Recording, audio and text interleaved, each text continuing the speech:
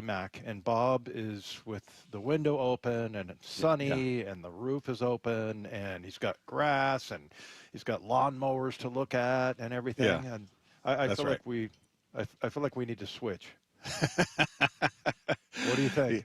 What would I have I to think, trade to get you to come out here and me out there? oh, it'd be a lot because I like it here. I'm comfy here, and even better, Lefko left the booth. He Nice. went down to the clubhouse, so I'm literally here by myself. Trav is back there. He's in the way back doing something on the computer, so I'm just basically sitting here alone. And Lefko's down there, going to hover around some of the players and annoy the daylights out of them. So we'll see who he can annoy to come on the show with us. But yeah, we'll get every. I saw our one of our biggest fans out there in line when I got here, Dave, at about 12:30. Karen was out there in line. Oh yeah. This doesn't get underway till Karen 5. And Nancy. Yeah, just Karen. And Nancy, the Mariner girls, right? Yeah, that's right. Yeah. But there are literally her and 3 other people were in line, and I'm like, this starts at 5, right? But there they were in line. Wow. So yeah, people are excited. Today's sold out. It's going to be a nice crowd out here. I'm already looking at Ichiro jogging in the outfield, getting loose, getting warmed up before any other player is out here. He's a miracle out there. They were highlighting him on MLB Network today, which I thought was interesting. They were showing some video from yesterday's scrimmage. They showed the Cal home run and Gino's home run. They showed Ichiro with the throw and him doing the no-fly zone signal with his hands. So they were talking about him. It was interesting to see their coverage of their scrimmage. Yeah, well, it's good timing also coming off of, Ichiro going into the Hall of Fame and everything. And now everybody's seeing that and just a little bit more connection, I think, for people. I mean, there's lots of, I'm sure there's lots of people around the world now that are rooting for the Mariners, especially with Ichiro making an appearance out there in right field. I love that. So that was really, really cool that they did that, and that Ichiro's a huge deal, man. I mean, it's, you look at popular athletes in the States, but I mean, this is worldwide. Same thing, Shohei Ohtani, obviously, but he's one of the more well-known athletes in like worldwide history. Ichiro is so cool that he is associated with the Mariners. Well, and you just hit on something I was going to bring up, and that is that I'm wondering if the Mariners are going to become the rooting favorite of the fan whose team is not in it, meaning, if you're a Pirates fan, or you're a hardcore baseball fan, but your team is just not in it, so you're going to watch the playoffs, you're going to watch the World Series, you're going to have a rooting interest. I wonder if your team's out of it, if people are just going to be drawn to the story that this is a team that's never been to the World Series, only team in baseball that have never been there. And they've got this catcher who's having this historic season, and he's got this nickname, the Big Dumper. I mean, I'm going all the surface level stuff, because on the outside, maybe they know very little about this team other than Julio and Ichiro used to play for him. So they're just gonna gonna know the popular talking points. But I wonder if they just become sort of the rooting for, like, you know what, I'm gonna get behind these guys because they've never been there. I think it's a great point. As a matter of fact, I saw the Big Dumper, Cal Raleigh, on your favorite, the Pat McAfee show. He went on again. And I was just watching the video, but there's, it says Big Dumper and Cal with a smiling face, and he obviously loves those guys. Comes on the, stays on the show. Last time, I think they did like a 12-minute hit, and then he stayed for the rest of the half hour, like another 18 minutes. So, yeah, I mean, you've got that moniker you talked about. Then also, you look back in the history of, Junior and Randy Johnson and Ichiro, as we mentioned, and now, Edgar and A-Rod. Yeah. And, there's been a lot of stars that have come through this city. Exactly. And I don't know if you're like that, Dave. I think you and I are both that way, that when when the Seahawks weren't in it, I had my rooting favorite. There would either be a player or a team I'd get behind, and often it would be a team that had been downtrodden. I mean, the late, great Professor always joked about, the Lions are my favorite team, which obviously is not true. But I did find myself rooting for them because they've been such a downtrodden franchise, and to see Dan Campbell bring them back into relevance and to turn them into a good team. And, Goff was a guy who was sort of cast off after the Rams moved on from him, and he's had a resurgence. So I got behind that story of that team. And I mean, who wants to jump on the the team, the bandwagon of the team that wins all the time? Are you going to jump on the Yankees bandwagon if you're a fan of the Pirates or a fan of a team that's not in the playoffs? You're going to say, okay, now I'm rooting for the Yankees or the Red Sox? Or no, ugh. Yeah, no, I mean, I think, and I used to say this is a country of underdogs, but I don't know, maybe that's just a human nature thing, worldwide, that like if you don't have a vested interest, you go for the underdog. It's always, people fell in love with that NC State basketball team back in 1983. Valvano. Yeah, with Jim Valvano, and they go up and slay the giant basically, which was Houston, and they were. They had the Phi Slamma Jamma thing going on there. And I mean, I was part of that, actually, because I had that in my pool at my freshman year at Stanford. And I'll never, not remember that team. And I just think that's something that's very, very valuable to people, that you love seeing an underdog story. Because I think everybody thinks they're an underdog, right? Yeah. And you're watching all of these, big, strong guys play this sport that you could never play. So you're rooting for the guy that, slays the giant. And I love that. So, yeah, I mean, I think you're right about that. I think that's going to be interesting to see, how much support they get just from your random, run-of-the-mill MLB fan. Yeah, I've got some buddies in Chicago that are White Sox fans. Obviously, the White Sox are nowhere near the playoffs, and they've been texting me, I'm a Mariners fan. I'm pulling for you. I'm pulling for these guys. This would be great. Yeah. And, I think they represent probably a good portion of just the hardcore baseball fan that is still going to watch when their team's not in it. Now, there's a ton of fans. If their team's not in it, they're going to check out. And I get that, too. But for the hardcores that just love the sport, they're going to watch the playoffs, watch the World Series. And I think the Mariners become a very easy team for the fan, the hardcore baseball fan, to get behind. Meanwhile, if they make it to the ALCS, they get through either Detroit or Cleveland, and right now it looks like Detroit, because Detroit just increased their lead to 4-1 in the seventh inning, and they're still up at the plate with 2 runners on and 1 out. It's if they get through that and they find their way into the ALCS, do you look at that and let's say they don't quite take that next step, they don't get to the World Series, would you look at this as a successful season, or is it, hey, it's World Series or bust? Anything short of a World Series appearance is going to be considered a failure. Even I guess I'm speaking to the hardcore cynics out there that just because yesterday when we were talking about who do you want to face, the Cleveland or Detroit, I saw some people on Twitter who were like, it doesn't matter, they're going to lose to either one of them. It's the Mariners. I'm like, man, you are committed to that cynicism. You are committed to that negativity. But I'm curious, if they get to the ALCS, will there be people out there going, nah, that wasn't good enough. You came up short.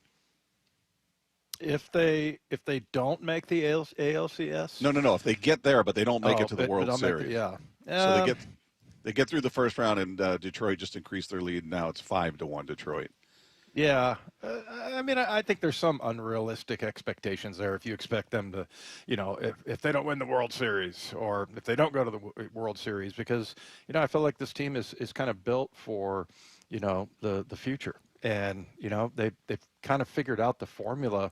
Obviously, they have the pitching part of it done. I mean, and I think maybe not in every Major League Baseball city, but in most, there's a lot of people that covet this rotation that they have as far as the pitchers go, and that they're young guys, and that they still aren't on, they're still on their rookie deals. They haven't gone to arbitration yet, whatever. I feel like that they're kind of built. They've figured out that you've got to get some offense in here. Yes, pitching and defense definitely wins championships, but the offensive side of it. So, I mean, I think this is a team that's built for the future. So if they don't go past the ALCS, or I don't know, I would be disappointed if they lost this first round. That's for sure. Yeah. But, it's not like I expect them to go win the World Series or anything. I think that would be awesome, and we'll be rooting for that. But, I don't think it's a huge disappointment if it doesn't happen. Yeah. Detroit scored again, 6-1. It's looking like right now, barring a huge comeback by Cleveland. It'll be the Mariners and the Tigers, but we'll keep an eye on that. Still in the 7th inning right now, but now a 5-run lead for. Yeah, look, I'll be as disappointed as anybody if they come up short of the World Series. I think they're built for it. I think this is the perfect season. There's not a dominant team in the American League, so I think this is as good of a shot as maybe they've ever had. So yeah, if they get through the first, I'll be very disappointed if they don't get through the first round. Then we can have a different conversation. But if they make it to the ALCS and they come up short, I don't think I can realistically look at this and go, that was a failure. Yeah, they underachieved. I don't know that you can all of a sudden just flip the switch and go, well, it's World Series or bust. Anything less than that is no good. It's right. I just don't know that that's a realistic expectation. But yeah, just checking in again, because we asked this question a couple of weeks ago, and you guys can weigh in on this. 866-979-3776. Now that the regular season's done, we're getting ready for the playoffs starting this weekend. Do you have more confidence in this rotation or this lineup? Has that answer changed for anybody now that because we asked this when there were still, 20-some games to go, I think. And so we saw a few more starts from everybody. We saw the offense, obviously, in all those games. Where are you at? Where's your confidence going into the playoffs? You're more confident in what you're going to get out of this rotation or what you're going to get out of this offense? 866-979-3776. Has your answer changed at all, Dave?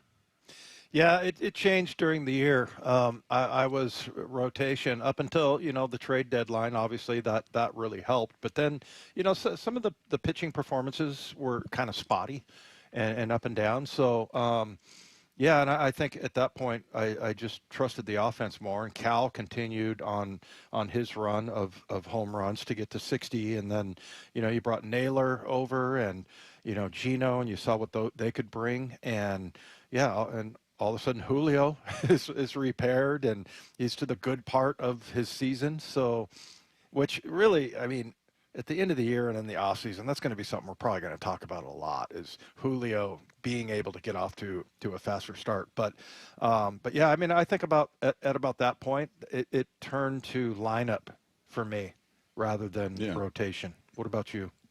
I think I'm still with the offense. That doesn't mean they can't be shut down. And as we've seen, for the most part in these playoffs, these are pitchers' duels. You're going up against the aces of every team. You're going up against the high-leverage arms in everybody's bullpen. So runs, for the most part, barring that Dodgers series where they were piling up runs against the Reds, they've been stingy. So it's, they certainly could get shut down. It's going to be hard to scratch across some runs. But I don't know. I think I don't know what to expect out of the rotation.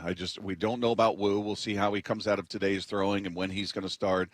We've seen the extreme good and the extreme bad with the rest of the rotation, right? Outside of Wu, you've seen extremes from Logan. You've seen extremes from Luis Castillo. You've seen extremes from Kirby, certainly Miller. So it's any.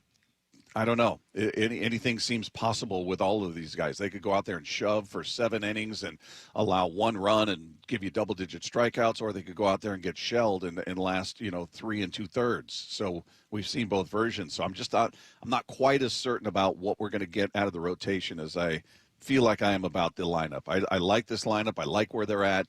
For the most part, everybody seems to be in their groove, with the exception of Gino needs to get it going, and hopefully we see postseason Randy. That's so. I'm with you. I'm feeling a little bit more certain about what we'd get out of this offense. And Jerry Dipoto was talking about it, and he was talking about the home run hitting and explained why, in his opinion, good home run hitting teams usually find success in the playoffs.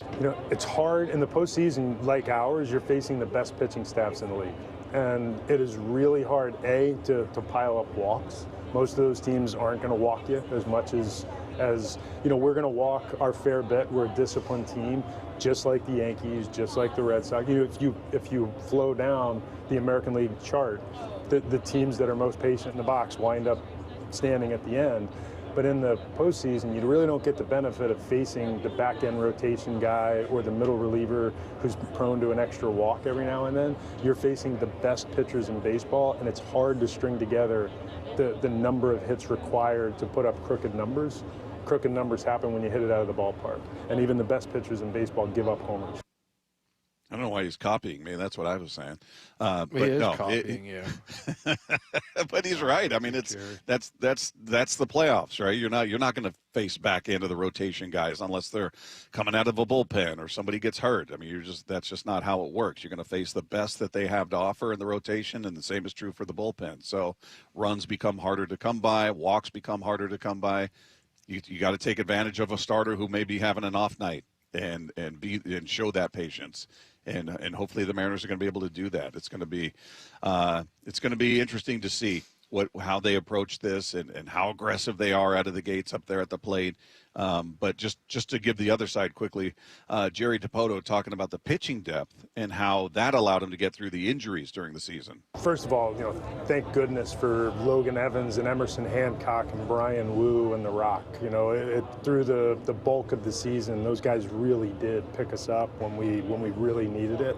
And you don't know how young pitchers who've never really had much experience will show up. But I thought, Logan and Emerson especially were, amazing in what they were able to do and holding it together. Wu turned into an ace and one of the best pitchers in the league. And we kind of knew it was in there, but the world saw it this year. And I just thought Louis' consistency, taking the ball every fifth or sixth day and what he delivered, it allowed us to get to the point in late August when our five were back together again. And I think that makes us a powerful threat in October. Yeah, he's right. He's right. I mean, those guys, look, Hancock and Evans didn't come in and they're not throwing no hitters, but they were crucial to helping you get through the season. And certainly we know what Wu did, and Castillo is the only guy that didn't miss a start.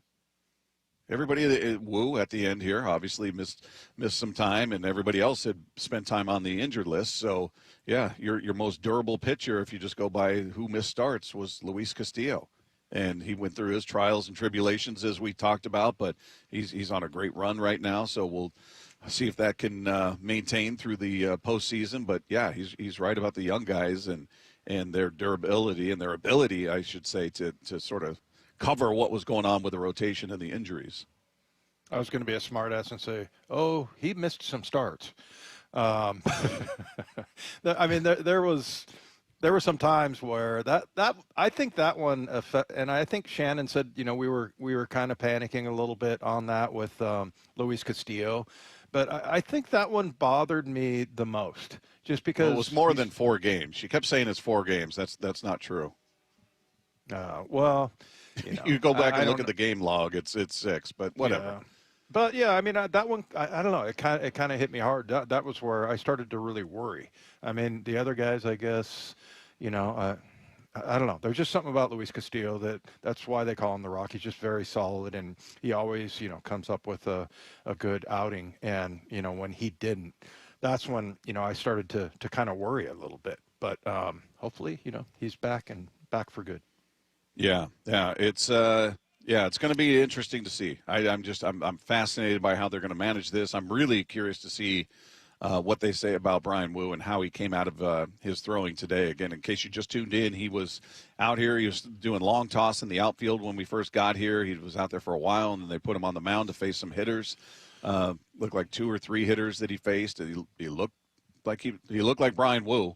I don't know what the radar gun was saying. It wasn't posted up here, but looked like he had velocity. Didn't look like there were limitations. So hopefully he came out of it okay, and he's going to be ready to go, whether it's Game 3, Game 4, Game 2, whatever they want to do with him. But that's such a massive piece that we're uncertain about right now. So yeah, very anxious to hear how he came out of that. We'll hopefully get some reports from down in the clubhouse. But meanwhile, we're going to get a better sense of what this Tampa Bay Buccaneers team is bringing to Seattle this weekend. Greg Auman, who covers the team for Fox Sports, is going to join us next as we continue live from T-Mobile Park, live from the Virginia Mason Athletics Center. It's Wyman and Bob right here on your home for the Mariners pennant push. Seattle Sports on 710. Touchdown Seahawks! celebrating 50 years of Seahawks football. Number 54, Bobby Wagner, linebacker, one of the finest of his generation. He set just about every tackling record that can be set. He was the heart and soul of one of the best defenses to ever play in the National Football League. The Seahawks go for a fourth straight win, hosting Tampa Bay Sunday before the 12s. Kickoff at 1:05, pregame at 10 a.m. On the home of the Seahawks, Seattle Sports. Tired of hearing scary radio ads about the IRS? Tax Relief Advocates is different. TRA is here to tell you that if you owe money to the IRS, whether it's $5,000 or $500,000, we have a solution. TRA can eliminate or reduce what you owe to the IRS with zero risk to you. We have over 1,000 five-star reviews on Google and an A+ with a BBB. End your tax nightmare today by visiting TRA.com or call 800-583-6681. That's 800-583-6681. Let's go! You're still glowing, flirting, grooving. You've still got it. But your immune system weakens as you age, making it harder to fight flu, pneumococcal pneumonia, RSV, and COVID-19. Vaccines are a key part of any health routine and help strengthen your immune response. Ask your doctor or pharmacist which vaccines you need. Schedule in minutes at vaxassist.com. Sponsored by Pfizer. So my mother is thinking of switching from Verizon to Pure Talk, but she's worried the deal sounds too good to be true. Michael, she said, how can those Pure Talk people offer me the same basic service as Verizon for so much less money? I said, Ma, go ask Google how much Verizon spends on advertising and promotions. A few seconds later, my mother said, oh my goodness, $12 billion a year? That must be a typo. I'll tell you what I told my mom. It's not a typo. Verizon spends $12 billion a year on advertising and promotions, and their customers are paying for it. Well, Pure Talk doesn't spend that kind of money on commercials. Trust me, I would know. That's why they can offer you and my mother unlimited talk, text, and plenty of data on a crazy fast 5G network for just $25 a month. And if you're a business owner, you could really save a fortune.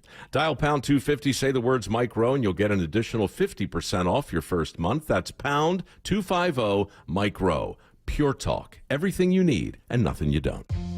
Ryan Rowland-Smith here. For more than 35 years, the NBA Health Insurance Trust has been helping local builders, contractors, and their employees save money and gain peace of mind. They offer customized group health plans from the state's leading insurance providers. Small and mid-sized businesses deserve big healthcare access. The NBA Health Trust brings you the coverage you want at a price you can trust. Find out more at mbahealthtrust.com. That's mbahealthtrust.com. Eric Johnson here. I spent the past 30 years working to help make our community better informed, better protected when it comes to consumer issues, and better equipped to take on whatever life throws at us. That's why I love the free Washington Accident book series from Davis Law Group.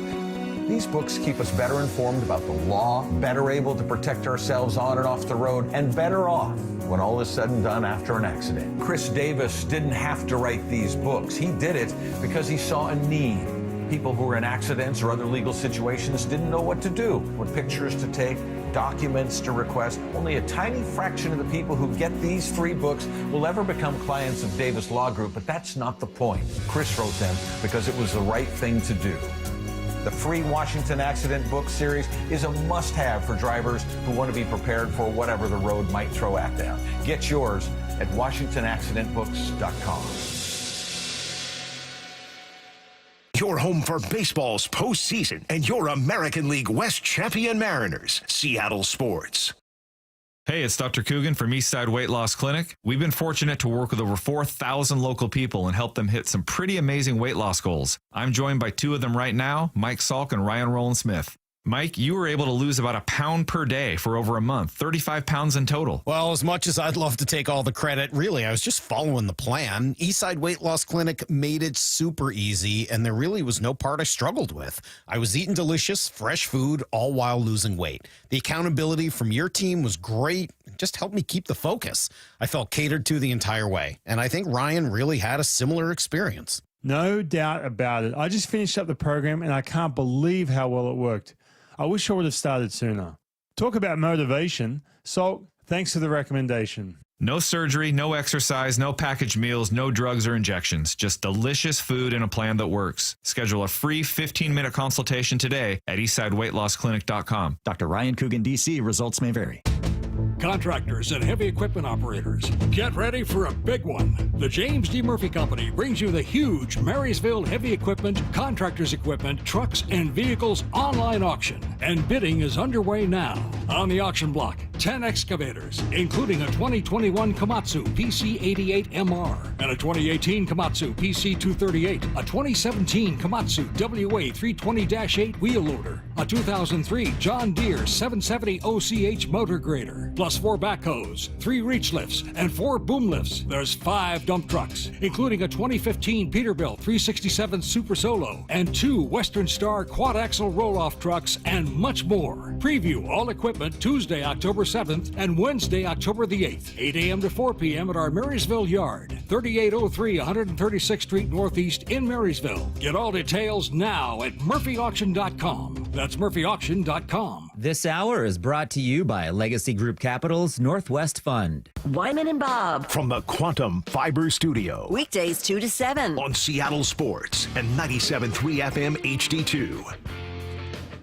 Seahawks getting set for a big matchup coming up Sunday at Auman Field. We get a closer look at their opponent, the Tampa Bay Buccaneers, with a man who covers them for Fox Sports. He's with us on the Emerald Queen Casino Sportsbook Hotline. He is Greg Auman. Greg, how are you? Hey, doing well. Hope you guys are too. Yeah, doing great. Looking forward to the game this Sunday against the Tampa Bay Buccaneers, who off to a tremendous start, 3-1, and a close loss to the Philadelphia Eagles in the last game. Greg, what was the expectation of this team coming into the season? Is this a team that you look at and say this is absolutely a playoff team and they should be in contention for this division, or what were your expectations? Yeah, I think so. I mean, they've won the NFC South 4 years in a row. We're kind of a prohibitive favorite going in. Right. You wonder if Atlanta would give them trouble. I mean, Atlanta swept them last year, so you have to think they're close. But no, I think most people thought of there was a team to beat in the South, and then the question is just whether they're more than that. They only have one playoff win the last 3 seasons. And some of these division titles have been 8-win, 9-win teams. They won 10 last year, so no, I think. Continuing to get better, but one of those things where, now they're getting to the point where their success is measured in what you do in the postseason and not just getting in.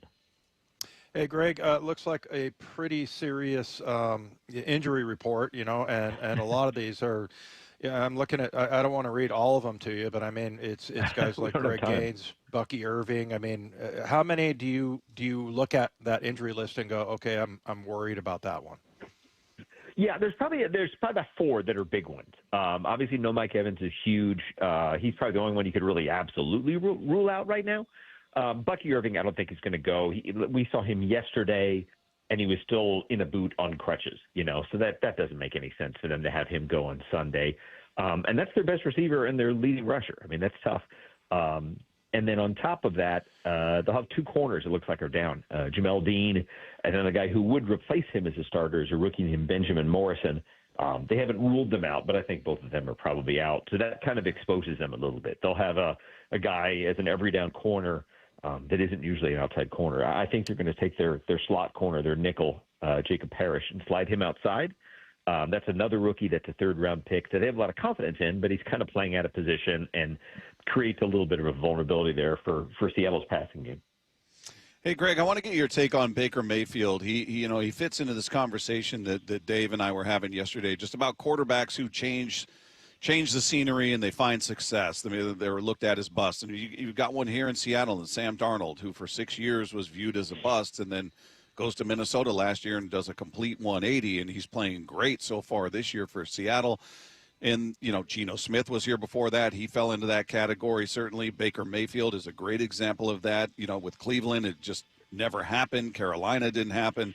And then it was a little 5-game stint with the Rams. It seems like it turned the perception of him around. Now he's been there for a few years. He's coming off a huge year where he threw for 4,500 yards and 41 touchdowns. Is he a guy that you feel like has just grown into a leader and has just realized that potential with it's the system, it's the environment that allowed that? Or what's your perception of who he was versus who he is now? Yeah, a complete turnaround here from where he was 3 years ago. You know, it's like we were talking to Baker on Wednesday. I mean, there's pictures of him and Darnold in Carolina together in 22, and that really wasn't a good year for either of them. And you think about poor Carolina and where they are, still struggling 3 years later, and probably without real answer at quarterback. And the two guys they let go, you know, are both Pro Bowl types last year. Yeah, and Darnold is on the same path as Baker in terms of a complete reclamation, coming back at such a high level. Both of them getting paid now, too. I mean, the Darnold contract in Seattle was basically exactly what Baker got a year earlier from the Bucs. So it's neat to see. I mean, Baker came here, you know, had that initial, you know, you think about trying to replace Tom Brady as a quarterback. It takes a guy with a crazy amount of self-confidence, and that's Baker. I mean, came in on literally a $4 million deal, which is low backup money in the NFL, and made good on that. And then obviously, you know, got a significant bump to where he is now, where it's like 3 years and 100, and that's still probably a good value. If he has the year they hope he has, he'll be in line for another bigger raise and probably in that, you know, $45, $50 million range. So, yeah, the two of them to see how well they put things together, and then now to see Darnold and what he's done. You know, I think people wondered if what he did in Minnesota was a fluke. Someone was pointing out, I had McDonald as my, quarter mark of the season coach of the year. And somebody had a good point that, like, you know, everybody gave Kevin O'Connell coach of the year last year because he did what he did with Sam Darnold. And can you be surprised if McDonald now does the same thing with Darnold in Seattle? Obviously, there's a lot more to their success there. But at some point, he'll have validated his success and will be taken kind of as the quarterback he was drafted to be back in New York. Yeah, I had forgotten that he had to follow Tom Brady. I mean, that's I just hadn't looked in a while and thought about that. But you mentioned Mike McDonald, and I'm curious if Todd Bowles is kind of this way. Mike McDonald's he's kind of abrupt, not in a rude way, but like in a way like he's very direct, and he doesn't. He comes off. He's not being a jerk, but like he's going to tell you exactly what he thinks. And I feel like Todd Bowles kind of has that same demeanor. Yeah, no, bluntness is a wonderful characteristic. Todd followed Bruce Arians here, and Bruce was wonderfully blunt, unprintably so at times. And I don't confuse Todd with that. I think Todd's a little bit more polite, probably, but kind of says what he needs to say. I think kind of has opened up into a comfort zone in terms of being more comfortable, joking around a little bit, sharing more, having a little bit more character. I mean, the people here get annoyed because he's not a ton of emotion on the sidelines. To watch him, it's kind of arms crossed, very poker face, up 20 or down 20. I think they'd like to see more fire and brimstone from him, but it's not who he is. And I think if he were to change I think the players would kind of, recognize that's not who he is. So, yep, exactly. For him, he's had 3 years as a head coach. He's won the division every year. They've won more games than the year before, from 8 to 9 to 10. And this is a team, they've dealt with enough injuries. It's hard to know where they'll be or how healthy they'll be at the end of the season to know what they can do. But I think they're really excited about what they can do if they get themselves healthy and kind of get things squared away.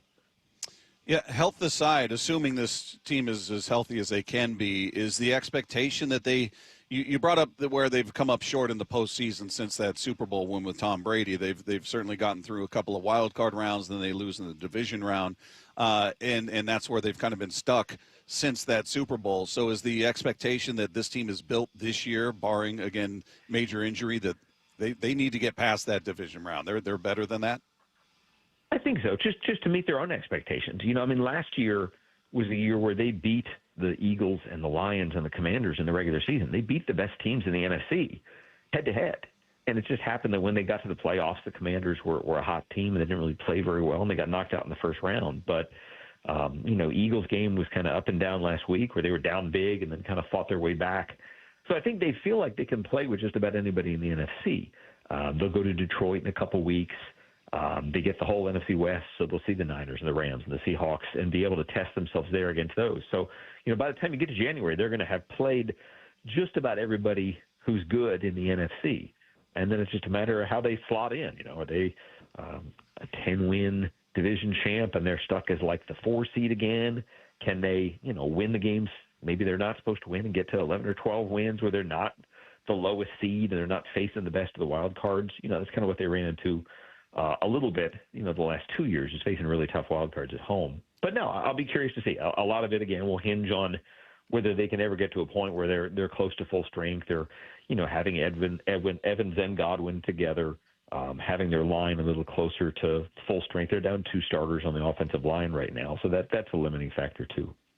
Well, Greg, this heated rivalry goes back to October 17th, 1976, with the swashbuckler uniforms, and I know they're doing that. The Seahawks are, celebrating their top 50 players this weekend, and it's really cool. But yeah, kind of an interesting for some of the old timers going back to 1976, and I think everybody loves the swashbuckler or creamsicle uniforms, right?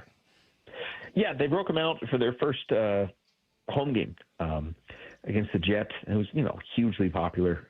They sell 1 million of them, and now they're in the white for this game, kind of the double throwback game.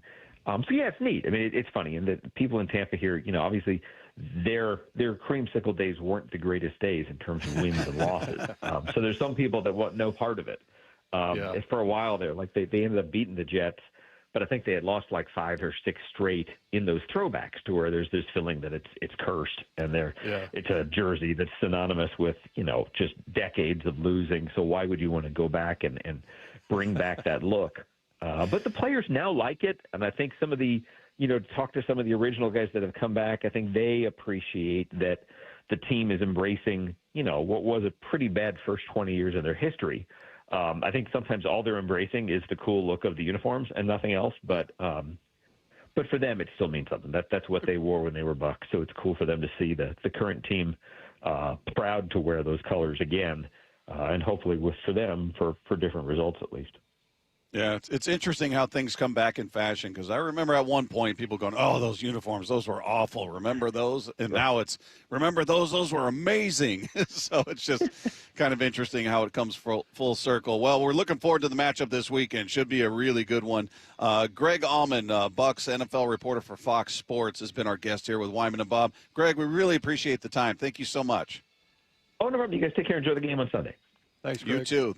There you go. There's Greg Auman. Again, NFL reporter for Fox Sports, covers the Tampa Bay Buccaneers. If you guys missed any part of that conversation, you can find it on the podcast page after the show at seattlesports.com. Coming up, will Sunday be one of the greatest days or biggest headaches in Seattle sports history? We'll get into that next as we continue here with Wyman and Bob on your home for the AL West champion Seattle Mariners. It's Seattle Sports on 710. Blue 88! I said Blue 88! Every morning at 7:45, Brock Heward tackles 3 football questions as only he can. What's going on with the Seahawks run game? You're 18th in the league overall at 111 rushing yards a game, and you're 28th in the league at 3.6 yards per carry. You would think that is precarious. Yet on the same token, on the other side of it, you are also 4th in the league in attempts. Catch every Blue 88 on the Seattle Sports app. Comcast Business can help turn your small business into a connected, secure, modern business. It's how restaurants become reliably up and running neighborhood favorites. How healthcare offices become the data-protecting caregivers that we all depend on.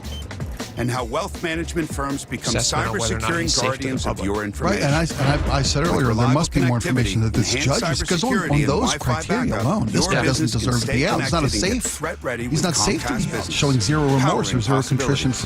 Now through November 16th, new Comcast Business customers can get started with 150 megabit internet plus security for $59.99 a month for 12 months with a 2-year agreement.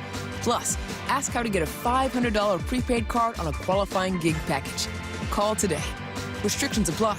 Requires enrollment in paperless billing and auto pay with bank account. Early termination fee applies. Equipment, taxes, and fees extra. This March, Wendy's is fueling the madness with amazing deals on their hamburgers made with fresh, never frozen beef. Like a juicy Dave's single for $1 and a fresh $2 Dave's double with in-app offer. It's such a good deal, we wrote a little ditty about it. Get it for $1. Dave's single, order in the app. Dave's single, get it for $1. Choose wisely, choose Wendy's, official hamburger March Madness. Limited time offer, participating U.S. Wendy's. See offer details and redeem at Wendy's app. Account registration required. Fresh beef available in the contiguous U.S. and Alaska. Tired of hearing scary radio ads about the IRS? Tax Relief Advocates is different.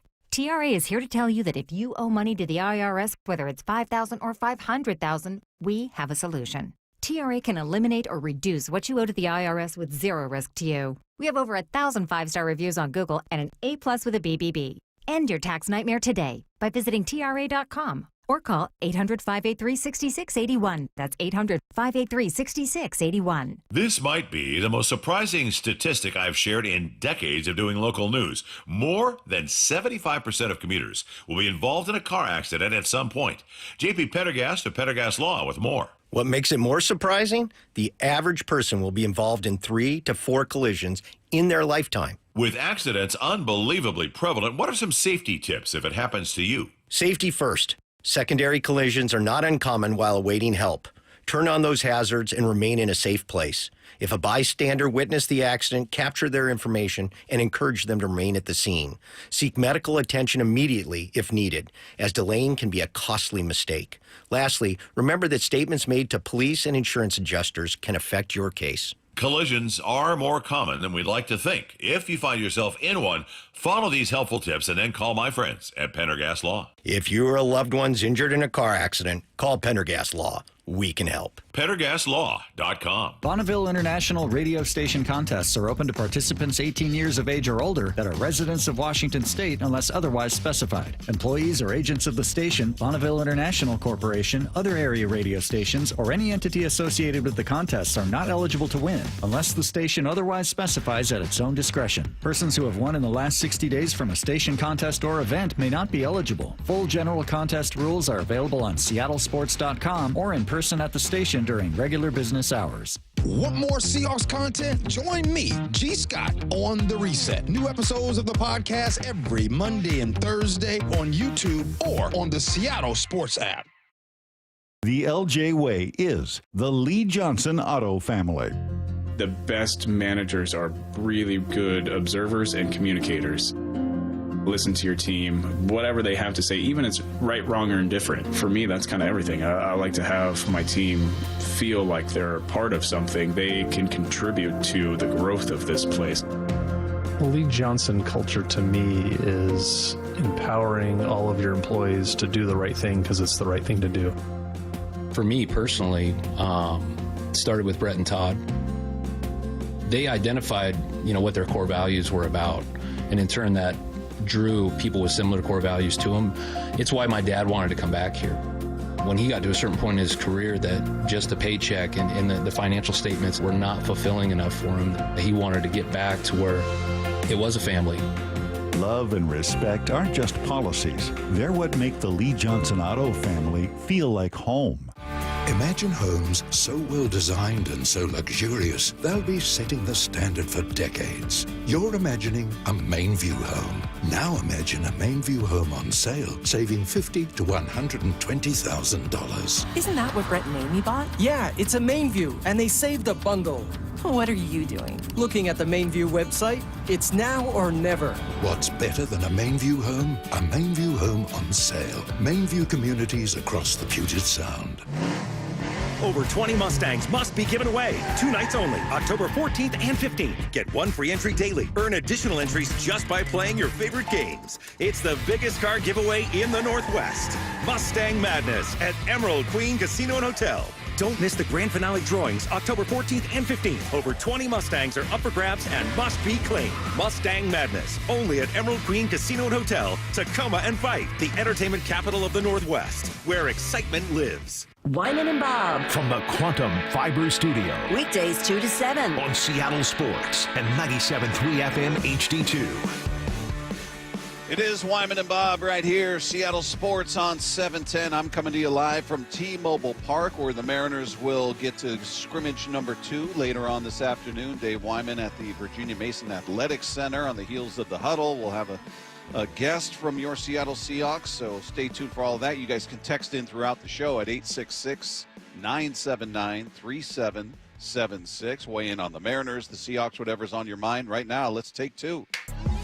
Well, what looked like the Tigers about to close out a win over the Guardians, now getting a little closer. So Detroit broke the game open with a 4-run seventh to take a 6-2 lead. The Guardians have scored, but then Jose Ramirez, trying to extend what was a pass ball by a pitcher covering first base, was tagged out at second. So 2 outs for the Guardians here. I think our inning might have just ended. But the Guardians rally stymied a little bit. It is currently Tigers up 6-3 in the 8th. The 8th has just ended. So going to the 9th here in Cleveland. Huh. Did they challenge that call? That was just overturned, and so now the inning has ended.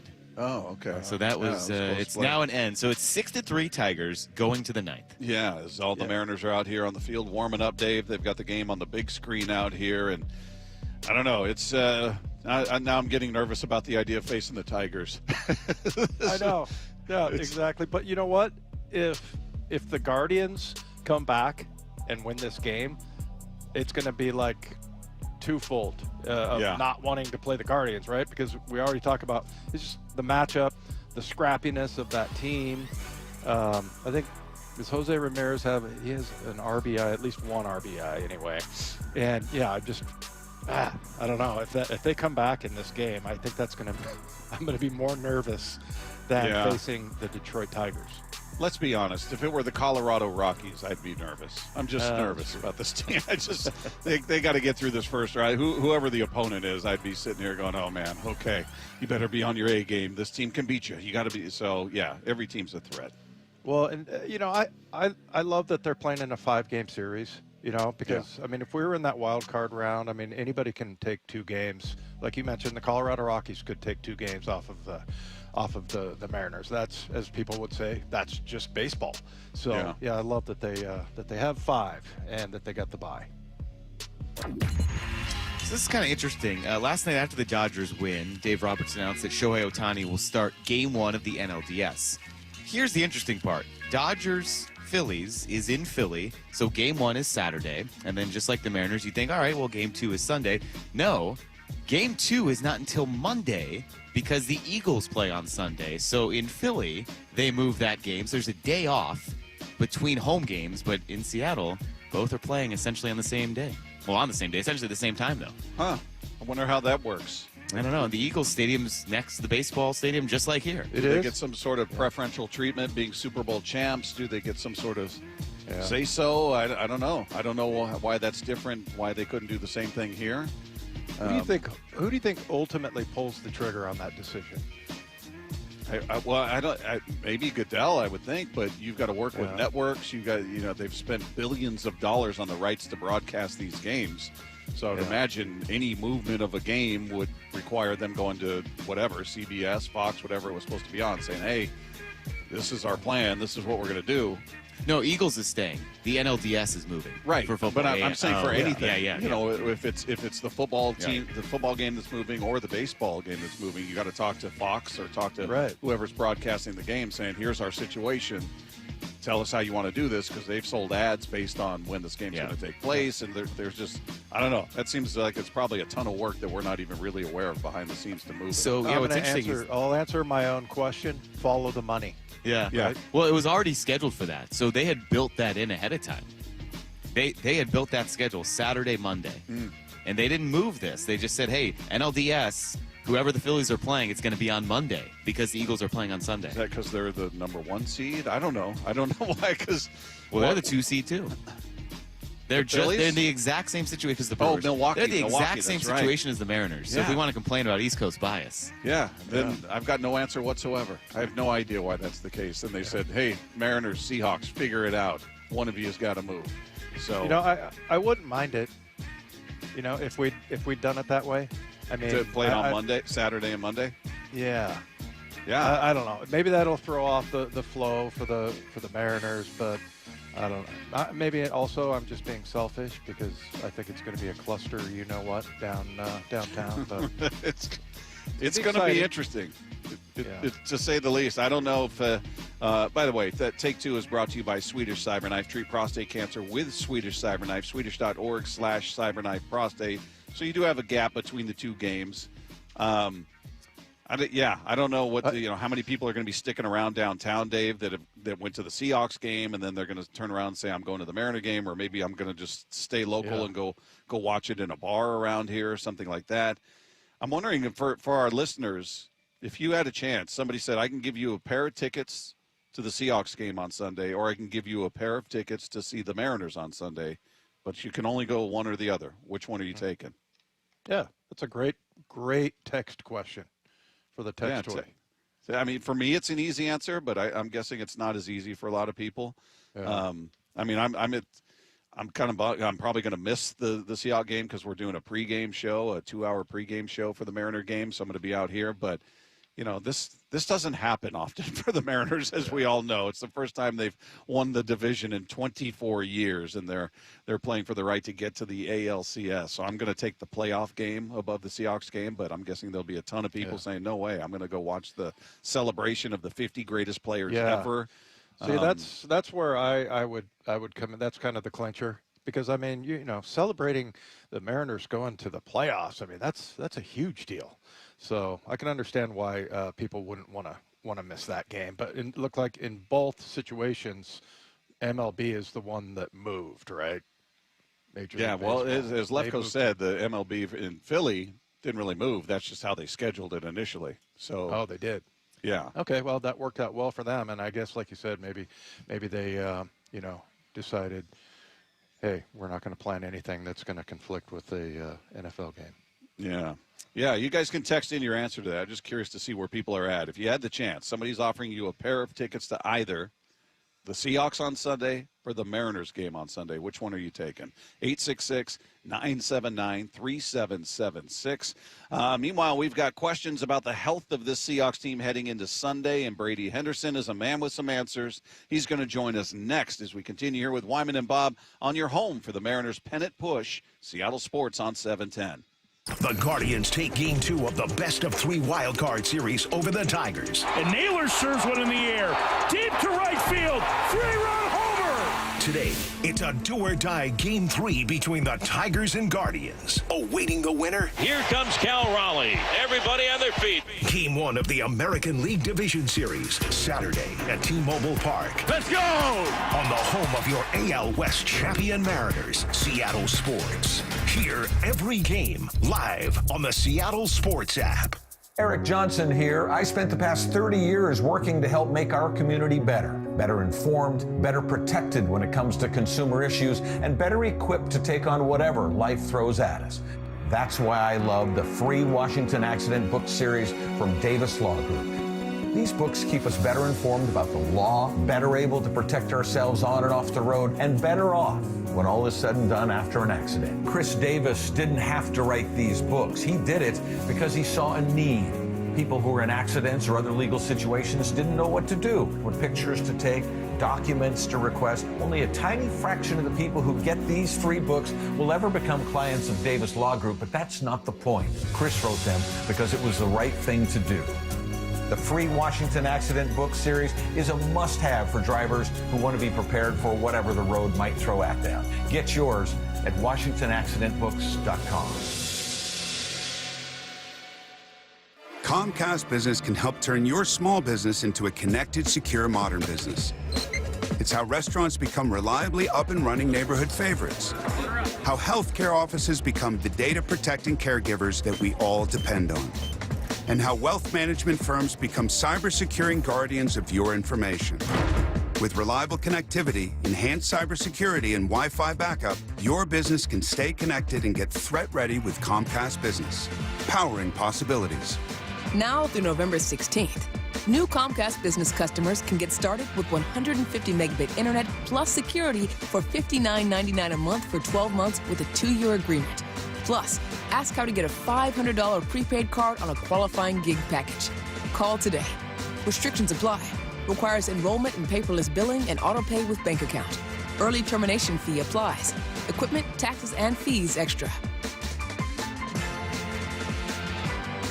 Hey, Brock Heward here for my friends at PCF Construction. It was a couple years ago. We were seeking a complete outdoor living space. Molly wanted a new deck. She wanted to really make our outdoor space pop. And boy, am I glad we called PCF. Why? Because whether it's a very specific project or outdoor living, like an underdeck ceiling, deck, patio cover, railings, PCF has you completely covered. You know, Molly's an interior designer. She knows construction. She knows attention to detail. And PCF, they checked every single box along the way. And right now is the time to make the call. Up to $6,000 off your project, plus no payments and no interest until 2027. And you can save an extra $1,500 when you bundle your deck with a patio cover. Find all the offer details, get project ideas, and browse photos at pcfgroup.com or simply call today at 425-629-8476. That's 425-629-8476, pcfgroup.com.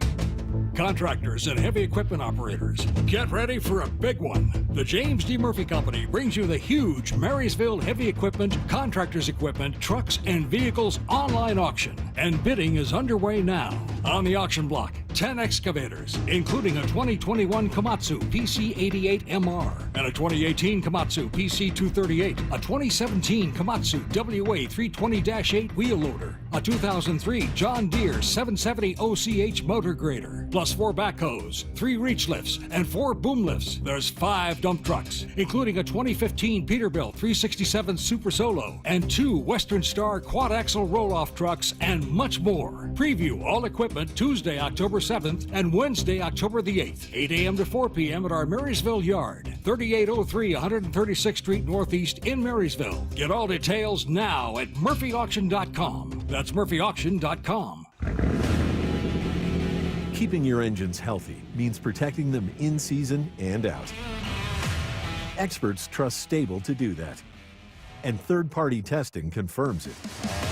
Stable is the industry leader in preventing fuel-related issues, no matter if you use it in your car, boat, or outdoor power equipment. In season or out, at every fill-up or when you store, start with Stable.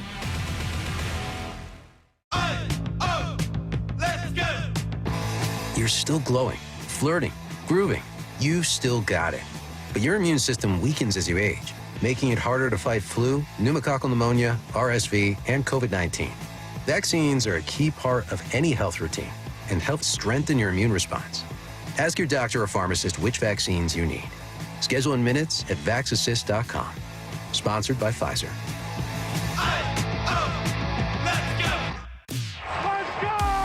This is Seattle Sports. Streaming through the Seattle Sports app. KIRO AM Seattle. KIRO FM HD2 Tacoma. Home of the Seahawks, Mariners, and everything Seattle sports.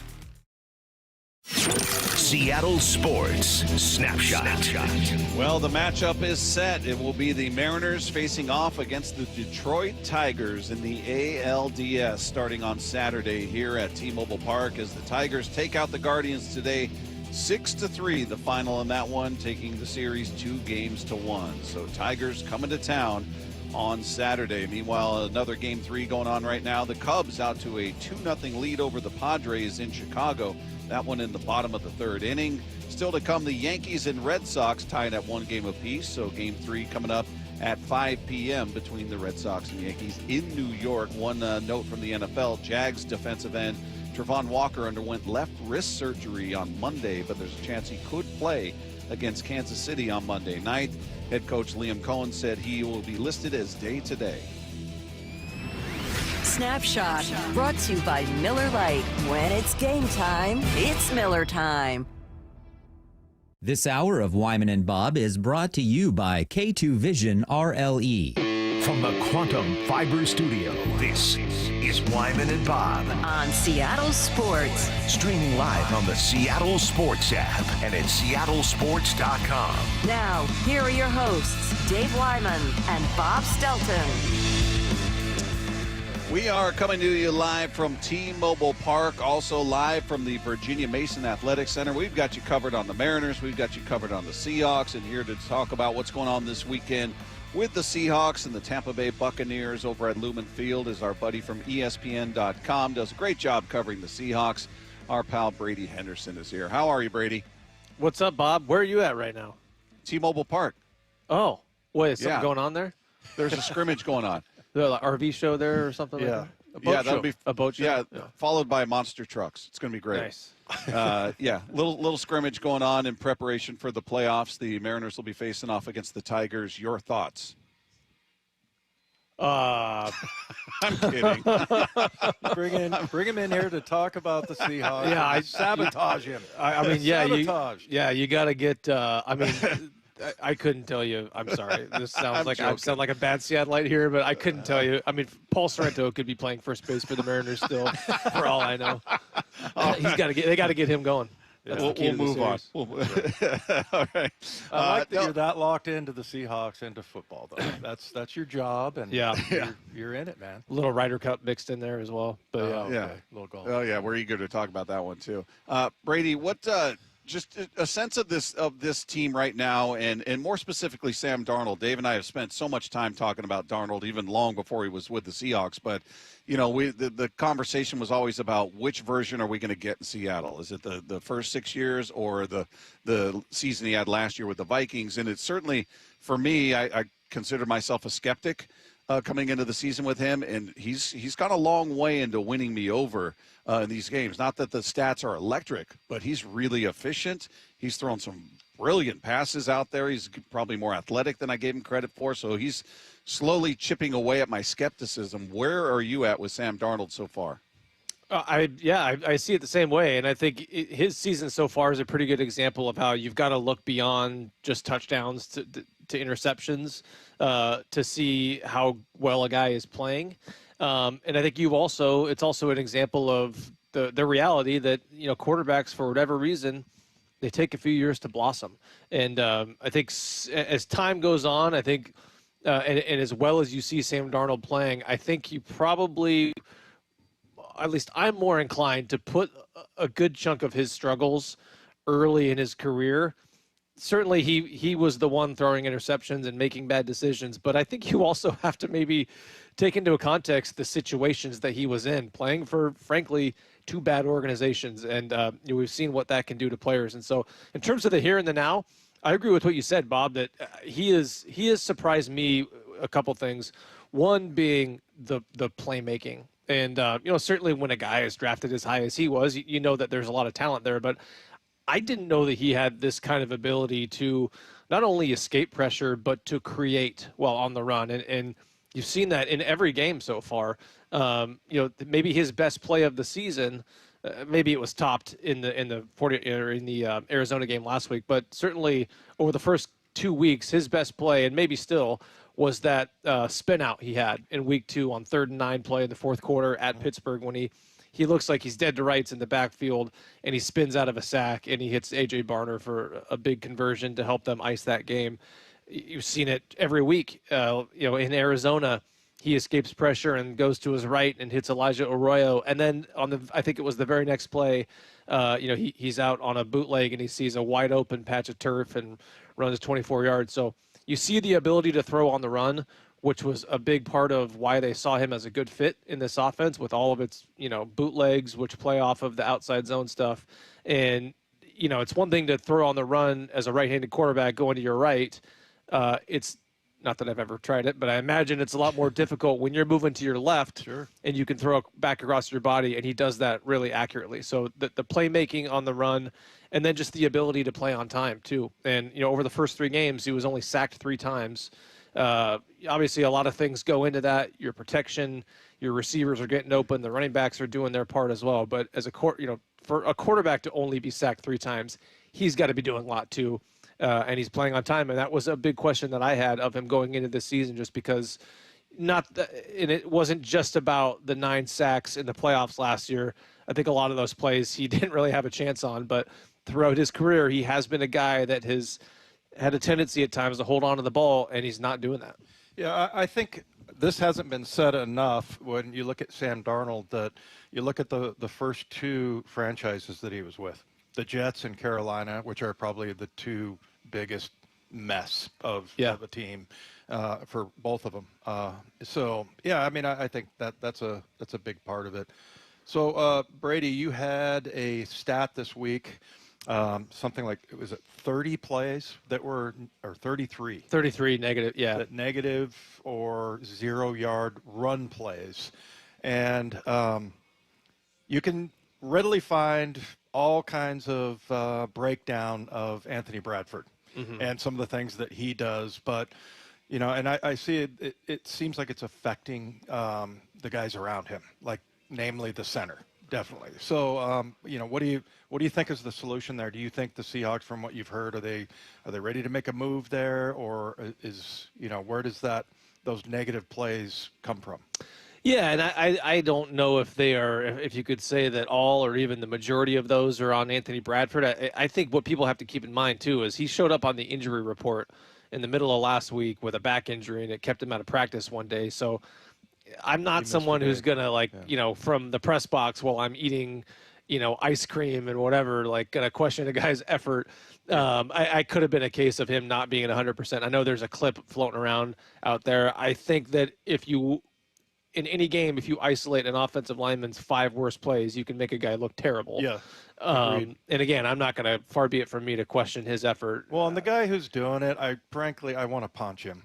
I really do. The guy who's narrating it, and I don't know if we saw the same one, but I'm like, also, you don't know the rules. Yeah. And you don't know everything, what's going on down there. But, you know, there are some plays with Anthony that are very head-scratching. Yeah. Right. Yeah, and just some of the, I think you've brought up the fact in the past about the Seahawks coaches wanting him to finish more. I mean, he's this big, powerful guy. In terms of going forward, I think what's interesting about their potential alternatives is that if they were to make a change there, I think their best backup guard is currently their starting center right now in Jalen Sundell. And I think Mike McDonald has even said that if there was an injury situation, the move would probably be to bring Oluwatimi in at center and move Jalen Sundell out to guard. And I imagine that would also be the plan if they were to make a change going into a game. So, you know, we don't get to watch practice, so I couldn't tell. I mean, for all I know, they could be making that change. I imagine, though, that, you know, I have no reason to believe that that's a change that they are making.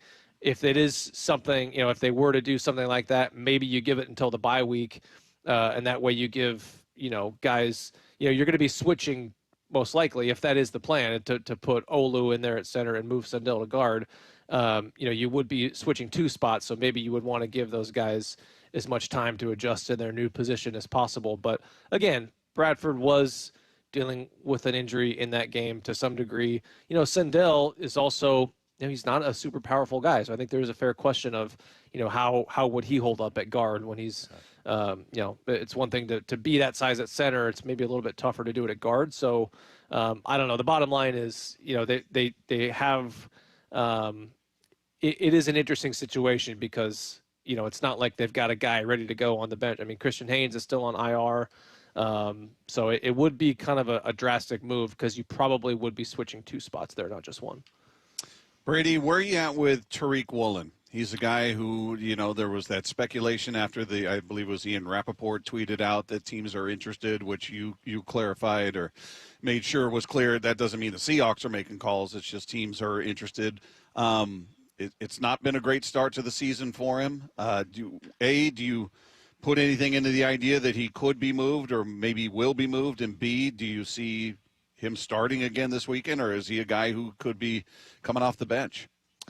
Wouldn't surprise me if he's coming off the bench. And if you look at what happened in the game in Arizona, it appeared that Josh Jobe overtook him as the number 2 guy because Jobe did not come off the field.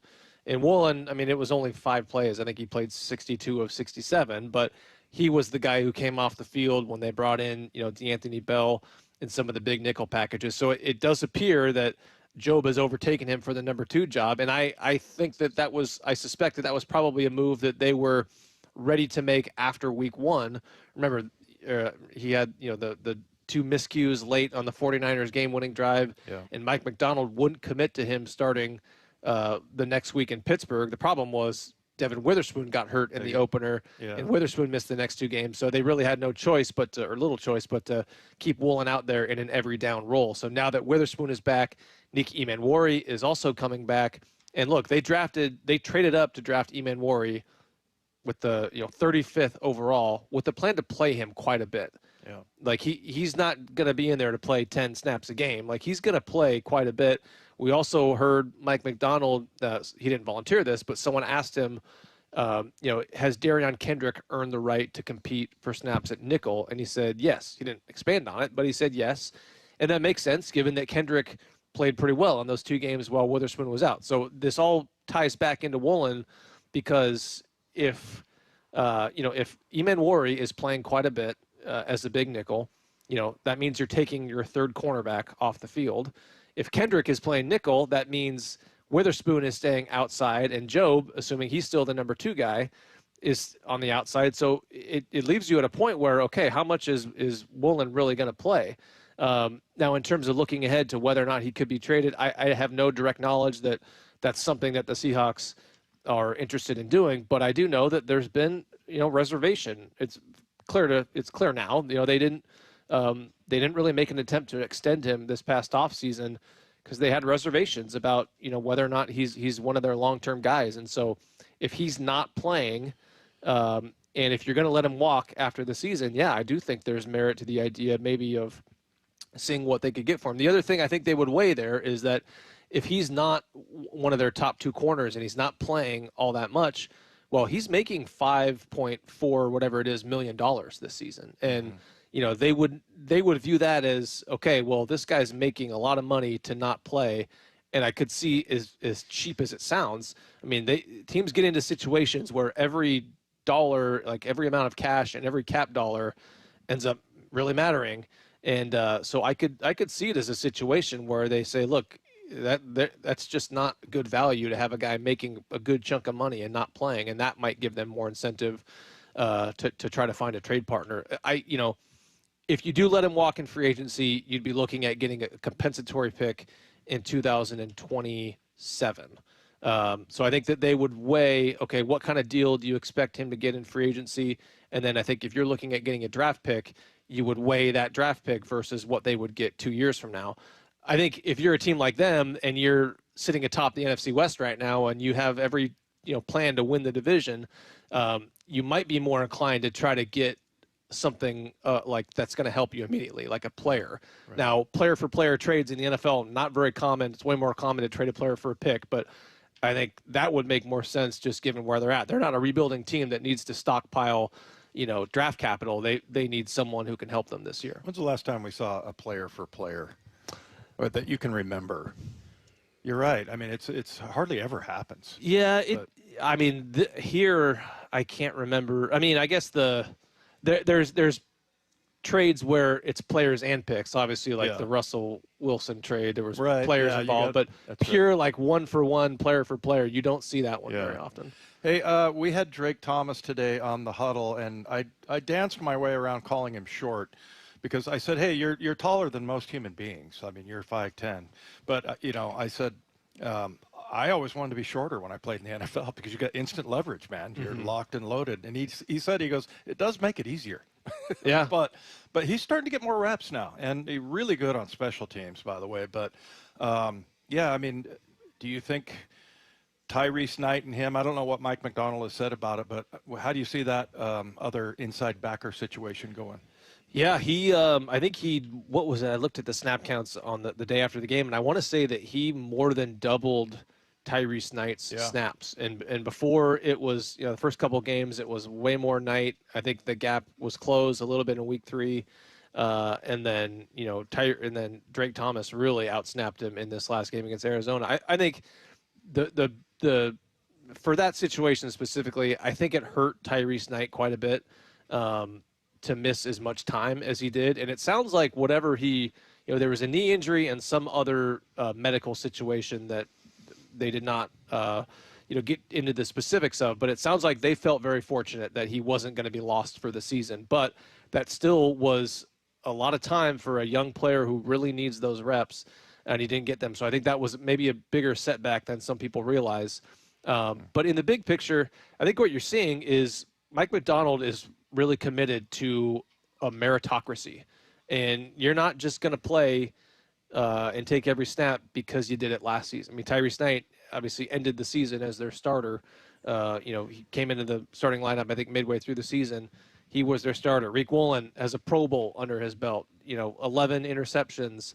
But if somebody else is showing that they're worthy of playing timing, Mike McDonald is showing that he's not afraid to open things up to competition, even in Woolen's case with a pretty big-time player. Well, it just seems like his decision-making is very, immediate. Like, a lot of people will go, he's starting to get there, so maybe we'll start to, cut back his reps a little bit. But, I mean, he just seems very decisive. So, yeah, I guess it shouldn't be surprising. You're talking about Drake Thomas? Yeah. Yeah. I'm going to have to defer to you on that. I'm not going to pretend like I've watched every single snap of his. But I think it's a good point about the leverage, and I think you probably see that too. I think Byron Murphy would probably tell you the same thing, that he doesn't have prototypical height for a defensive tackle, but in some ways, when you're playing against guards and centers who are 6'4", 6'5", like that might actually help you. It's called built-in leverage. There you go. Yeah, there you go. So, Brady, what 4 games into the season, this team's sitting here at 3-1, looking to make it 4 in a row. Are they? And Dave and I went through the preseason schedule, or the schedule before the season started, calling wins and losses like we do every year, and we were well above what Vegas. I think the number of Vegas, the middling number was like 7.5 wins, something like that. And it feels like nationally that people are kind of, I don't know, jumping on the bandwagon, so to speak. There's just a lot of positive talk nationally about this team. Are you sensing that? Are you reading that maybe people that looked at this as a step back year, or, hey, they're not going to be very competitive, are now kind of going, you know what, this maybe I was wrong about this team?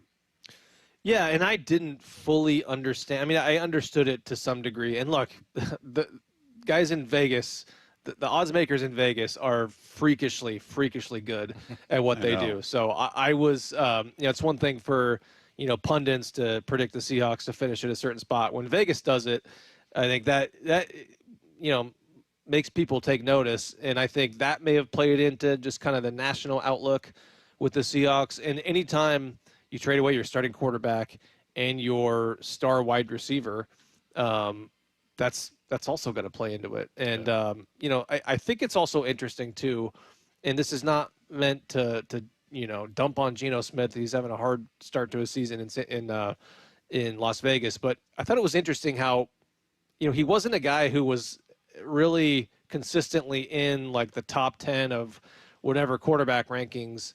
And then all of a sudden he gets traded. And now you're seeing people talk about Geno Smith in a different way overnight when he hadn't played a game since he was, kind of viewed a different way. And so I didn't really know what to make of that. But, I think, look, that it's a long season to go. But, the Seahawks, I've made this point I think on another show, and I'll say it again, that they don't necessarily need Sam Darnold to be way better than Geno Smith was in order for that trade to be a net positive for them. Because think about it. They got 7 years younger by going from Geno to Darnold.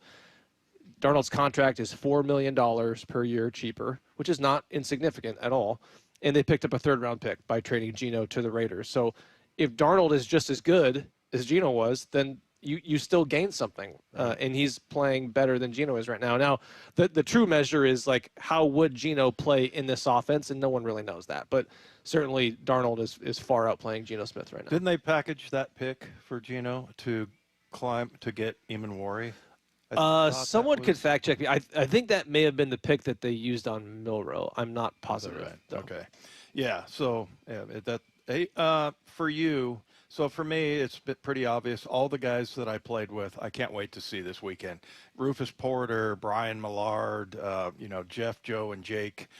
Keith Butler, is he? Keith Butler is coming. Yeah. So, yeah, there's lots of them. But for you, is there anybody in particular that, since you've been covering this team, just maybe the more recent guys, or somebody you remember as a fan that you're excited to see? Well, there's just like not necessarily the reporter, but just the human being in me, I think, is happy that it sounds like Earl Thomas is going to be there. Right. And, Earl, from everything I've heard and from certainly what's been out in the news, like he's had a rough go of it, since his playing days ended. And so I know, the relationship with the team has been fractured.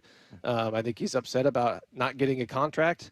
And you saw him flip the bird to Pete Carroll on his way off the field. I think it was John. Yeah, I guess that whoever it was. But so I mean, I don't know if that relationship is totally back in a great place, but it's good enough for him to show up. And I mean, there's Earl has had a tough go of it, and so I think a lot of Seahawks people will be happy to see him. Brady, as always, we appreciate you, man. Great stuff. And if you ever want to weigh in on the Mariners, you just let me know. We'll throw you on. We can talk Ryder Cup if you want. I'll leave the Mariners takes to you, the experts. We appreciate I love you, man. that he's so dialed into the Seahawks. It's like, vaguely aware that there's a playoff baseball team in town. David Segui, is he still playing? I had a David Segui jersey. Fortunately not. No. Fortunately not. All right. Thanks, Brady. We appreciate you, man. See you guys. There you go. There's Brady Henderson. Does a great job covering the Seahawks for ESPN.com. Meanwhile, we've got an injury update on Brian Wu and whether he's going to be pitching in the ALDS. That is coming up next. It's Wyman and Bob right here on your home for the Mariners pennant push. Seattle Sports on 710. The Guardians take Game 2 of the best-of-3 wildcard series over the Tigers. And Naylor serves one in the air. Deep to right field. 3-run homer. Today, it's a do-or-die Game 3 between the Tigers and Guardians. Awaiting the winner. Here comes Cal Raleigh. Everybody on their feet. Game 1 of the American League Division Series, Saturday at T-Mobile Park. Let's go! On the home of your AL West champion Mariners, Seattle Sports. Hear every game live on the Seattle Sports app. Hey man, gaining weight, dragging throughout the day, losing your drive? It could be your testosterone. The team at Revive Men's Health Washington gets men back on track with the energy and drive they've been missing. Meet Tyler, Revive Men's Health Director of Operations, and witness to hundreds of success stories. I've seen guys come in worn out, discouraged, and just not themselves. A few months into treatment, they're standing taller, speaking with more confidence. It's like watching someone come back to life, like a light switch gets turned back on. And the spouse says, "Thank you. I really have my partner back, better than before." That's the moment it all clicks for me, and that's why I do what I do. Since 2011, Revive Men's Health has helped more than 120,000 men regain their energy and drive. Start your story today with an in-clinic visit or a secure video appointment. Call 206-529-1111 now to book your free testosterone test, exam, and consultation. That's 206-529-1111 or schedule anytime at revivemenshealth.com. Luxury has arrived at Snoqualmie Casino and Hotel. It's Mike Salk here. You can book now for an unforgettable experience. Let's talk about Hawks Peak. It is the place to be for game days this football season. With over 66 TVs, indoor-outdoor concept, the deck is covered and it's heated as well. And the food, oh man, it was excellent. All with breathtaking views of the Cascades and the Snoqualmie Valley. Yep, you can go to snocasino.com. Seattle's closest is now Snoqualmie Casino and Hotel. This is Chris Davis with the Davis Law Group. Did you know that a pedestrian does not have to be crossing the street on a marked crosswalk to have a successful legal claim against the driver? Pedestrians can even be partially at fault for a collision and still have a valuable claim.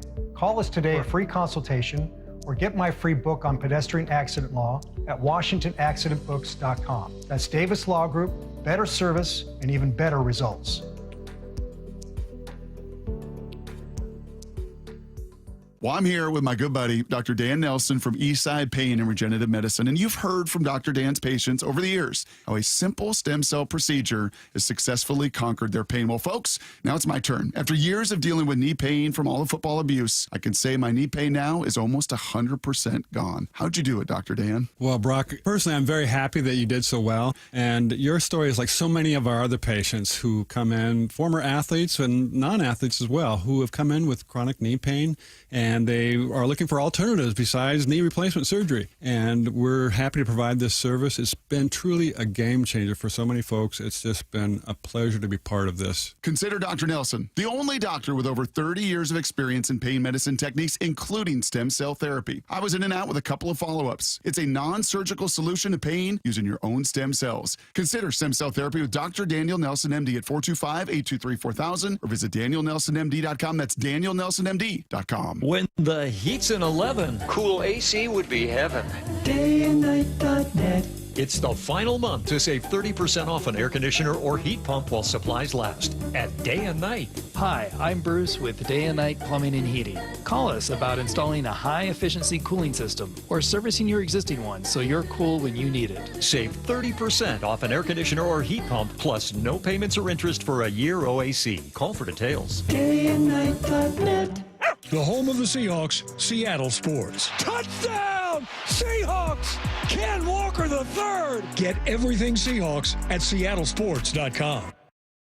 Hey, Brock Ewart here. For my friends at PCF Construction, it was a couple years ago. We were seeking a complete outdoor living space. Molly wanted a new deck. She wanted to really make our outdoor space pop, and boy, am I glad we called PCF. Why? Because whether it's a very specific project or outdoor living, like an underdeck ceiling, deck, patio cover, railings, PCF has you completely covered. You know, Molly's an interior designer. She knows construction. She knows attention to detail. And PCF, they checked every single box along the way. And right now is the time to make the call. Up to $6,000 off your project, plus no payments and no interest until 2027. And you can save an extra $1,500 when you bundle your deck with a patio cover. Find all the offer details, get project ideas, and browse photos at pcfgroup.com or simply call today at 425-629-8476. That's 425-629-8476, PCF Group. Between his hobbies and decades of work in a boatyard, Philip had put his body through a lot. I'm an avid fly fisherman and an avid skier. It takes its toll. Not to mention one other thing. I had a near-fatal motorcycle accident. Absolutely obliterated my lower left leg again. Philip couldn't live with the pain anymore, so he decided to see Dr. Mark Wagner, MD, at Seattle Sports and Regenerative Medicine for stem cell therapy. Listening to all these radio spots, I said, what do I got to lose? What was your experience like with Dr. Wagner? What I was so impressed with Mark about is that how often you have a surgery like this, and the guy calls you the next day to see how you're doing. I can't say enough good things about the guy, honestly. And how are you feeling now? I have no pain, none. Zero. Wow. So would you recommend stem cell therapy to others? I'm a fan, believe me. I'd recommend it to anybody. Before you choose surgery, consider stem cell therapy with Dr. Mark Wagner, MD, at Seattle Sports and Regenerative Medicine. Schedule your consultation at drmarkwagnermd.com. This hour of Wyman and Bob is brought to you by K2 Vision RLE. From the Quantum Fiber Studio, you're listening to Wyman and Bob. Weekdays 2 to 7 on Seattle Sports and 97.3 FM HD2.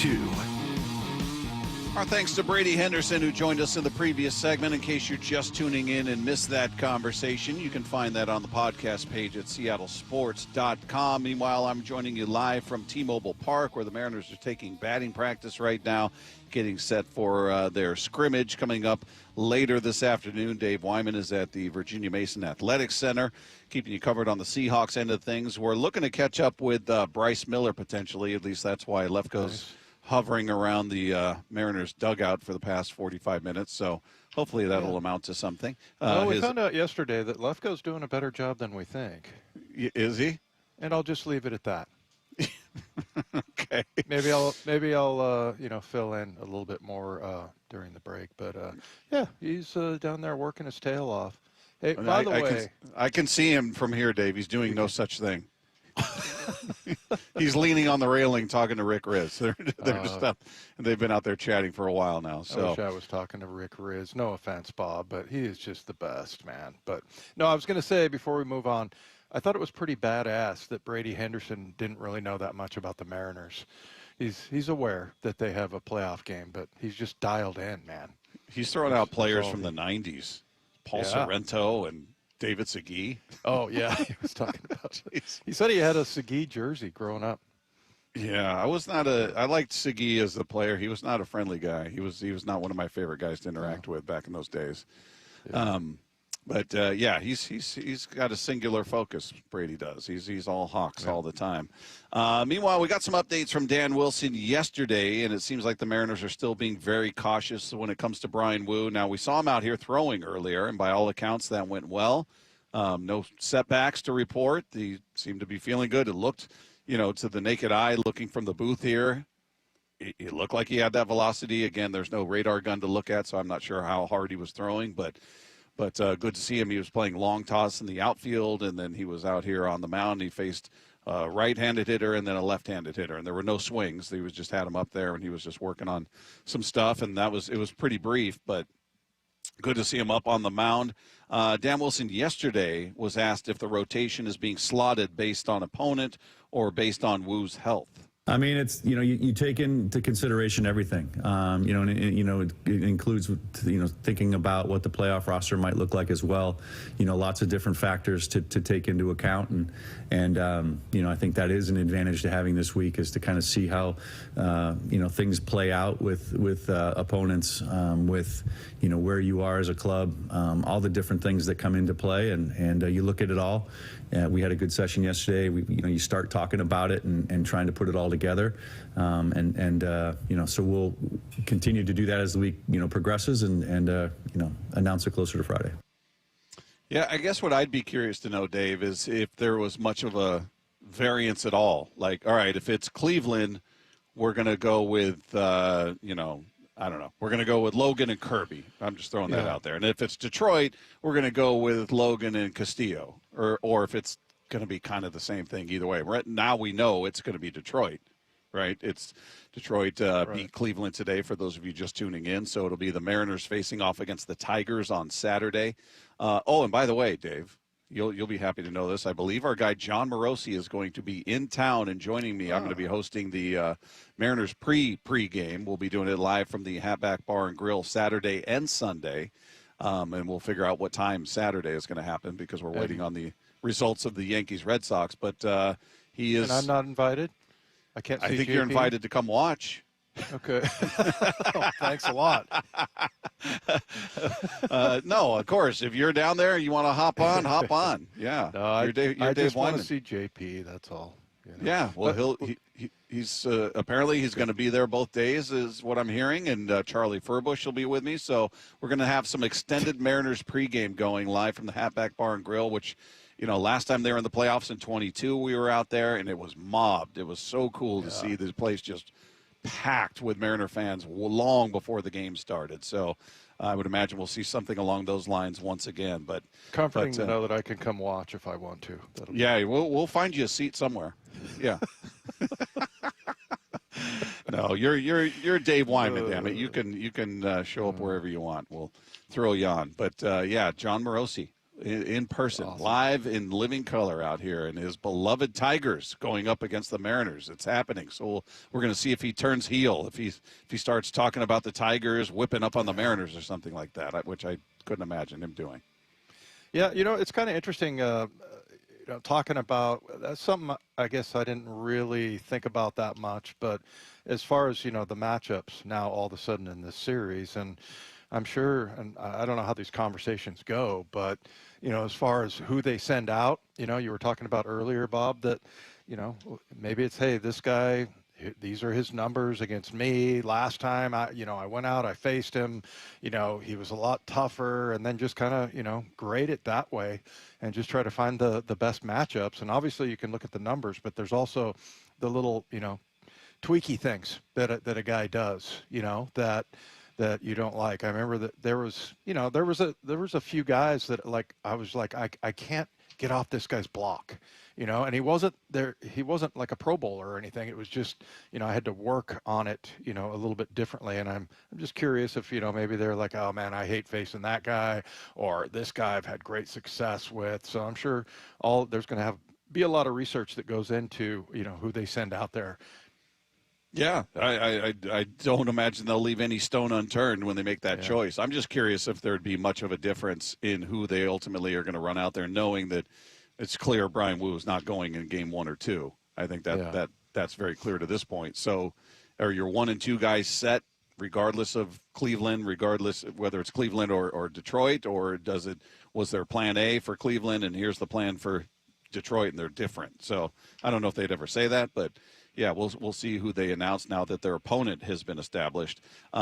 Yesterday as well, Dan Wilson talked about whether Wu will pitch in this series at all.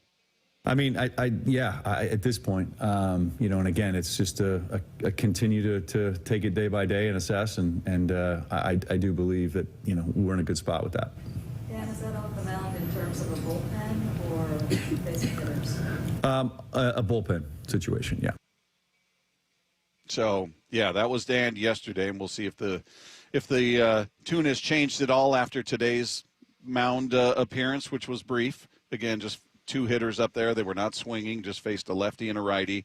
And, again, by all accounts, everything went well. I didn't hear anything about any sort of setbacks, and he visually looked good. So I don't know if he's going to be ready. He's going to have to build up. It's been a while since he's pitched. He skipped that last start, and he's going to have to, get that arm strength built back up. Is it going to be good enough to get it done for Game 3? Is it going to be Game 4? I don't. We'll all find out together. But it's trending the right way. It's definitely trending the right way, and it's going to be. I don't know. I personally like the idea of those 2 guys that we've talked about that have such extreme splits going in 1 and 2 at home. I trust them more here. And I trust, hopefully, if Wu is pitching, then they're saying, hey, he's 100%, he's ready to go. He's their best road pitcher. So if he goes in Game 3 or 4, hopefully they get it done 3. That'd be a lot of fun. But I like that idea, making the best of a not such an optimal situation. Hey, real quick before we go to the break, I'm trying to remember the last time they went to the playoffs. They went to Toronto, and they took 2 up there, right? Is that that was a wild card round. Yeah, the wild card round. So then they took 2 there, because I remember I missed, I think, a lot of the games just because we had to go to Detroit, and then the next week we had to go to New Orleans. So I missed some of those from, the next round. But yeah, going up there and sweeping them, that was phenomenal. I remember being so excited. So that was a big deal. Toronto's that's a loud place. That's a tough place to play. So for them to do what they did in 22 was great. Unfortunately, they fell to the hands of the evil Astros, and this year they don't have to worry about the Astros anyway because they're at home watching on the couch, which is delightful.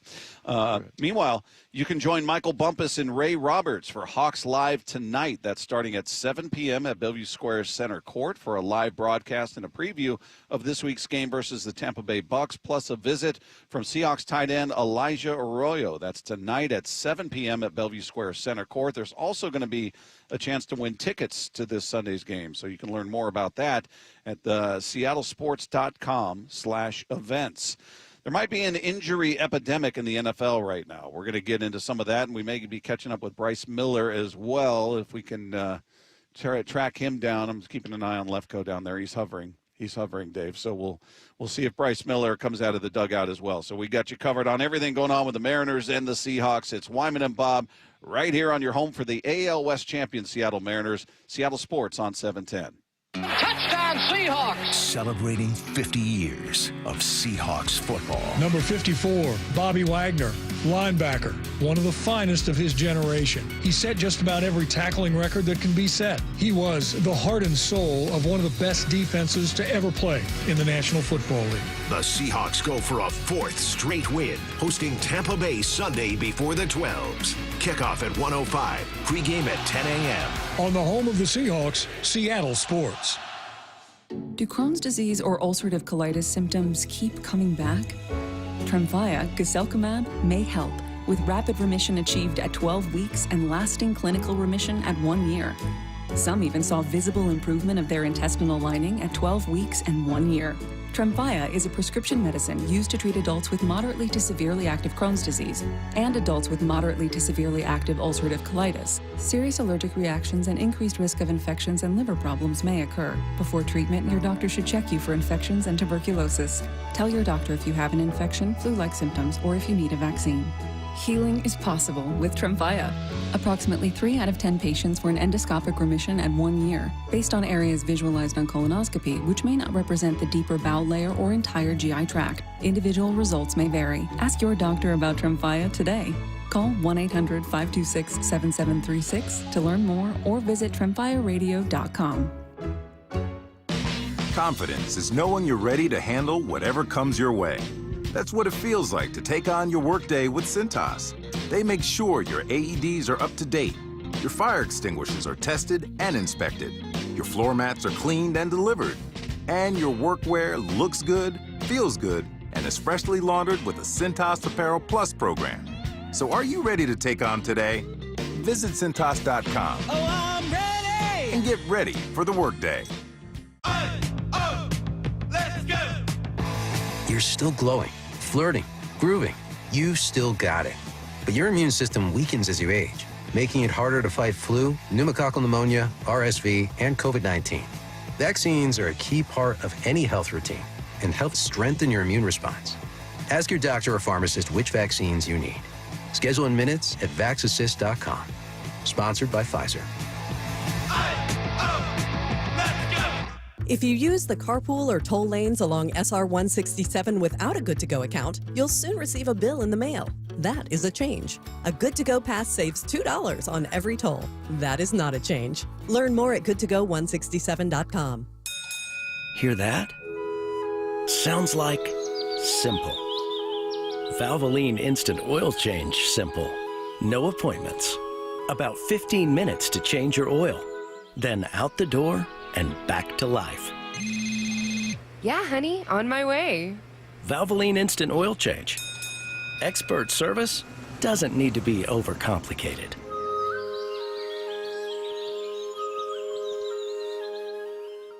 Looking for even more Seahawks content? Subscribe to The Reset, the podcast with me, G. Scott, and Seahawks great Brandon Mebane. New episodes are out every Monday and Thursday on YouTube or subscribe on the Seattle Sports app.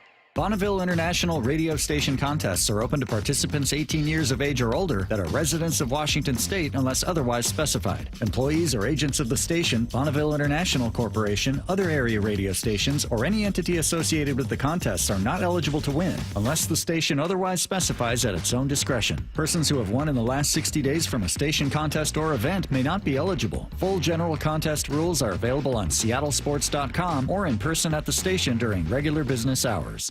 The home of your American League West champion Mariners, Seattle Sports.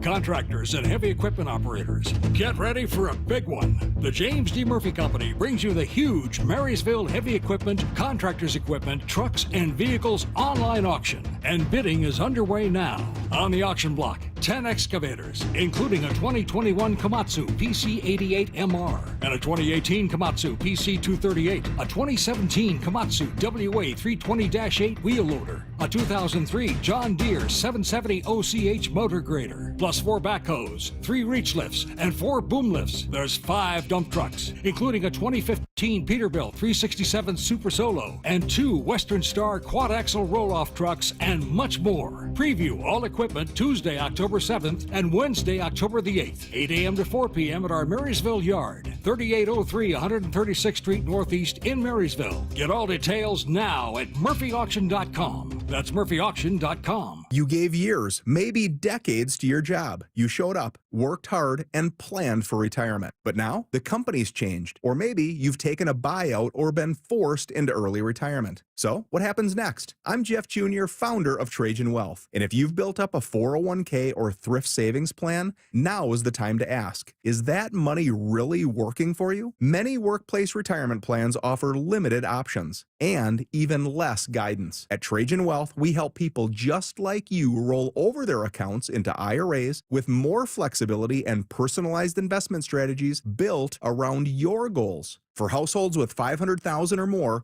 let us build you a personalized plan. We operate on veteran values, service, trust, and doing what's right. Your next chapter starts now. Call Trajan Wealth, 206-466-3300. That's 206-466-3300. Advisory services offered through Trajan Wealth, LLC, an SEC-registered investment advisor. Wyman and Bob. From the Quantum Fiber Studio. Weekdays 2 to 7. On Seattle Sports and 97.3 FM HD2. It is Wyman and Bob right here, Seattle Sports on 710. I'm coming to you live from T-Mobile Park. Dave Wyman live from the Virginia Mason Athletic Center. We got you covered Mariners. We got you covered Seahawks. So just have a seat, relax. We got you all the way through the day. The Mariners they're getting ready for scrimmage number 2, which is sold out. So excited to see the fans in the building here as the Mariners are still going through batting practice right now. Sun is shining. The roof is open, Dave. I know you're tucked away in the closet there, so you're not sure about the weather. Right now, it's really nice out. It's really nice out. I know as much about the weather as Brady Henderson knows about the Mariners. It's just kind of hearsay, basically. I like that he kept offering Ryder Cup knowledge in exchange. Like, yeah, that's okay. That's okay. I think we're fine. That's actually golf, Bob. I'm not sure if you you're familiar with that. I'm aware. I don't see you being a golf watcher. You know what's funny is I was hardcore into golf when it was not playing, obviously, but just watching it when Tiger was making his run, when he came in and he just kind of took the golf world by storm, and he brought in an entire generation of fans, and I was one of them, and I'd watch any time he was playing, and I loved it. And then since obviously he's no longer part of the equation, nobody else has captured me enough to make me sit down in front of the TV and watch it all the time. You know, I just missed him one time being down on the sidelines at a Stanford game. And one of my buddies who, you know, was down on the field, and the guy that I played with, he said, yeah, I was down here and Tiger came up and started asking me all these questions. And we were talking about, you know, being fellow alums and, you know, the football team. And he was asking all about, and I was like, oh, man. Like, damn it. I was there like the week before. And, Tiger was a big deal. I mean, he was so iconic. Oh. I mean, come on. We always talk about it, you know, most recognizable athletes around the world, you know, that transcend their sport. That was Tiger Woods. I mean, he was up there with the biggest of the big. So, yeah, moving on. We may catch up with Bryce Miller as soon as he exits the clubhouse. We're going to talk with Tyler Kepner of The Athletic coming up at the top of the hour at 4 o'clock. He's been out here watching the Mariners over the last couple of days, so we'll get his take on that. Meanwhile, some things going on around the league. We talked about this A.J. Brown thing where he's just kind of been a repeat offender of acting like the diva wide receiver. Even when his team wins, he's complaining about touches. And he, tweeted out that sort of cryptic tweet about, you know, if they're not going to listen to you or ignore you, just shrug your shoulders and move on. And people are like, what the hell does that mean? And all that. But he has since apologized and backtracked on his tweet from Sunday that seemed to air his frustrations with the Eagles offense, and basically saying, no, it wasn't directed at anybody in the building. It wasn't direct. You know, I don't know. He did that when he was in Tennessee. This is who he's been. This is who he's been. He said, first off, I want to start off by saying, obviously Sunday after the game, I let my frustrations boil over. I didn't speak to the media. I had a chance to correct my frustrations, and I continued to let it boil over. That's on me, and I take full accountability on that. Now, that's great. I love that he said that he's taken accountability, and he should have handled it differently. I guess my question would be, what are you boiling about? What do you mean you boiled? Oh, you're so angry. What are you so frustrated? You won. Your team is undefeated. Isn't that the goal for every player on that roster, all 53? Is that not goal number one? We win. I guess I'm having a hard time with his frustration. Yeah, I don't think he plays for a Mike McDonald coach team. You know, I think it. Hang on there, Dave. I believe we got Bryce Miller coming up. Oh, we do. Okay, good. Yeah, let's do that. Lefko, as you can hear, he's getting them set with the headsets here. So as soon as we get Bryce set up, we're going to speak with Mariners pitcher Bryce Miller. He's down there on the field dealing with Mike Lefko, doing his best to keep his composure. And he's with us now. Bryce Miller joining us live from the field there. Bryce, how are you, man? I'm good. How are you? We're doing great. Appreciate you doing this, and sorry if our producer down there is being a nuisance. He can be agitating. I know. No, he's good. I'm kidding. But hey, what's this been like to be out here for a scrimmage, to be an intra-squad game? We saw it yesterday, and then we're going to see the second one today. But it's kind of a novel thing. I know some other teams have done it, but what's your take on it? No, it was cool. I didn't know it was open to the public until I walked out yesterday and I saw, I don't know, the bottom bowl halfway filled up, so that was cool. We had fun with it. I didn't know who to cheer for because it's like I'm cheering for my pitcher, but also the offense. So, but no, it was fun. We had a lot of fun. How much do the fans? We hear the players all the time, Bryce, talking about how that gets them pumped up, the crowd noise and everything, and you can definitely expect that on Saturday. But how much does that help a pitcher? I'd say especially when you're doing inter squad or trying to stay sharp. It definitely helps with getting everything moving quickly and more game like. it's not easy to get going, equal to a game when it's dead silent. So, having fans here is big, makes it feel more game-like. And, the atmosphere the last week has been great, and I look forward to Saturday. Saturday is going to be bananas, Bryce. I think you probably know that by now, but now we know who the opponent is. The Tigers won today. They took out Cleveland, so it's going to be Mariners versus Detroit starting on Saturday. Just first blush reaction to knowing who your opponent is now. Yeah, I would say most of the team probably watched all 3 games, and obviously we faced both of them a bunch of times this year. But I think the way we played Detroit when we were down there, after the All-Star break, took care of business over there. So that's it just gives us more confidence going into this weekend. And I don't know, we're ready to go. Hey, Bryce, kind of take us behind the scenes on some of those pitcher meetings that you have, especially like you're going into a series and don't really know what exactly is going to be, the rotation, but just, how you go through different teams and, different matchups, and does it get really specific, or how much does that affect, how you pitch?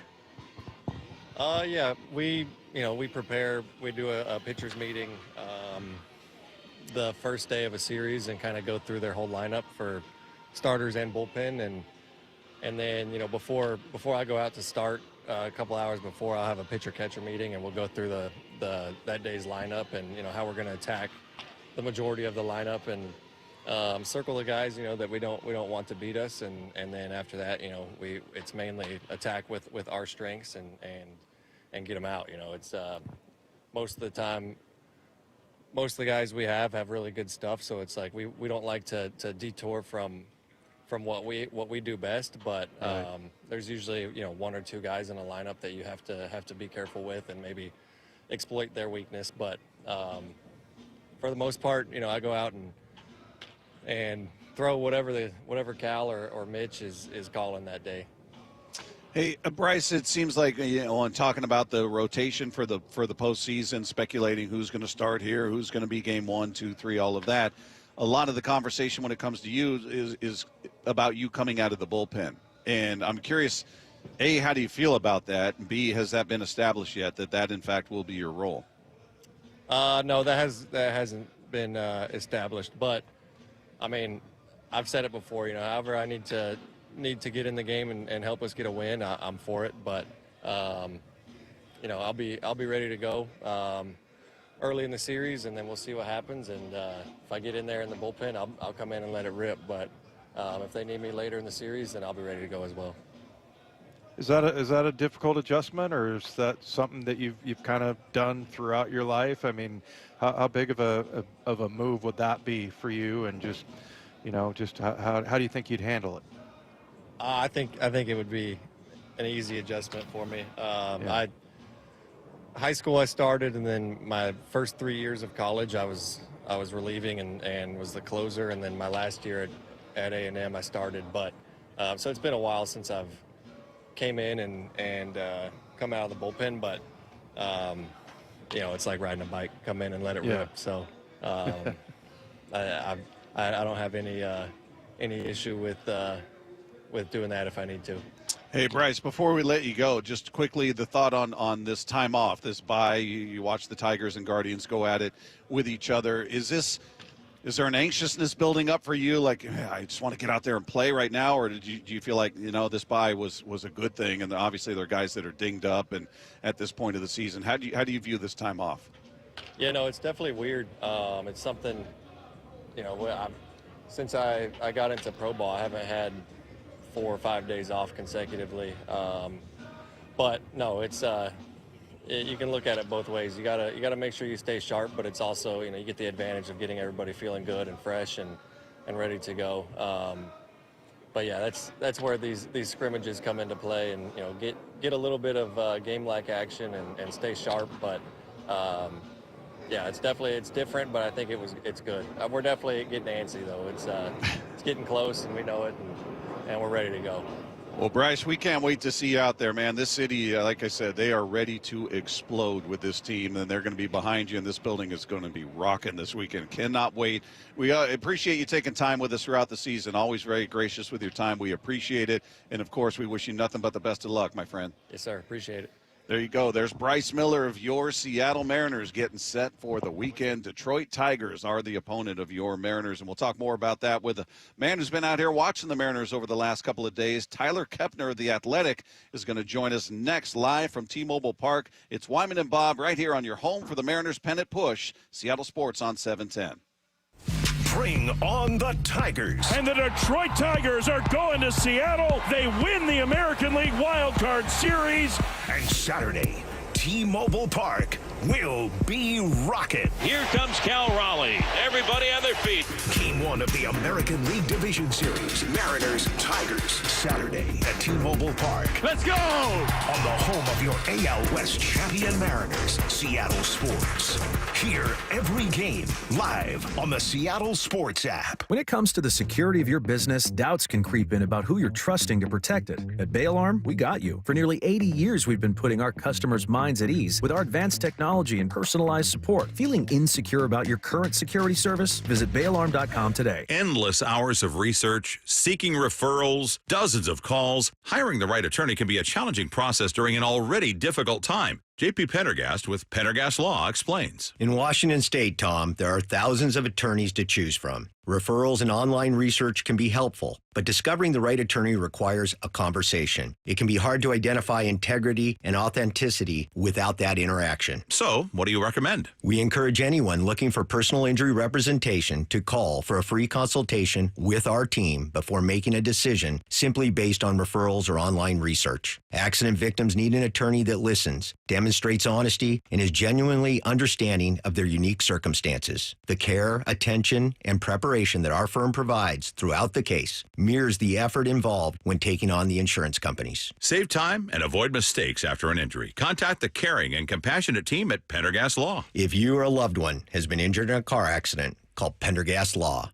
We can help. Now is your time to get into a new D.R. Horton home by taking advantage of its National Red Tag Sales event this Saturday, October 4th through October 19th. Stop by any of its participating communities and find select Red Tag homes at incredible pricing. So whether you're buying your first home or looking for an upgrade, you don't want to miss the Red Tag Sales event starting this Saturday. Discover the D.R. Horton difference at drhorton.com. D.R. Horton, America's builder and equal housing opportunity builder. Have you considered surgery or even joint replacement? Hey, it's Dave Wyman, and before you make that decision, see Dr. Mark Wagner, MD, at Seattle Sports and Regenerative Medicine. Why? Because he gives it to you straight. Dr. Wagner said my right knee needs replacement, and I appreciate his honesty and expertise. My left knee is fine right now, but the minute it isn't, I'm heading to Dr. Wagner for his expert opinion.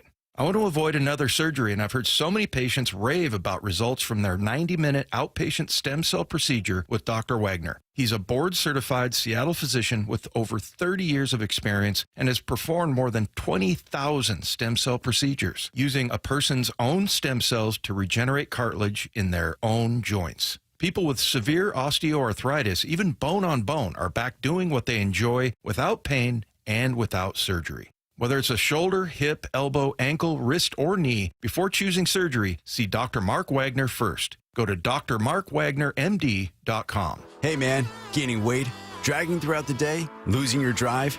It could be your testosterone. The team at Revive Men's Health Washington gets men back on track with the energy and drive they've been missing. Meet Tyler, Revive Men's Health Director of Operations, and witness to hundreds of success stories.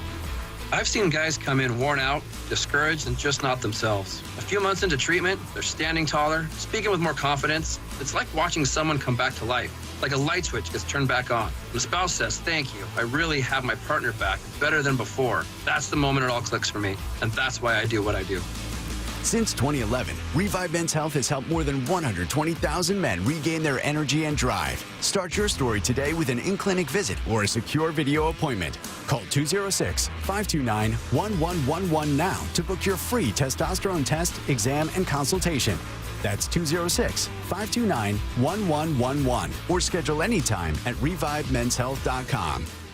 This message comes from Viking, committed to exploring the world in comfort. Journey through the heart of Europe on an elegant Viking longship with thoughtful service, destination-focused dining, and cultural enrichment on board and on shore. With small ships that bring travelers closer to the destination, there's more time to explore. And every Viking voyage is all-inclusive, with no children and no casinos. Discover more at Viking.com. Go from daydreamer to industry leader with Amazon Business. From office supplies to IT essentials, Amazon Business provides tools that help you save costs and make insight-based decisions. Learn how to bring your visions to life at AmazonBusiness.com. Let's go! You still got it, but your immune system weakens as you age, making it harder to fight flu, pneumococcal pneumonia, RSV, and COVID-19. Ask your doctor or pharmacist which vaccines you need. Sponsored by Pfizer. If you plan to use the carpool lanes along SR 167, you'll soon need a flex pass set to HOV mode to ride free. That's a change. Having Good to Go always costs less than pay by mail. That is not a change. Learn more at goodtogo167.com. This is Seattle Sports. Streaming through the Seattle Sports app. KIRO AM Seattle. KIRO FM HD2 Tacoma. Home of the Seahawks, Mariners, and everything Seattle sports. Seattle Sports Snapshot. Well, the Mariners know who their opponent will be in the ALDS as the Tigers move on. They beat the Guardians today 6-3 to win that series 2-1. They'll be out here starting on Saturday and Sunday against the Mariners for the ALDS. Meanwhile, two other Game 3s going on today. Right now, the Cubs up on the Padres 2-0 in Chicago. That one in the bottom of the 6th inning, with the Cubs threatening, a couple runners on base and 2 outs in the 6th inning there. So we'll see what they can get done in the way of adding on to that lead. And the Yankees and Red Sox knotted up at 1 apiece. We'll have Game 3 coming your way at 5 p.m. from the Bronx. Snapshot, brought to you by Miller Lite. When it's game time, it's Miller time. This hour is serviced by the Lee Johnson Auto family. From the Quantum Fiber Studio, this is Wyman and Bob. On Seattle Sports. Streaming live on the Seattle Sports app and at seattlesports.com. Now, here are your hosts, Dave Wyman and Bob Stelton. We continue live from T-Mobile Park with Wyman and Bob. I am here at T-Mobile. Dave Wyman live at the Virginia Mason Athletic Center as fans are starting to pile in for the second scrimmage of your Seattle Mariners, which will be coming your way at 5 o'clock. So we'll keep you updated on everything that goes on there. Right now, we get a chance to speak to a man who's familiar with this part of the country. He was out here for a couple of years in the late 90s working for the Post-Intelligencer. He's now senior Major League Baseball writer for The Athletic. Tyler Kepner is here. How are you, man? Good, Bob. Always great to be back in Seattle, man. I remember when this ballpark opened, covering the team that year. It was just such a revelation. And there's never been a ballpark better than it since then. I mean, there's a few really good ones, but I can't think of a better ballpark than this. Just such a gorgeous venue. Yeah, it is great, and this weekend it's going to be rattling. So we're going to test the structure this weekend. I wish I was there. I wish I could be there to look at the beautiful stadium. I'm stuffed in a broom closet, Tyler. But, yeah, you just scared him. He's going, where's that voice coming from? You see that? Yeah, I was looking around. That video screen right there. There he is, right there. Oh, there we go. Okay. He's trying to figure out that omnipresent voice. But hey, as far as so you're familiar, obviously, with the plight of the Mariners and their lack of success in the postseason. Mm-hmm. This is their first division title since 2001. So right. 24 years. Is this a team? I was saying this earlier. I feel like this is a team that the baseball fan will get behind, the baseball fan whose team isn't in it. Like if you're if you're a Pirates fan or you're a White Sox fan or something, your team's not in it, but you love baseball, you're going to watch the playoffs. This seems like a team that'll be easy to root for because they're the only team that's never been to a World Series. And you've got the Big Dumper. Everybody loves the nickname, and he's an MVP. So there's storylines attached to this franchise. Do you buy that? Definitely, yeah. I mean, Julio Rodriguez is a guy who, has a national profile, and he has a chance to do something to raise that.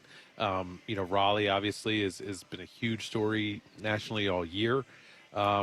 And sure, I mean, a team that's never won it is always cool because it's something that we've never seen, right? I mean, it's the same thing with Milwaukee. I mean, they've made the World Series and 43 years ago, so that's a long time, and they've never won it either over on the National League side. So, we've seen that at several years ago with the Cubs and the Red Sox who hadn't won.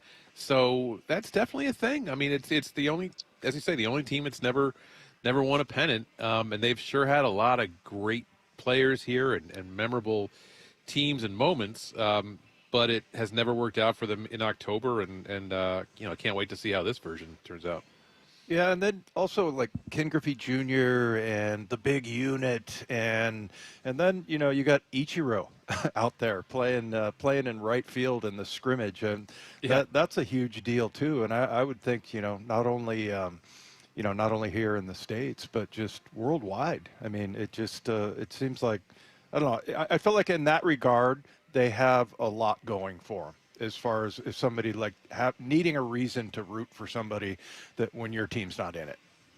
Right, and you talk about most teams have a Hall of Famer or two, but the Mariners have some real inner circle kind of crossover appeal kind of Hall of Famers, right? When you talk about Ichiro and the international sensation he is, and Ken Griffey Jr. and how a whole generation of fans was kind of raised on him wherever you lived. He really, I grew up in outside Philadelphia in a National League town at the time, and I still had a lot of friends who just loved Ken Griffey Jr. There was just something about him, even if you didn't watch their games or their games were on too late or whatever, like he just had that persona that you gravitated toward. And Randy Johnson, of course, is a super famous, memorable pitcher for Seattle and Arizona. So it's a lot of those big names, and boy, wouldn't it be fun to have a World Series here and have Randy Johnson, Ken Griffey Jr., Ichiro throughout the first pitches? And we're getting way ahead of ourselves. Yeah. But that would be great.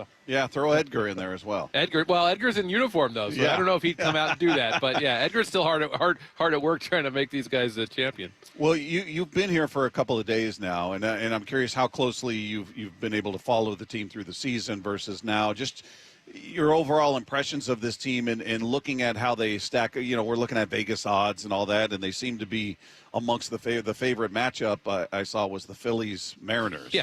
Which was interesting. But just your take on this team and how you see them.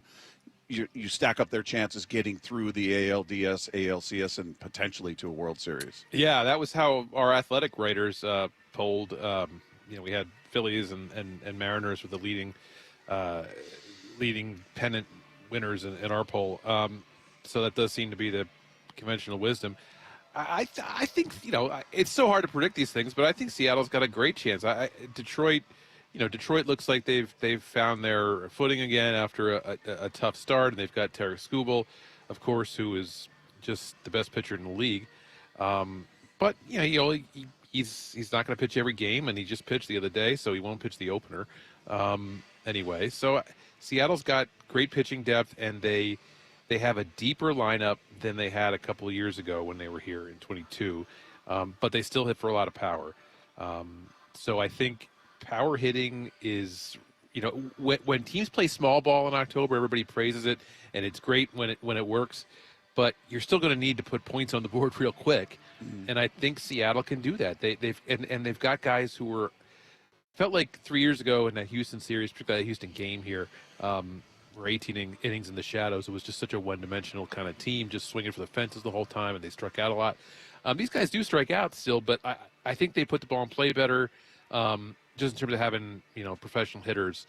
So who knows? But I can see a scenario where the Mariners pitch great, and they get just enough home runs and other kind of runs to win a couple of 3-2 games, which we see a lot this time of year. It's kind of Tyler, this is kind of it's almost gotten annoying, I think, for Mariner fans, the AL MVP race, and I'm just curious your take on it, because we heard from one of our weekly guests, Michael Bradley, and he kind of made a good case for Aaron Judge, but What do you think? As far as the value of being a catcher and having to squat behind the plate every night, and how he manages the rotation? What's your thoughts on the AL MVP race? Yeah, I actually have an AL MVP vote, so I can't say exactly what I voted for, but it is in. And what if we get you a hot dog or something? Can we? You're gonna do a lot more than a hot dog from heaven. You're gonna have something else. But no, I think next question. You can make a great case for either one. Obviously, I will say that I love baseball history. And historically speaking, we've never seen anything like what we saw this year from Cal Raleigh. He broke three records. The team home run record, Ken Griffey Jr., the switch hitting home run record, Mickey Mantle, and the catching home run record, everybody who's ever been a catcher in the history of baseball. So those are all pretty cool things, and he did it for a playoff team. While excelling at the most important position on the field and playing more innings in the field than Aaron Judge. Now, Aaron Judge also was so far and away the best hitter in baseball that he had a 198 point difference in OPS than Cal, and that's not insignificant. I mean, Judge was an absolute terror all year long offensively. So there's really no bad choice. I mean, if Cal finishes second to Aaron Judge, there's no shame in that. But I think let's remember, Judge won the MVP a couple years ago, and he hit 62 home runs, even though Shohei Ohtani did his usual Shohei Ohtani stuff and won 15 games that year. So that was a way to honor history, and I think Cal has a real compelling case in that regard too. Do you get a sense from other? I think the fear out here is that voters may not take into account. They're just going to look at the offensive numbers side by side and go, well, Cal's got him in home runs and RBI, and Aaron's got him in every other category. So there it is. Right. And that they're not going to take into account the demand of it's a premium position. It's the most physically demanding position in all of baseball, and it's not close. Is that going to weigh heavily enough with other voters? I don't think you're doing a poll of everybody else, but do you get a sense that they're going to take into account, all right, this guy's got to manage a pitching staff that's been injured. Everybody on there has missed starts except for one guy. He's had to manage the bullpen, blah, blah, everything that goes into being a catcher of a playoff team. Yeah, I think that's what makes it so fascinating, right? Because it's like, if you want to just make the numerical case, then Judge has most of the numbers. Right. But that makes it a much more nuanced decision, because you have to think about all the things that a catcher does that can't be measured. And so you're dealing with really the gap between Judge's offense versus Cal's offense. Both were substantial, but there's a gap. And then the gap between does Cal's defensive value make up for that gap, right? So, sometimes I think, well, maybe it's an age thing. Like the younger voters might just go for the numbers, but then my colleague Jason Stark, who's older than me, the greatest baseball writer who ever lived, in my opinion, he made a real good case for Judge, and because Judge's numbers are that great, winning a batting title and hitting 50 home runs while you're winning a batting title, that doesn't happen that much. So I think either way is justified, but I know that baseball writers do have a lot of respect for the catching position, and I say that because of how much they adore Yadi Molina as a Hall of Fame candidate, and Buster Posey. You're already hearing about, a top Hall of Fame candidate, even though he only had 1,500 hits, that kind of thing. So I think writers do understand the demands and the value of that position. That you can't just look at it based on sheer production, because those guys, have are a lot more hamstrung than the rest. Hey, Tyler, we've been kind of asking the question about who would be like an X factor. And I'm looking at Jorge Polanco. He had 13 doubles, 4 home runs. He batted .329 in the month of September. And then, you got playoff Randy. His numbers are Rosarena, ridiculous in 32 games, 120-some at-bat or plate appearances. So who's the guy you think that's hot watching this Mariner team that can really kind of be a little bit of a surprise, a boost for him? Yeah, well, I mean, Randy Rosarina, was not hot the last 2 months. His stats weren't great, but as you say, there is playoff Randy, and what he did in 2020, and he's had a couple of series since then, but mainly what he did in 2020 was just astounding. I mean, I saw him in the World Series that year, and we all saw him on TV through the playoffs. He was really hard to stop, and he really seemed to thrive in that moment. So you wouldn't be surprised, I guess, if the season resets and he, takes that opportunity to put on that cape and become a superhero again. So if they get anywhere close to that version of Randy Rosarina, I mean, what an amazing, difference maker that could be. So I think so much though of postseason baseball comes down to bullpens, and so I think we'll see a lot of important outs for Gabe Spire and and Matt Brash and Munoz and Bizzardo. So I think the bullpen's always an X factor this time of year. But when you say that, though, the first name I thought of was a Rosarina. Yeah.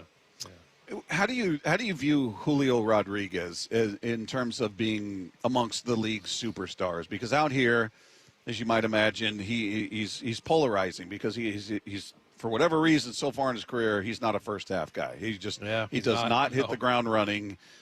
Second half, the switch gets flipped and he becomes ridiculous. And then by the end of the year, you look at the numbers. This year, it's his second 30-30 year. Mm-hmm. He tied his career high in home runs. Right. And this was a season, the first half, we're all going, what is going on with him? Where is he? Yeah. We need him. And now you fast forward to the end, you go, hey, that's a pretty good season. 30-30, second time in his career.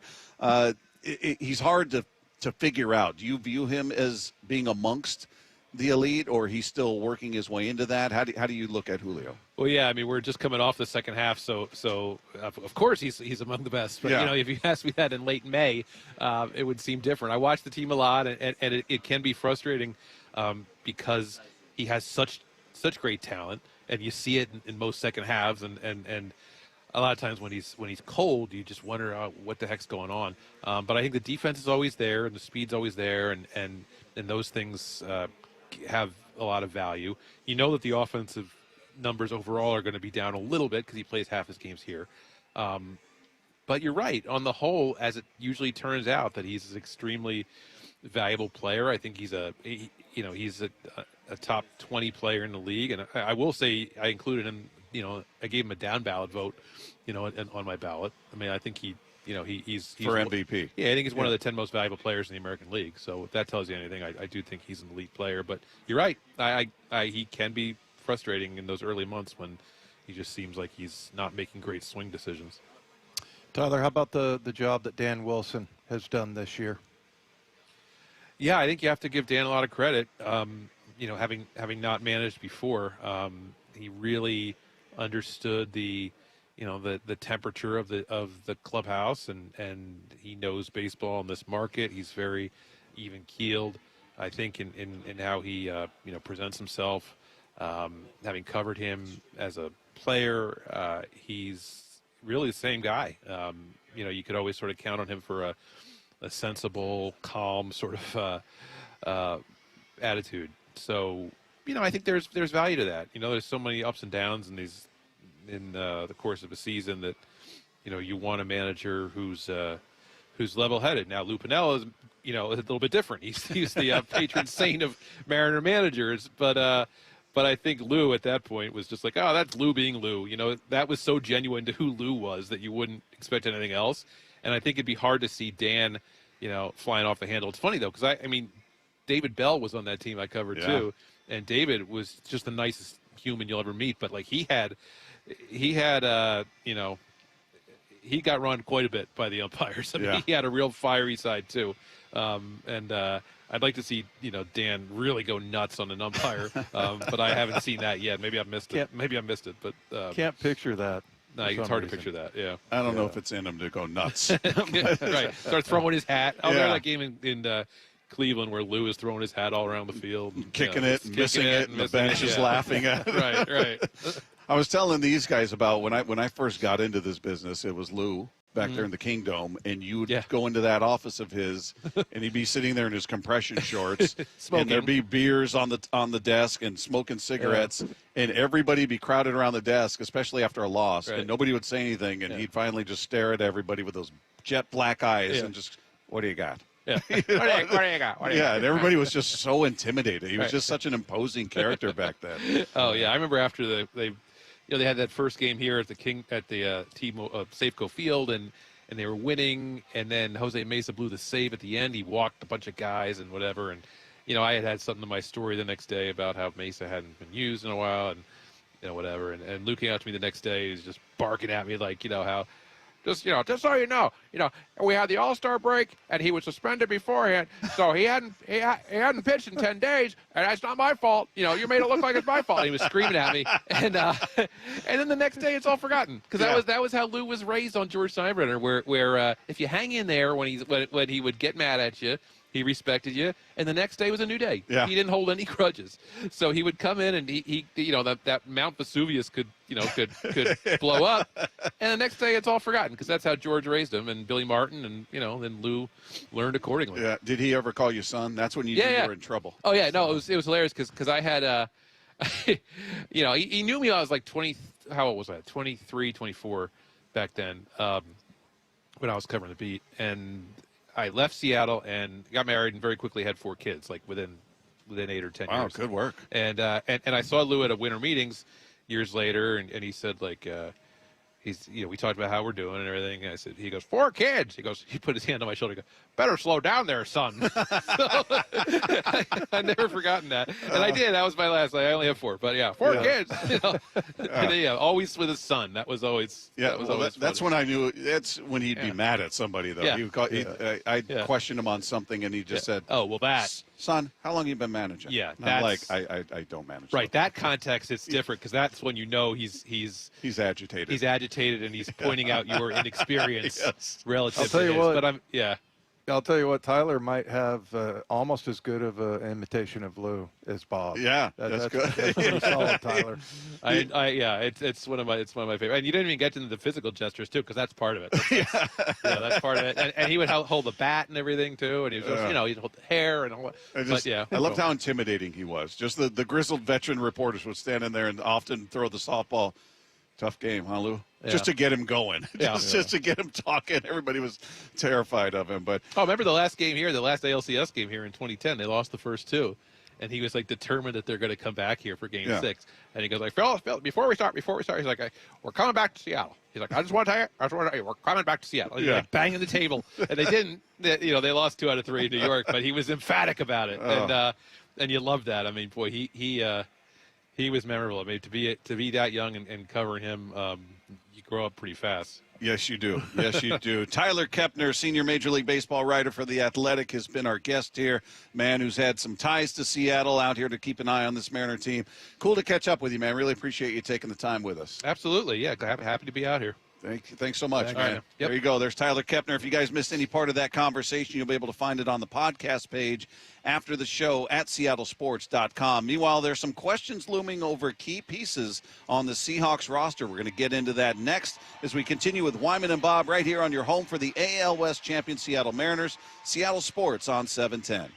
Hawks Live. Touchdown!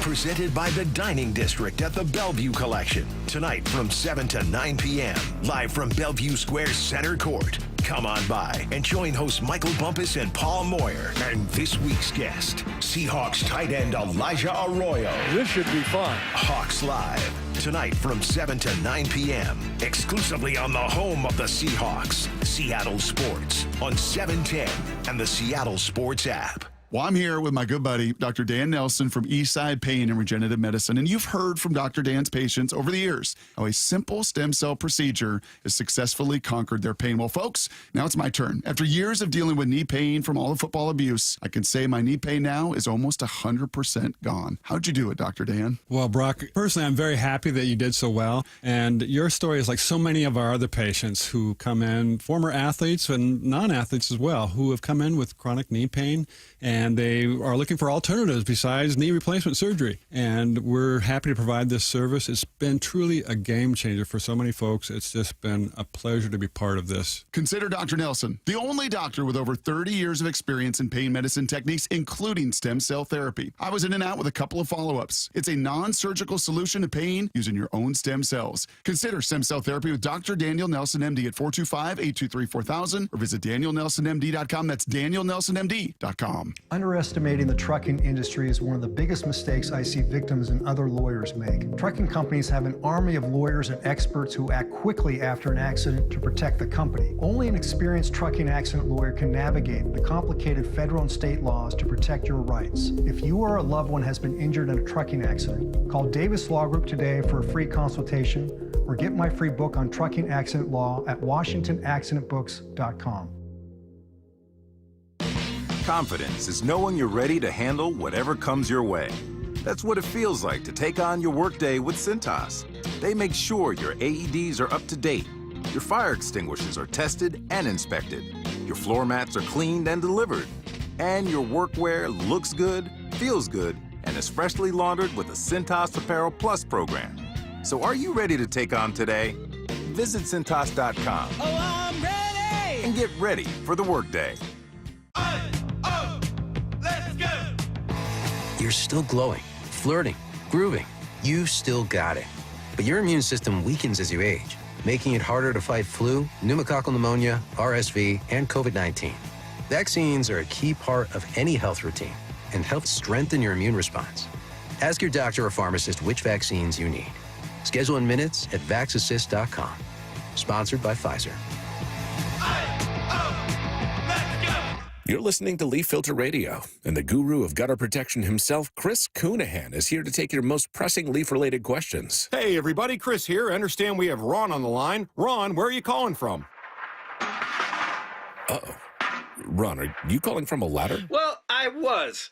I wanted to ask Chris what I need to do to get my gutters ready to have leaf filter installed. Oh, Ron, you don't have to do anything. A Leaf Filter Trusted Pro will come out and clean out your gutters, realign and seal your gutters, and install Leaf Filter, America's #1 gutter protection system. So I didn't need to get on this ladder? Ron, Leaf Filter Trusted Pros are in your neighborhood and ready to help. Just visit leaffilter.com/deal to schedule your free gutter inspection and get up to 30% off. Thank goodness. What was that site? To get this special radio offer, go to leaffilter.com/deal for your free gutter inspection today and get up to 30% off. That's leaffilter.com/deal for up to 30% off. leaffilter.com/deal. See representative for warranty details. This is the home of the Seahawks. Going to let one fly deep. Got a man out there. Ball is caught down at the 10-yard line, and it's JSN Seattle Sports. Matt Coker here with West Coast Men's Health. In the past 5 years, we've seen thousands of men at our clinics. Most guys tell us the same story, that in their early 50s, it's not that they couldn't function, they just needed help. They started taking Viagra, and it worked great at first. But after a few years, it stopped working. The problem is that their arteries had become more restricted since they started taking it, because Viagra does not unclog arteries. Here at West Coast Men's Health, we use acoustic wave therapy to target the real problem. We break down plaque and clear up the arteries so blood can flow like it did in your 20s. This restores function. And guys, listen to this. You won't have to take a pill anymore. So if this sounds like you, give West Coast Men's Health a call today and see how we can help. With clinics in Redmond and Tacoma, call 206-519-6541. That's 206-519-6541. 206-519-6541. Online at westcoastmenshealth.com. Contractors and heavy equipment operators, get ready for a big one. The James D. Murphy Company brings you the huge Marysville Heavy Equipment, Contractors Equipment, Trucks, and Vehicles online auction. And bidding is underway now. On the auction block, 10 excavators, including a 2021 Komatsu PC88MR and a 2018 Komatsu PC238, a 2017 Komatsu WA320-8 wheel loader, a 2003 John Deere 770 OCH motor grader, plus 4 backhoes, 3 reach lifts, and 4 boom lifts. There's 5 dump trucks, including a 2015 Peterbilt 367 Super Solo and 2 Western Star quad-axle roll-off trucks, and much more. Preview all equipment Tuesday, October 7th and Wednesday, October the 8th, 8 a.m. to 4 p.m. at our Marysville yard. 3803 136th Street Northeast in Marysville. Get all details now at murphyauction.com. That's murphyauction.com. This hour is serviced by the Lee Johnson Auto family. From the Quantum Fiber Studio, you're listening to Wyman and Bob. Weekdays 2 to 7. On Seattle Sports and 97.3 FM HD2. The fans are filing into the stadium here at T-Mobile Park for scrimmage number 2 of your Seattle Mariners, which is set to begin at 5 p.m. I've got you covered out here at T-Mobile. Dave Wyman has got you covered at the Virginia Mason Athletic Center.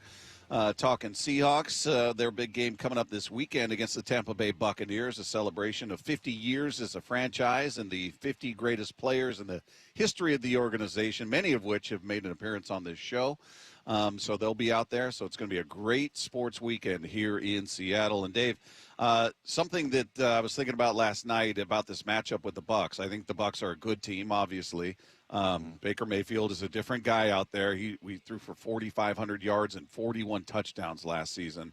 And this is a team that's had comebacks in their first 3 wins of the season. So their point being, they're a very good offensive team.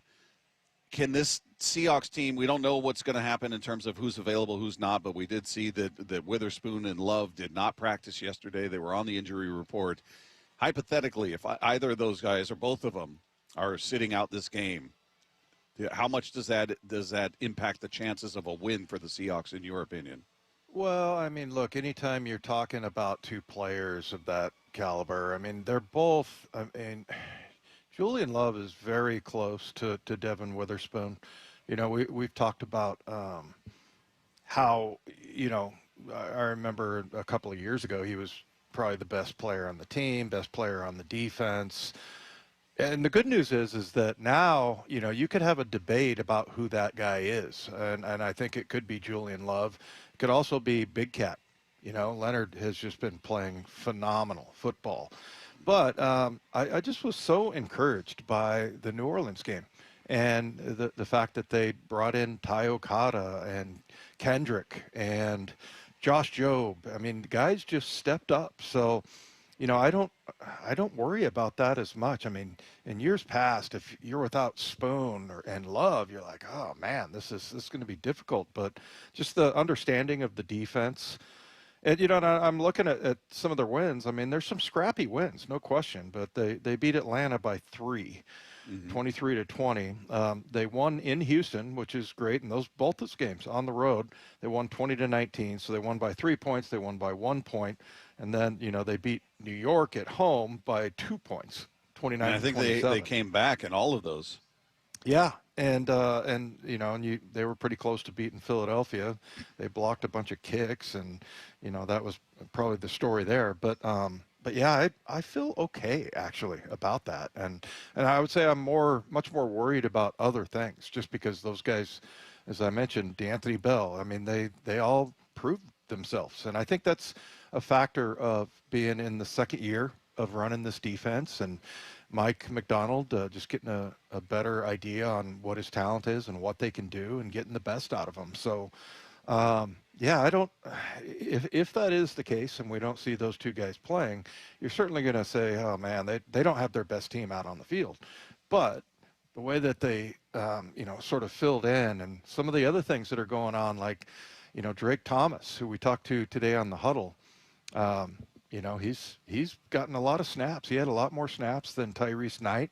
And I think Tyrese, a lot of it has to do with, you know, the things that he had going on. He had some kind of a procedure before the season went off. But, you know, he's starting to put those guys in, guys like that, you know. And so it's not like he's going to sit on his hands. He's just going to put in who he thinks gives them the best chance to win. And I think they have a chance to win without those 2 really good players. Is this offense gonna? There's another thing I was thinking about. You know, in relation to this, if these guys aren't going, let's just say it's just not a good day defensively for whatever reason. Those guys are gone. Bucs are having success, and maybe the Seahawks get behind. Is this offense at this point, in your opinion, good enough to bail them out? Can they carry the defense on a bad day?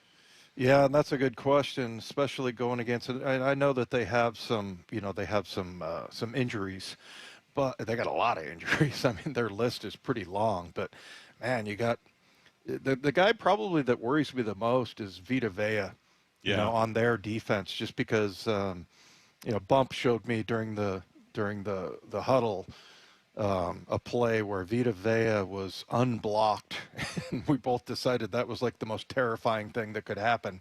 It seems like a bad game plan.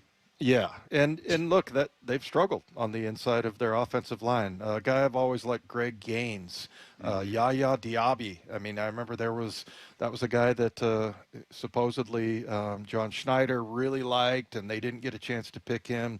Tampa took him before they got a chance. You got Hassan Reddick, Levante David, one of my favorite linebackers of all time. So, yeah, I mean, this is, again, lots of injuries, and some of these guys may not be playing, but they've got some really good talent. You know, like if you look at the Jimmies and Joes on their defense, they've got some incredible talent there. So it's going to be difficult, and I think, you know, this may not be one of those games where they develop their run game, because I think they're top 5 against the run.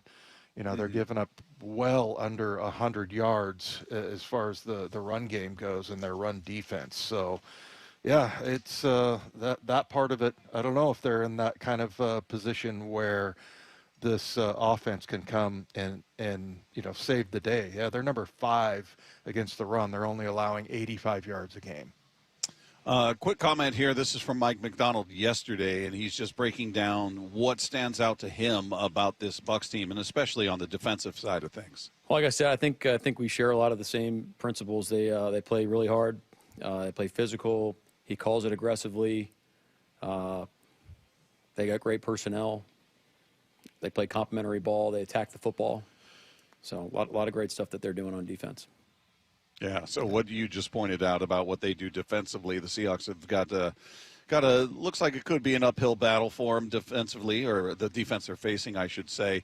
Real quick, before we hit the break, Dave, we talked about this earlier with Brady Henderson. If you guys missed that conversation, you can find it on the podcast page at seattlesports.com. But just about Riq Woolen and Anthony Bradford, 2 guys that have been in the crosshairs of fans for good reason. They've had some questionable moments out there so far this year. Do you think either will start this weekend, and should either start this weekend?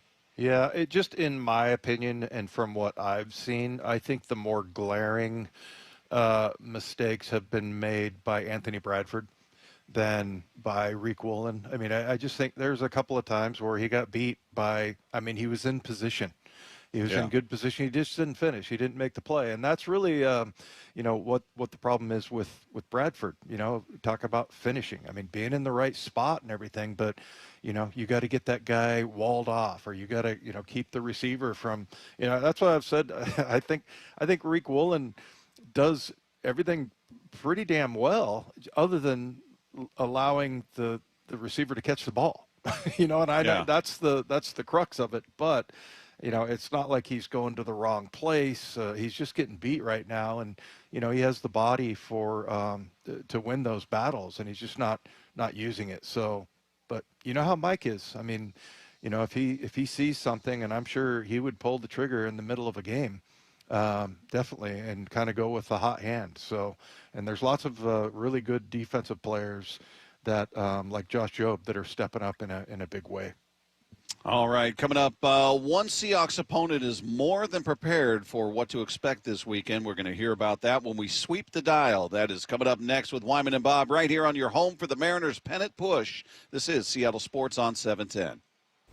Bring on the Tigers. And the Detroit Tigers are going to Seattle. They win the American League Wild Card Series.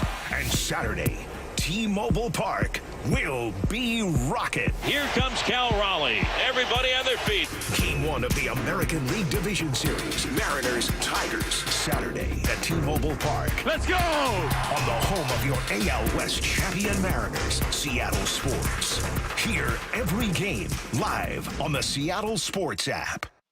It's another beautiful day outside. This is motorcycle weather, and again, it's disappearing quickly, so trying to take advantage of it as often as possible, as I know a lot of you are. I love hearing from those listeners out there that are riders and talking about the bikes they've got and the rides they've been on. And again, some of you talk about the crashes you've been involved in, unfortunately. And if you're one of those, somebody that's been injured in a motorcycle crash and you're talking to law firms, here's what you don't do. Don't settle for a firm that tells you they're motorcycle lawyers. Trust the ones who live it.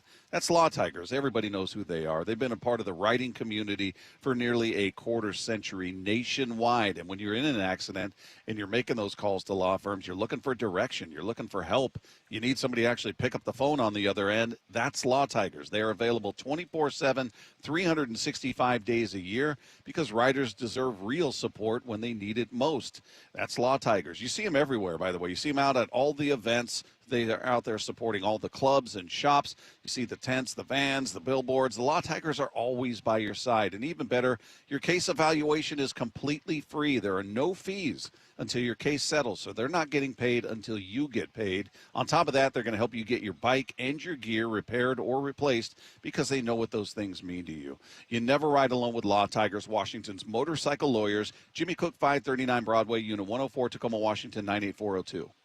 Are your investment dollars working as hard as they should be? You've spent years building your future. Don't let outdated advice put it at risk. Hi, I'm Jeff Jr., founder of Trajan Wealth. We're a veteran-owned firm proud to bring a new standard of financial care to the Seattle area. Our nationally recognized advisors are fiduciaries, ethically bound to put your interests first. That's the highest standard of care in the industry. As a privately held company, we answer to you, our valued clients, not shareholders. For households with $500,000 or more, let us build you a customized plan. From Bellevue to Tacoma, get advice you can count on. It's time to take a fresh look at your financial plan. Call Trajan Wealth, 206-466-3300. That's 206-466-3300.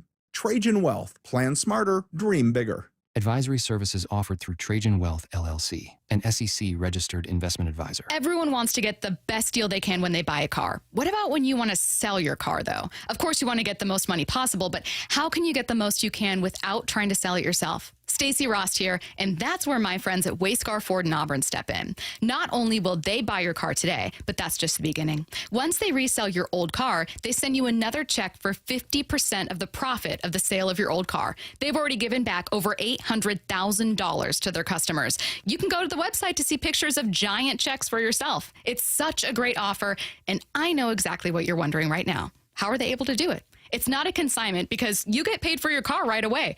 Wayscar Ford pays you right up front. They buy your car for fair market value. No more insurance, no more maintenance, no more storage, no more headaches. Then they pay you half the profit when they resell your car. It's just that simple. Get the most money possible for your old car at Wayscar Ford Isuzu in Auburn and let them do the work. WayscarFord.com. That's WayscarFord.com. 1-877 Cars for Kids.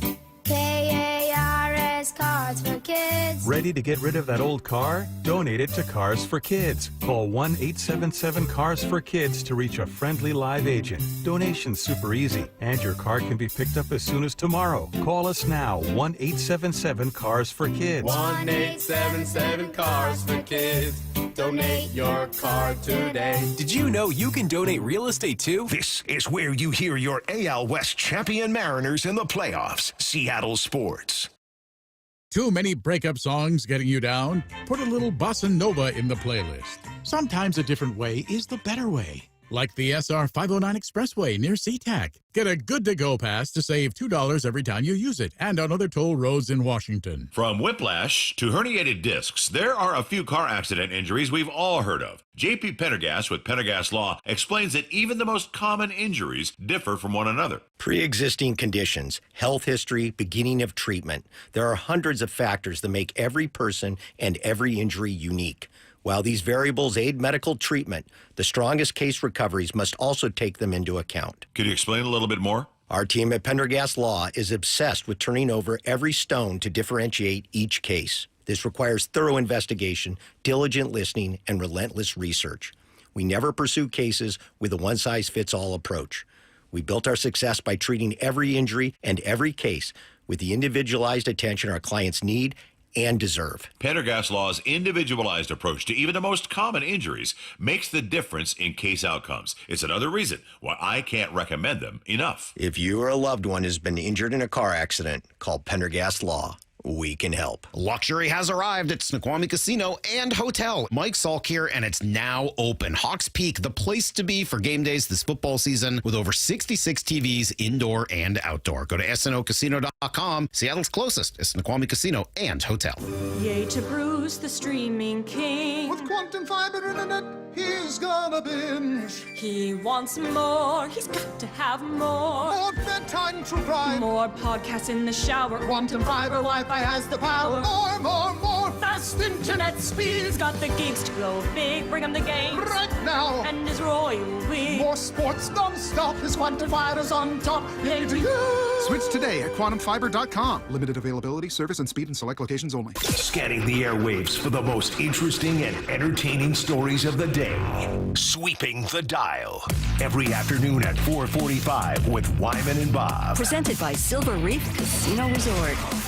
Now, you two will be shocked to know that after the scrimmage yesterday, most of the questions weren't really about the scrimmage. They were about Game 1, Game 2, how the rotation will line up for the ALDS. And Dan Wilson, well, he outlined kind of when they'll announce the playoff rotation. You know, we're still, because we have the week here, we're still kicking everything around, and we'll probably announce that closer to Friday, what we've decided. So, you know, it's a good problem to have, and you know, to be able to take this time and do it and think it through is smart.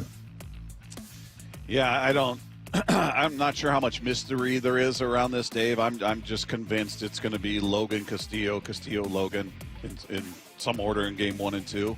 Yeah.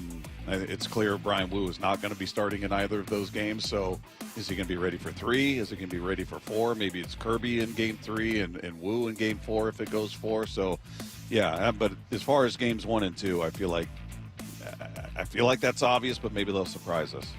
You know, when it comes to that decision, what percentage do you think, as far as input goes, is Cal?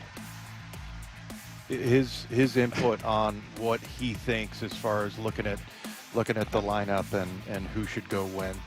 I don't know. That's a good question. I'm not sure if Dan consults him or not. I'm sure they feel like they've got a grip on, you know, which guy is fresh, which guy does what well against what type of hitter. They've got all the info that Cal has, so I don't know that they're calling him into the office saying, weigh in on this. But I know you would, Dave. I know you'd say, Cal, who should we pitch? Because that's what we'll do. That's who I would go to. No question about it. Yeah. By the way, he made another appearance on Pat McAfee. I was just watching it on YouTube. I think it was yesterday. But, you brought that up earlier, Dave. I know you want to talk about Cal, man. Come on. I get it. Well, look, whatever happens with Dan, I mean, look, if everything goes wrong, everybody's going to, you know, dump all over him. But I don't know. I mean, being a former catcher, I feel like he's more tuned in. I know a lot of the skippers in Major League Baseball are former catchers, but, you know, feel pretty good about the input anyway, as far as who should be going when. Sweeping the dial. We heard a little bit from Mike McDonald about this Bucs team, but he went on further yesterday to break down why Baker Mayfield is so dangerous for a defense. He's one of those guys that, like by our metrics on the extended play, how he plays extended plays, he's probably the best in the league right now. And so that's something you have to deal with, but he also plays on time. He's extremely accurate. He's got great arm talent. And then when he extends plays, obviously he's a great competitor, and he's got a playmaking, you know, element to his game later on in plays. So it's a tough guy to defend. He's got arm talent, Dave. Yeah. Well, and I was looking at his numbers. I mean, he's a career 63% passer. And he's had years like last year, just a resurgent year where he was 71.4%. Right now he's 59.7. So, you know, and I was looking at some of their games, watching their offense last night, and I kind of look at it like, you know, how I would look at it as a linebacker preparing for a quarterback. There's a few times where, he does stare down his receivers a little bit. So, you know, I think there's something there. You know, he hasn't thrown a ton of interceptions or anything, that's for sure. But I wonder if there's something there. And then, you know, somebody jumping a route or whatever, I'd feel a lot better. Like we had that discussion in the prior segment as to whether, you know, what a big deal it is to not have Witherspoon and Julian Love. And I think those are two guys that are really good at jumping routes. So we'll see. But last year he did throw 16 interceptions, and that did lead the, I think, National League, the NFC. So I think there's something to be had there. Sweeping the dial. Well, Bucs rookie wide receiver Emeka Egbuka has had a terrific start to his first year in the NFL. He's also a Tacoma native, so he's familiar with the environment out here. And Egbuka yesterday was breaking down what really impresses him about the Seahawks defense. Yeah, I think similar to what we saw when we were game planning for the Houston Texans. All 11 people on their defense play extremely hard, so they play with a lot of energy, a lot of fire. They're all flying around to the ball. Playing a group with fanatical energy like that always makes it interesting for us, so we got to be able to have them match our energy. We want to come out just as energetic as they are, and obviously they cover very well. They got a ton of great athletes there in their secondary. You know, first-round guy in Witherspoon, and you know, tall, lanky, fast corner in Woolen, and Kobe Bryant's been playing really good. Love their other safety, so there's not really a weak link on their defense. Is that a soft G or a silent G in his last name?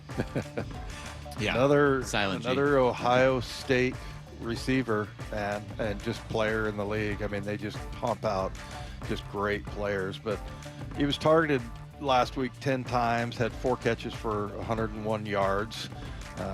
He's had a touchdown. He's got 4 touchdowns. So yeah, also a Ohio State receiver that they like to throw to. But you know, you see him mention Rick Woolen, and that's the thing I think that's so hard to, you know, to criticize him, because you hear other people talk about, you know, other players talk about what a problem he is, you know, with the long legs and long arms and the speed and everything. I think, you know, I don't know how much Seattle fans are, how confident they are in his ability to play corner, but it seems like around the league you hear that a lot. I think those guys are just being nice, Dave. Opposing receivers. Yeah, I mean, look, you're never supposed to trash your, you know, your opponent, but you do see that, you know, other people are watching him on film going, okay, these are the, you know, we tend to focus on the negative things, and they're, you know, and that's a way I remember always preparing for, you know, you might go into a town where there's a guy that, you know, he's slumping, he sucks, and I'm like, that's not what I saw on film. So, yeah, kind of interesting to hear him mention that, but boy, he is a great receiver, really good. Yeah, I mean, obviously you're going to prepare for the best version of anybody, right? Yeah. So, you know, you're not going to you're going about it the wrong way if you're going, yeah, this guy stinks, I'm going to work him all day.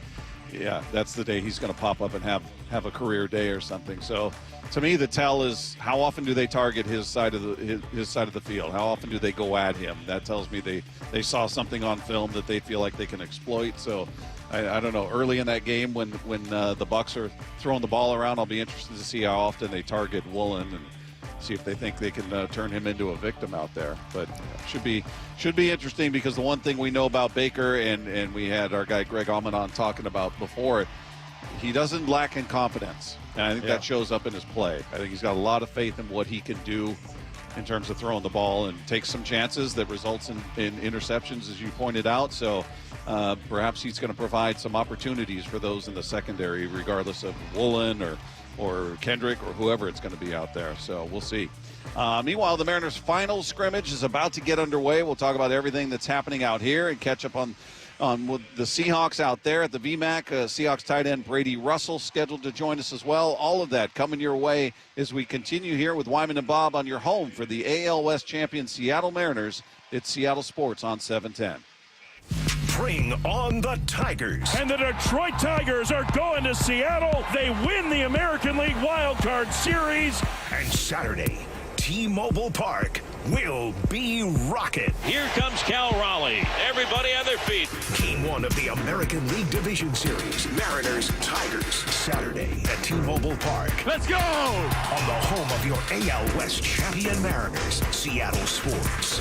Hear every game live on the Seattle Sports app. Eric Johnson here. I spent the past 30 years working to help make our community better informed, better protected when it comes to consumer issues, and better equipped to take on whatever life throws at us. That's why I love the free Washington Accident Book Series from Davis Law Group. These books keep us better informed about the law, better able to protect ourselves on and off the road, and better off when all is said and done after an accident. Chris Davis didn't have to write these books. He did it because he saw a need. People who were in accidents or other legal situations didn't know what to do, what pictures to take, documents to request. Only a tiny fraction of the people who get these 3 books will ever become clients of Davis Law Group, but that's not the point. Chris wrote them because it was the right thing to do. The free Washington Accident Book Series is a must-have for drivers who want to be prepared for whatever the road might throw at them. Get yours at WashingtonAccidentBooks.com.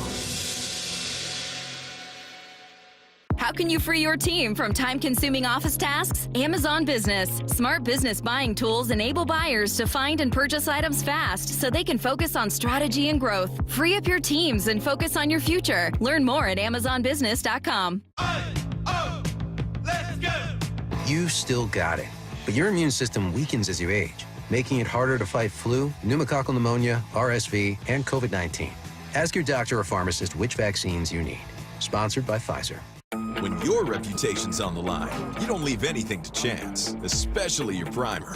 Painters trust Kills primers for a smooth start, strong adhesion, and serious stain-blocking power. And now, the full Kills lineup is available exclusively at the Home Depot. Need it fast? Get same-day or next-day delivery, or order online and pick up in-store. Kills primers. Pro results, faster. The Home Depot. If you're a pro, you know. Contractors and heavy equipment operators, get ready for a big one. The James D. Murphy Company brings you the huge Marysville Heavy Equipment, Contractors Equipment, Trucks, and Vehicles online auction. And bidding is underway now. On the auction block, 10 excavators, including a 2021 Komatsu PC88MR and a 2018 Komatsu PC238, a 2017 Komatsu WA320-8 wheel loader, a 2003 John Deere 770 OCH motor grader, plus 4 backhoes, 3 reach lifts, and 4 boom lifts. There's 5 dump trucks, including a 2015 Peterbilt 367 Super Solo and 2 Western Star quad-axle roll-off trucks, and much more. Preview all equipment Tuesday, October 7th and Wednesday, October the 8th, 8 a.m. to 4 p.m. at our Marysville yard, 3803 136th Street Northeast in Marysville. Get all details now at murphyauction.com. That's murphyauction.com. When the heat's an 11, cool AC would be heaven. dayandnight.net. It's the final month to save 30% off an air conditioner or heat pump while supplies last at Day and Night. Hi, I'm Bruce with Day and Night Plumbing and Heating. Call us about installing a high-efficiency cooling system or servicing your existing one so you're cool when you need it. Save 30% off an air conditioner or heat pump, plus no payments or interest for a year OAC. Call for details. dayandnight.net. Georgetown License reminds listeners 460,000 children are reported missing in our country every year. Parents, please plan with your kids a safe, visible route to and from activities with at least one friend. Coach your kids to stay alert and be aware of their surroundings, and caution your children to never accept gifts or rides from strangers. Best wishes to all our kids from the entire team at Georgetown License, taking care of all your vehicle and vessel licensing needs for over 30 years. Online at georgetownlicense.com. Hey man, gaining weight, dragging throughout the day, losing your drive? It could be your testosterone. The team at Revive Men's Health Washington gets men back on track with the energy and drive they've been missing.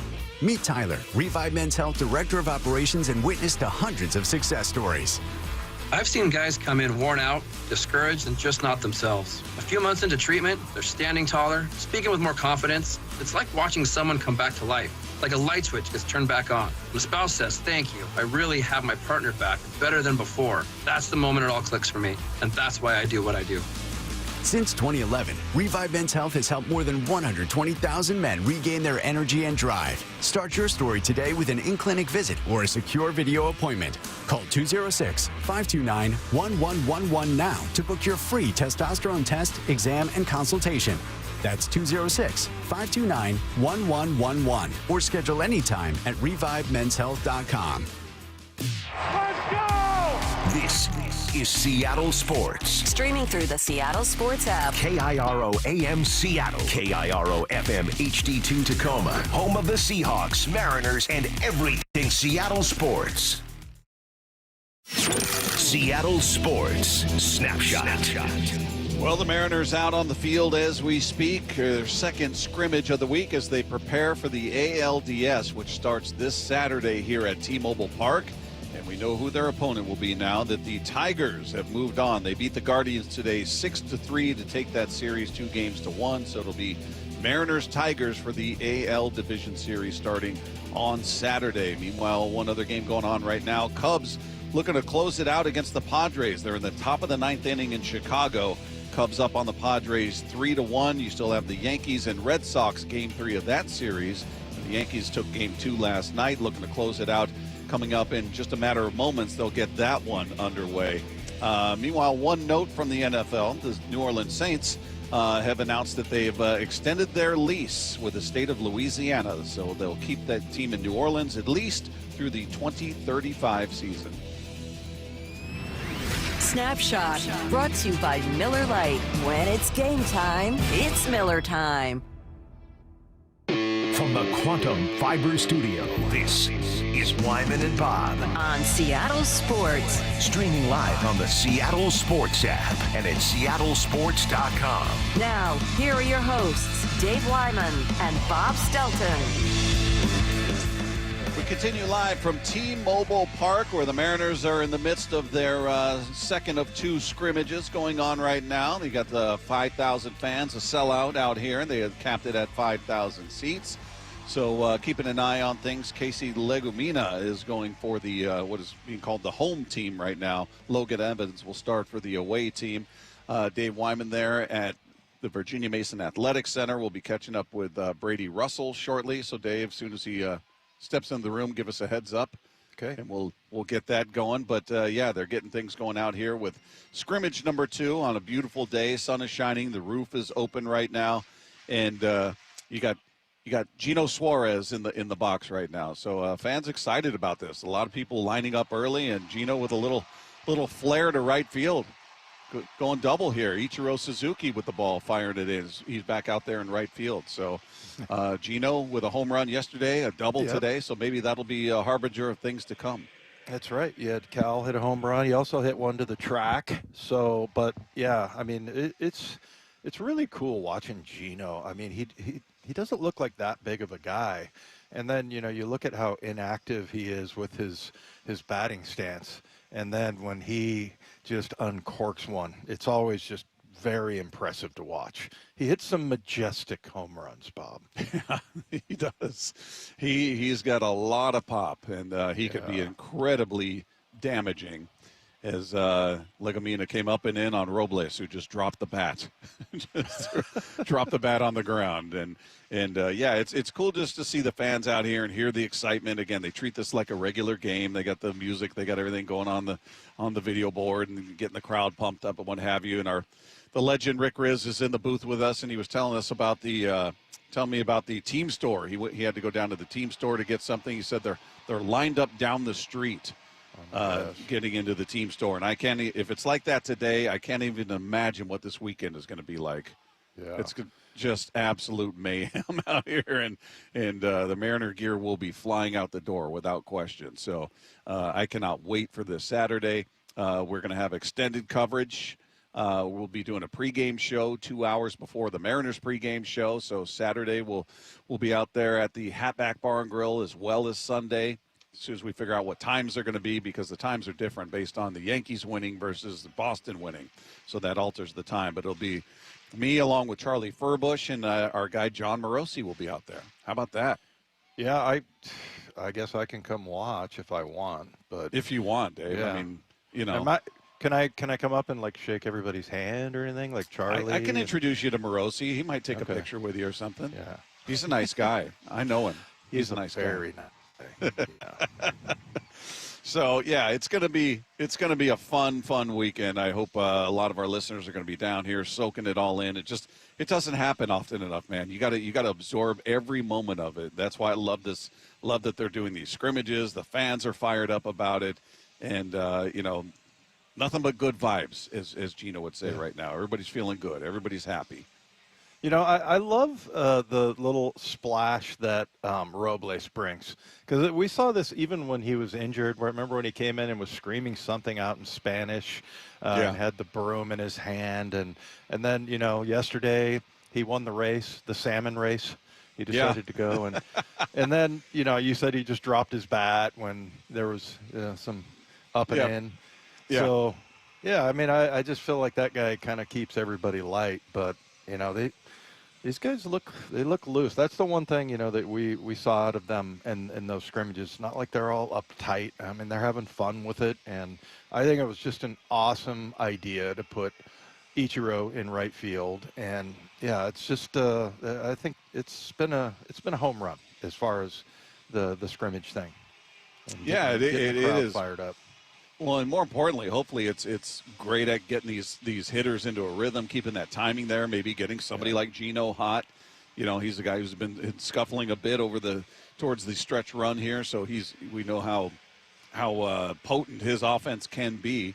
Pretty interesting. They've got him out here playing first base today. They got Miles Mastroboni playing third and Gino at first, so that's kind of interesting. And then for the home team, they've got Colt Emerson at third base, their top prospect that we spoke with yesterday. He's playing third. They've got Leo Rivas at short and Samad Taylor, a guy who just putting up numbers in AAA. Just one of those guys. He's out there in left field for the home team. But guy that I was thinking should have been called up at some point during the season when they were looking for bodies. And, Mastroboni got called up and Rivas and all these other players. I thought Samad Taylor would have been a nice candidate to come up because you look at his numbers. He was raking in AAA, getting it done. Yeah, Colt Emerson, too. And you talked about this yesterday. That guy's only 20 years old. And like you said, he's just been on a fast ascent. That's for sure. Yeah, he's going to be a guy that we're all going to be watching for a while, I would assume. And I want you to know, Dave, your guy Cal is on deck. So we'll observe a moment of silence when he steps up to the plate in order to give him the proper respect and bat in silence. No. But Polanco's up there right now and flying out to center field. So Cal stepping up to the plate. Cal hits a home run yesterday. Tried to get it to count on a season total to no avail. I thought it would be 61, but it's going to be 60. Yeah. So, big one. You can hear the crowd going in the background cheering for Cal, and a guy that's going to be, I mean, I don't know what he feels like physically right now. He's a guy that gave us that motion is the lotion, as he puts it. He's a guy that's absolutely crucial to what they're going to do in the postseason. Hopefully he can just pick up where he left off and just roll, because he's just too important to what they've been able to do and what they need to do in this postseason. It's him and the guy behind him who's on deck right now, and Julio Rodriguez. Yeah, and it's good to have hot Julio.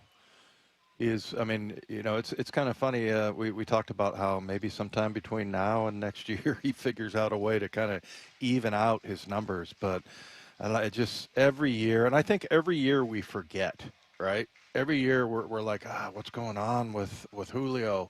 Does he need extra work, or is this something that can only be solved in the off season? And then every year it's like, oh yeah, that's right.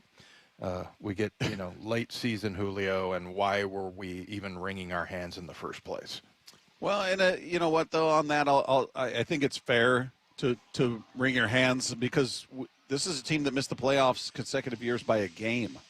And you start looking at, well, man, if he could have come through in that game in May or that game in June, when there were runners on second and third and they were down by a run or they were tied and, he hadn't hit his stride yet. So I think it's valid to be critical of, the ones that are saying he stinks, he's not, get him out of here. I mean, that's ridiculous. But I think it's fair to kind of wring your hands going, hey, you know what? This guy needs to find a way to become more consistent. It doesn't mean he's going to be on a tear, starting game 1 through 162. But maybe a little bit more evenness, I think, is a fair expectation of him because, again, every game matters as much as it feels inconsequential.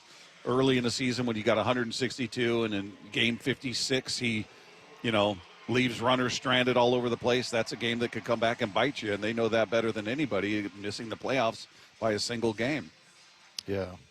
Yeah, so, I mean, you're right. It is fair. By the way, Cal just struck out. I think he's all hype. I think we're clear on that. Terrible. Yeah. No, but yeah, I don't think somebody's being a bad fan by pointing out, Julio's got to be more consistent than that. I think that's a fair criticism, but it is pretty interesting to see how his stats at the end of the year, you look at it and go, wow, that's a pretty darn good season right there. And we had Tyler Kepner on earlier from The Athletic who said, yeah, he was one of the guys he voted for down on his ballot, not for the MVP, but he was, I think they have up to 10 names they can put in order on their ballot, and he was one of his 10. He thinks he's one of the top 10 players in the game. Yeah. So, I mean, did you have any buyer's remorse when you saw the Tigers advance? Because we talked about the ones that the team that we wanted to face, and now all of a sudden, you hear everything is just all about Scooble, and facing him twice, and again it came up. We looked up the numbers. The 2 times that they went against Scooble, and Robles doubled and scored Dylan Moore in that first game, April 2nd. And I don't know. I mean, are you all of a sudden going, oh, man, now we got to face that guy? And you look at the Tigers on paper, they're a much better team. But yeah, I don't know. I mean, my hope is they haven't found renewed confidence. I'm certain they feel better than they did when they blew that lead they had. I mean, that was a tremendous fall from grace for that team. I mean, they damn near missed the playoffs, and at one point were the best team in baseball record-wise, and they had a 15.5 game lead, and they blew all of that. So Josh Naylor just came up with a hit, so that's good to see. He's just hits. Yeah. That's all he does. But, yeah, I mean, look, if Cleveland won, I'd still have the same level of apprehension like we talked about. It could be the Rockies that they'd be facing in this first series, and I would have the same level of anxiety and anxiousness about it. Just hey, if they got to be on their A game, they got to play clean. They can't afford these bobbled balls on the infield, these routine plays. You got to make them, otherwise these teams will beat you, which they will. I mean, the Tigers are very capable of beating this team. The Guardians are very capable. They had a 4-2 record against both teams, same exact record. They beat Scooble twice. That doesn't mean they're going to beat him again, but at least they go in with some level of confidence that they can beat that guy. That he's not a monster out there that's impenetrable. We don't know what to do with him. They beat him twice, so they probably come in with a little different level of confidence than maybe some other teams do facing him. Yeah, and again, I'll point this out: the fact that Demo home run off of him. That was April 2nd, and then Solano. Donnie Barrels, reminder, that's his nickname. Solano tripled, and then JP singled and brought home Solano. So, and then Julio also had a home run against Scooble. So, if you look at that in prior, matchups, he doesn't look like much at all. But we know better than that. Yeah, he is much. He's very much. And his most recent start is very evident of that. 7 2/3 with 14 strikeouts. That was quite the outing there for him. Yikes. So, yeah, we'll see if he's what he looks like against this team. But for me, this is the Mariners series to lose. They've got the home field. I think they're the better team. If we're just talking about we were talking about comparing Cleveland and Detroit, and everybody agreed the better team on paper was Detroit. Although they were obviously scuffling coming into the playoffs and damn near missed the playoffs. But here they are, and they turned it around enough to at least take 2 out of 3 from the Cleveland Guardians. So, do they feel like they're fixed? Or is this a team that maybe you jump on them in Game 1? I think Game 1 becomes really crucial. I think getting that win and sort of reminding them of their struggles and putting them behind the 8 ball is big. Because they're coming in with the goal, let's get 1 of 2 in Seattle. That's our goal. We got to get 1 of those 2. And I think you put them on their heels right out of the gate. That is huge. Yeah. I'm curious how many people are going to go to both games. 866-979-3776 is the text line. Yeah, anybody? I mean, it seems like it would be a Seattle sports fan's dream. I mean, and look at how awesome this has been for us. I mean, you're down there, watching a scrimmage. We got the Seahawks going right now. They're 3-1. I mean, this is a great sports town right now. But I'm wondering if people are like, it's going to be a hassle. I'm going to watch one on TV and the other one go to. Or is there? How many people are out there that are going to try to pull off both games? I think we brought that up a little bit yesterday, and we started getting, of course we get angry texts. People say, what do you think, I'm made of money? I can't afford Seahawks and playoff Mariners. And I don't even know what the ticket prices are, to be honest. But, yeah, that's fair. I think, but I think there will be people that will be going to both. I don't think everybody is going to be, shelling out their family fortune to go to both, but some people will. Some people are willing to pay that price. So, yeah, it's a rare doubleheader opportunity in this city, the likes of which we haven't really had a chance to see, because obviously the Mariners have not had this postseason success. So it's not anything you ever have to really consider. Yeah. Well, and I asked people to text in, and all I've gotten is Willem in Maple Valley asks, Dave, are you in some kind of correctional facility? What? Is he talking about the video? He's looking on the stream here. So, yeah. That's a nice facility we put Dave in. Thank you, Willem. Make sure he doesn't hurt himself or anybody else. So, yeah. He's sharp objects. Yeah, he's being looked after out there. Yeah, but, I don't know how many people will be pulling off that doubleheader. It'd be a great day. I mean, it's, if you can, find yourself a parking spot, which I think may be the biggest challenge for anybody out here because both stadiums full of people looking to park. If you find that spot, it's a quick walk from one stadium to the other, and it feels like the Hawks game should be over in time, I would think, a 1 o'clock start. We got a 5:30 start for the Mariners, so that should be good enough to get you from one stadium to the other in time. 5:03. 5:03. Hopefully no overtime. Yeah. If the Hawks go to overtime, then that screws up everybody's plans. Dave, no overtime. That's on you. Yeah, I'll make sure that doesn't happen. Are you going to walk over here? I'll run out on the field. How about that? Are you gonna walk over to the stadium after the Seahawks game? Yeah. Am I allowed to? I mean, we have do our credentials. I gotta get my credentials squared away. Yeah, I saw the email today, but I would definitely consider that. But we'll see how the day goes. Yeah, it's gonna be big. It's gonna be. By the way, when we asked that question earlier about the hypothetical, if you had somebody that was offering you 2 tickets to the Seahawks on Sunday or 2 tickets to the Mariners, which game are you going to? Surprisingly, it was almost unanimous. Everybody saying, well, going to the Mariners. And there were a ton of people that said, well, football's my favorite sport. I love football more than I love baseball, but we don't get this chance very often, so I'm going to the Mariners. So that's kind of how I feel. I mean, obviously I'm working, so I don't really get a choice. But, I mean, I think, I don't know. I mean, if I wasn't working and I was the kind of football fan that I am, I still, and yet I'm connected into Seattle sports. Yeah, I mean, it's a much bigger novelty. I mean, the one thing is there's 4 other games that you can watch on TV or go to, but it's just so crucial, and it's just been something that we've invested a lot of time into, right? Like we go down to spring training and we get to know these guys, and then we get a chance to talk to them at Edgar's and going in the locker room, and I feel like we're so invested in this baseball team that that kind of takes a priority right now. Yeah, that's good. I was asking about that clip that goes on at Lefko that allows you into the clubhouse. Rizzs has got one. Look at Rizzs. Sorry, Lefko was wondering what I was pointing to there. Yeah, that's why he's Rick Rizzs. Yeah, we're not. They don't want us around the players, I guess. Yeah, we gotta find one. Want to keep us away from the players, apparently. So it's going to be.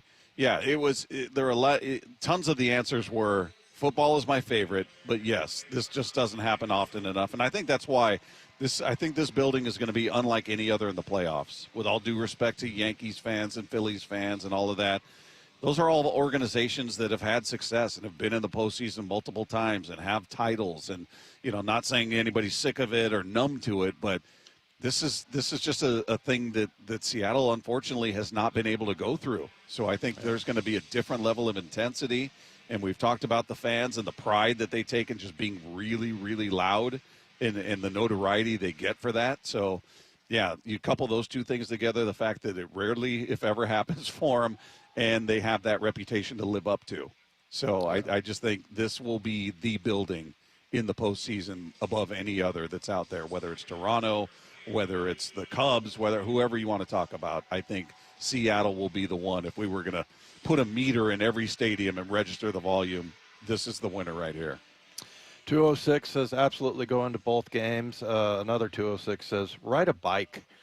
I don't know if that's a good idea. Not from Sammamish where I live, but that'd be a heck of a workout for you, Dave. Yeah, it would be. Here's another one. Marshall and Leavenworth. Who's throwing out the first pitch on Saturday?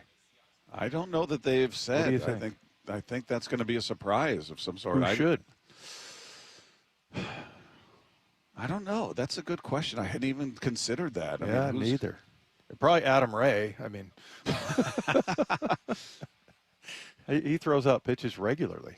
Let's go to break now. Looks like the Seahawks are just getting out of their meeting. Okay. So we're going to be joined by the great Brady Russell coming up in the next segment. So Dave's over there at the VMAC. I'm here at T-Mobile Park, and we'll be talking with Brady Russell as we continue here with Wyman and Bob on your home for the Mariners pennant push, Seattle Sports on 710. Hawks Live. Touchdown! Presented by the Dining District at the Bellevue Collection. Tonight from 7 to 9 p.m. Live from Bellevue Square Center Court. Come on by and join hosts Michael Bumpus and Paul Moyer and this week's guest, Seahawks tight end Elijah Arroyo. This should be fun. Hawks Live, tonight from 7 to 9 p.m. Exclusively on the home of the Seahawks, Seattle Sports, on 710 and the Seattle Sports app. Hey, Brock Heward here for my friends at PCF Construction. It was a couple years ago. We were seeking a complete outdoor living space. Molly wanted a new deck. She wanted to really make our outdoor space pop. And boy, am I glad we called PCF. Why? Because whether it's a very specific project or outdoor living, like an underdeck ceiling, deck, patio cover, railings, PCF has you completely covered. Molly's an interior designer. She knows construction. She knows attention to detail. And PCF, they checked every single box along the way. And right now is the time to make the call. Up to $6,000 off your project, plus no payments and no interest until 2027. And you can save an extra $1,500 when you bundle your deck with a patio cover. Find all the offer details, get project ideas, and browse photos at pcfgroup.com or simply call today at 425-629-8476. That's 425-629-8476, PCFgroup.com. Okay, I have to tell you, I was just looking on eBay where I go for all kinds of things I love, and there it was. That hologram trading card. One of the rarest, the last one I needed for my set. Shiny like the designer handbag of my dreams. One of a kind. eBay had it, and now everyone's asking, ooh, where'd you get your windshield wipers? eBay has all the parts that fit my car. No more annoying, just beautiful. Millions of finds, each with a story. eBay. Things people love. Febreze. It's a classic odor tale. You fried fish for dinner, cleaned up, but the smell is still in the house. And the neighbors are coming over for game night. They're on their way. And then you spray Febreze Air Mist. Febreze Air starts working instantly to fight even your toughest odors, so you go from fish to fresh like that. Now all you have to worry about is Pam cheating at charades. Breathe happy, Febreze, la la la la la.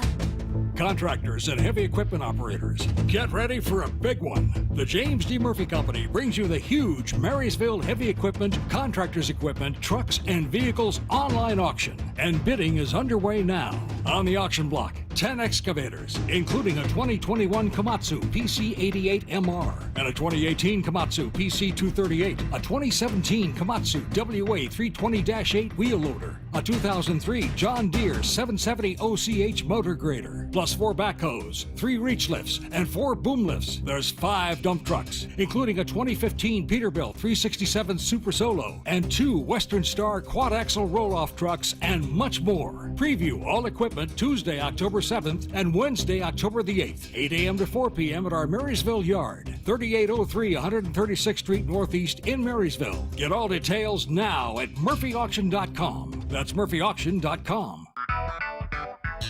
Does your yard need shade, privacy, or a little brightening up? Look no further than Big Trees. I'm Nancy Penrose, owner of Big Trees in Snohomish. At our 30-acre location, there are thousands of trees to choose from and knowledgeable staff, including a board-certified master arborist, to help you find exactly what you're looking for. Visit the nursery and learn more about Big Trees at bigtreesupply.com. Beauty, privacy, instantly. Big Trees. Where you hear Cal's quest for the MVP. Goodbye, baseball, number 50 for Cal Raleigh. Seattle Sports, the home of the Mariners. If you love to travel, Capital One has a rewards credit card that's perfect for you. With the Capital One Venture X card, you earn unlimited double miles on everything you buy. Plus, you get premium benefits at a collection of luxury hotels when you book on Capital One Travel. And with Venture X, you get access to over 1,000 airport lounges worldwide. Open up a world of travel possibilities with the Capital One Venture X card. What's in your wallet? Terms apply. Lounge access is subject to change. See CapitalOne.com for details. Finding great candidates to hire can be like, well, trying to find a needle in a haystack, but not with ZipRecruiter. Its powerful technology actively finds and invites qualified candidates to apply to your job. So while other companies might deliver a lot of hay, ZipRecruiter finds you the needle in the haystack. See why 4 out of 5 employers who post a job on ZipRecruiter get a quality candidate within the first day. Try ZipRecruiter for free at ZipRecruiter.com/free. That's ZipRecruiter.com/free. You're listening to Leaf Filter Radio, and the guru of gutter protection himself, Chris Coonahan, is here to take your most pressing leaf-related questions. Hey, everybody, Chris here. I understand we have Ron on the line. Ron, where are you calling from? Uh-oh. Ron, are you calling from a ladder? Well, I was.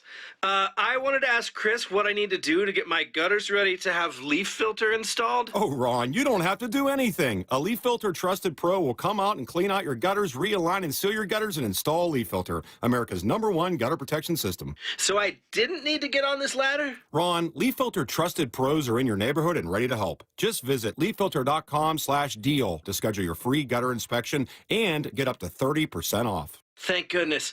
What was that site? To get this special radio offer, go to leaffilter.com/deal for your free gutter inspection today and get up to 30% off. That's leaffilter.com/deal for up to 30% off. leaffilter.com/deal. See representative for warranty details. Wyman and Bob. From the Quantum Fiber Studio. Weekdays 2 to 7. On Seattle Sports and 97.3 FM HD2. We continue live from T-Mobile Park, where the Mariners are in the midst of their second scrimmage of the week. Dave Wyman joining us from the Virginia Mason Athletic Center. We'll be catching up with Brady Russell here shortly of your Seattle Seahawks. Again, Dave, as soon as he shows up out there, let us know. But just to give you an update on what's happening here, man, Leo Rivas just crushed one to left field just below the Hit It Here Cafe. Just murdered one on back-to-back pitches. Josh Naylor right before that hit a home run to right field into the seats, and then Rivas came up and long shot. So they're lighting up Logan Evans. Yeah, that's the downside, right? Yeah. But, yeah, it sounds like it's what would you say as far as compared to yesterday, number of fans? Same or? Yeah, it looks roughly the same. I mean, it said today sold out they capped it at 5,000, and it doesn't really look that much different than yesterday, to be honest. I don't know what the official attendance was from yesterday, but we do know that. I thought it was funny. I was telling Lefko, I was watching MLB Network this morning, and they had Harold Reynolds on, with Amsinger and those guys talking about it. And they had some video of yesterday. They had the Cal home run and Gino's home run, and they were talking about it. And knowing they capped this at 5,000, and I think they're a little less than that yesterday. And Harold's like, yeah, I mean, there were like 7,500 fans out there yesterday. And, all of a sudden the number's getting inflated. I'm sure it's up to 10 by now, but Yeah, it looks roughly the same. So good to see the offense coming through. You don't want to see Logan Evans get touched up, but he's also not a guy that I think we're going to be leaning on in the postseason. So good to see the hitters and Naylor and Rivas go deep here. Yeah, I wonder what other teams that don't do the scrimmage thing, just regular practice. I mean, yeah, I'm curious what how teams, and maybe this is going to catch on. It's kind of like the joint practice thing in the NFL. You know, just another way to get your team prepared. But by the way, there's lots of different answers. A lot of people though saying Ken Griffey Jr. should be the one to throw out the first pitch. And that would be, I mean, how do you go wrong with that, right? Yeah. I mean, somebody said the only answer and the only right answer is Griffey to Cal. Yeah, that'd be pretty darn cool. Catching. That'd be phenomenal, and I certainly could make, because I think it was Felix that threw out the first pitch, right, in 22 when they were here at home. Didn't he? I'm pretty sure. A lot of pressure on a former pitcher, right? Better be good. Yeah, I'm asking Shannon. Yeah, I think it was Felix that came out. I remember him walking out from behind the fence and the place just going berserk. So, yeah, getting somebody like Griffey to do that would be unreal. That would be huge. We're awaiting the arrival of Brady Russell. Again, let us know when he shows up there, Dave. But the injury report for the Seahawks is for today is out, and it's the same as yesterday, which isn't good. DeMarcus Lawrence did not practice, quad injury. Julian Love did not practice, the hamstring. Devin Witherspoon did not practice with the knee situation. So is this concerning now, Dave? Do you think they're still, erring on the side of caution, or is this now looking like, all right, these guys are not going to go? Yeah, I'm hoping it's the, erring on the side of caution, but like I said, I mean, I guess I would be more worried had I not seen some of the performances that I've seen, especially in the defensive backfield. You see DeAnthony Bell come in, you see Kendrick excel, Josh Jobe. I mean, it's been really good. Ty Okada even, coming in and making some plays. He had a bunch of tackles, and but the other thing you're looking at is, as far as like Pro Bowl votes and stuff like that, I mean, if you're missing a lot of games, maybe you're not as likely to get any postseason accolades like that. But yeah, I don't feel like I typically would with two players of that caliber. I don't feel that, sort of urgency and, worry. And you clearly don't have any worry about DeMarcus Lawrence not being there. Well, I mean, that's one guy I want to see what he's made of. I mean, I had pretty high expectations for him, just because there was a lot of talk about what he brought to this team, and we haven't really seen him get there. And sometimes that takes a player a couple of games to get going. And I think the last one we saw him in was Pittsburgh.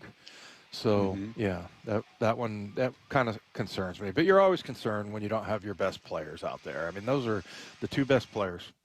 I think, right up there with Leonard Williams, those two guys. So when you don't have your best guys, I mean, obviously it's a huge disadvantage.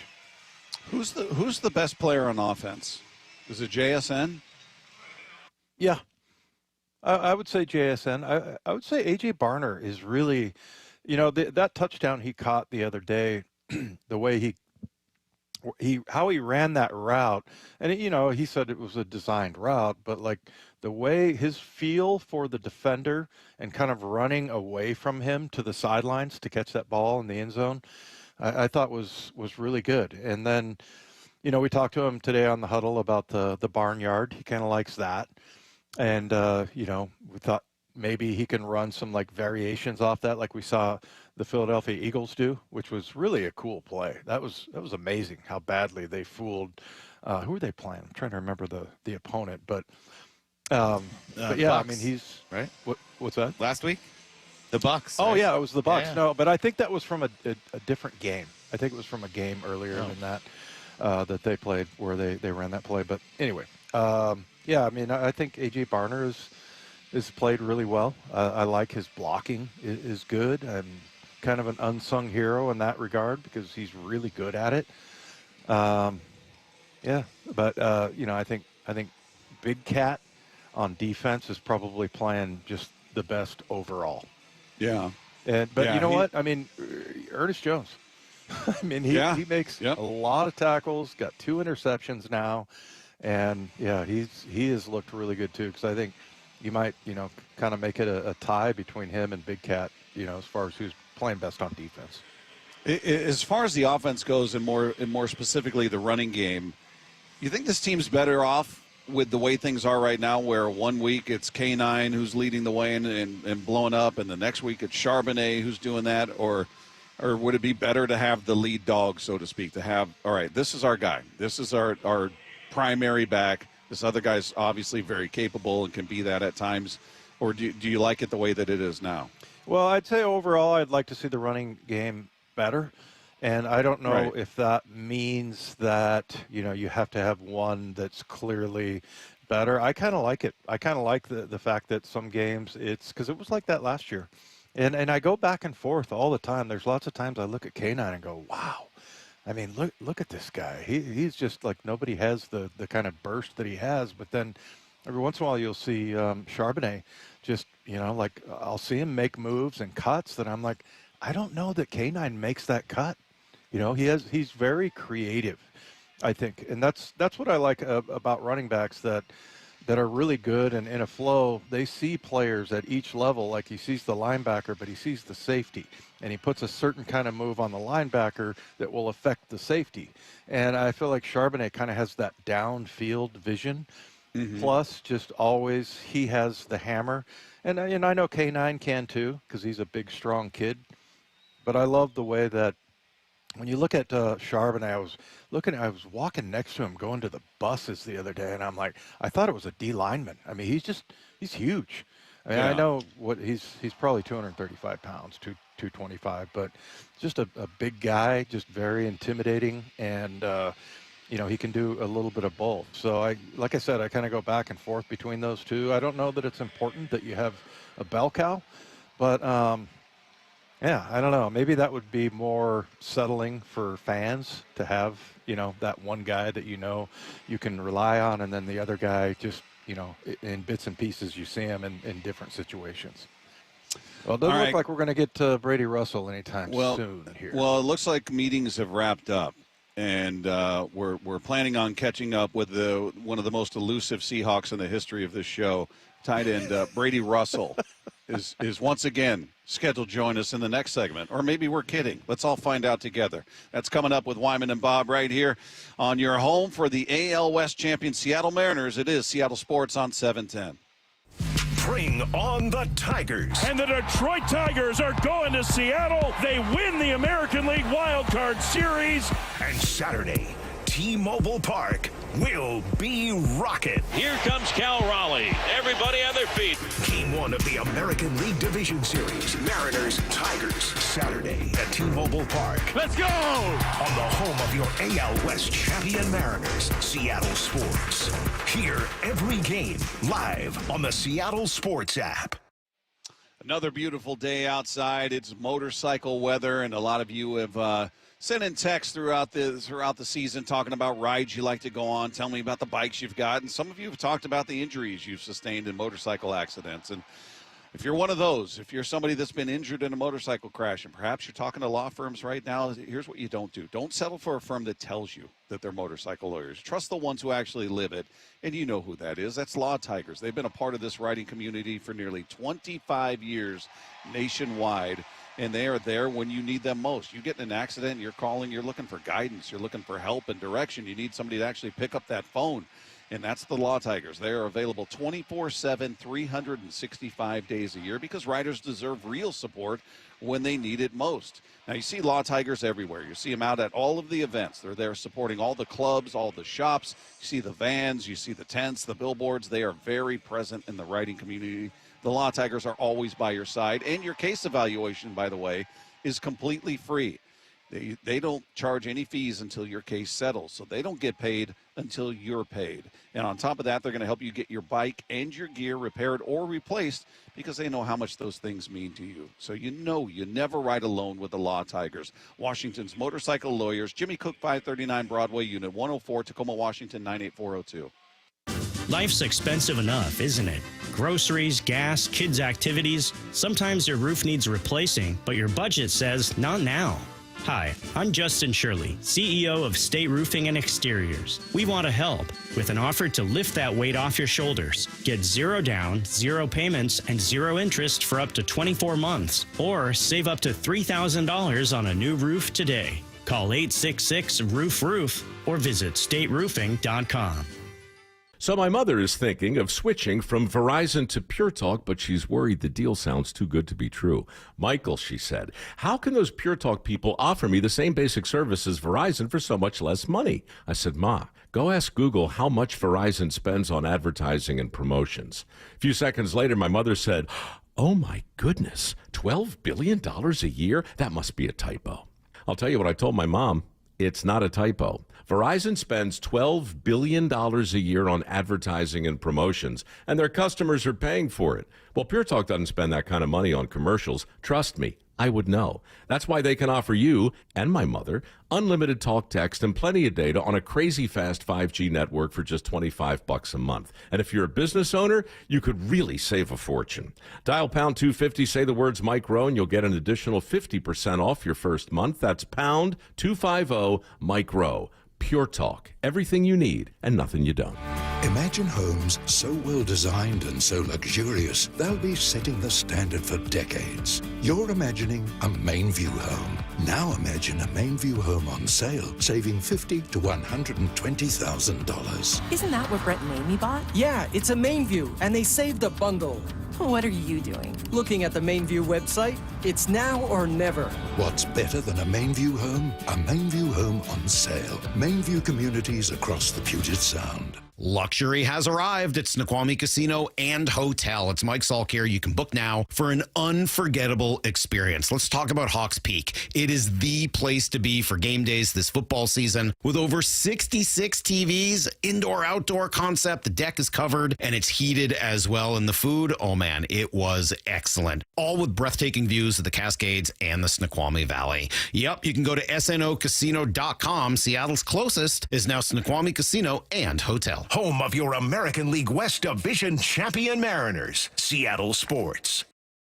You gave years, maybe decades to your job. You showed up, worked hard, and planned for retirement. But now the company's changed, or maybe you've taken a buyout or been forced into early retirement. So what happens next? I'm Jeff Jr., founder of Trajan Wealth. And if you've built up a 401k or thrift savings plan, now is the time to ask, is that money really working for you? Many workplace retirement plans offer limited options and even less guidance. At Trajan Wealth, we help people just like you roll over their accounts into IRAs with more flexibility and personalized investment strategies built around your goals. For households with $500,000 or more, let us build you a personalized plan. We operate on veteran values, service, trust, and doing what's right. Your next chapter starts now. Call Trajan Wealth, 206-466-3300. That's 206-466-3300. Advisory services offered through Trajan Wealth, LLC, an SEC-registered investment advisor. At Valvoline Instant Oil Change, we perform an 18-point maintenance check with every oil change to help make sure you're good to go. And? Yeah, you're good to go. Huh. Wonder why the dealership isn't that easy. Well, we'd let you know if we found something in our check. Oh, great. That was easy. Valvoline Instant Oil Change. Quick, thorough, and honest, come with no charge. Hey man, gaining weight, low energy, lost drive? It could be your testosterone. Revive Men's Health Washington helps men get their edge back. Meet Tyler, Revive Men's Health Director of Operations. When men start treatment, it's not just their labs that change. You see it in their posture, their energy, and how they walk into the room. That's why I do what I do. Call 206-529-1111 now to book your free testosterone test, exam, and consultation. That's 206-529-1111. Or schedule anytime at ReviveMen'sHealth.com. Wyman and Bob. From the Quantum Fiber Studio. Weekdays 2 to 7. On Seattle Sports and 97.3 FM HD2. We continue live from T-Mobile Park. I'm here covering the Mariners' second scrimmage of the week as they prepare for the Detroit Tigers coming up this weekend starting on Saturday. Dave Wyman is down there at the Virginia Mason Athletic Center, and he's got company with him. He's got tight end, fullback, running back. I don't know. Can you kick Brady Russell? Is there more we can put on the resume? I can hold for field goals if you want me to. Yeah? It's one thing I'm good at. Seriously? Really?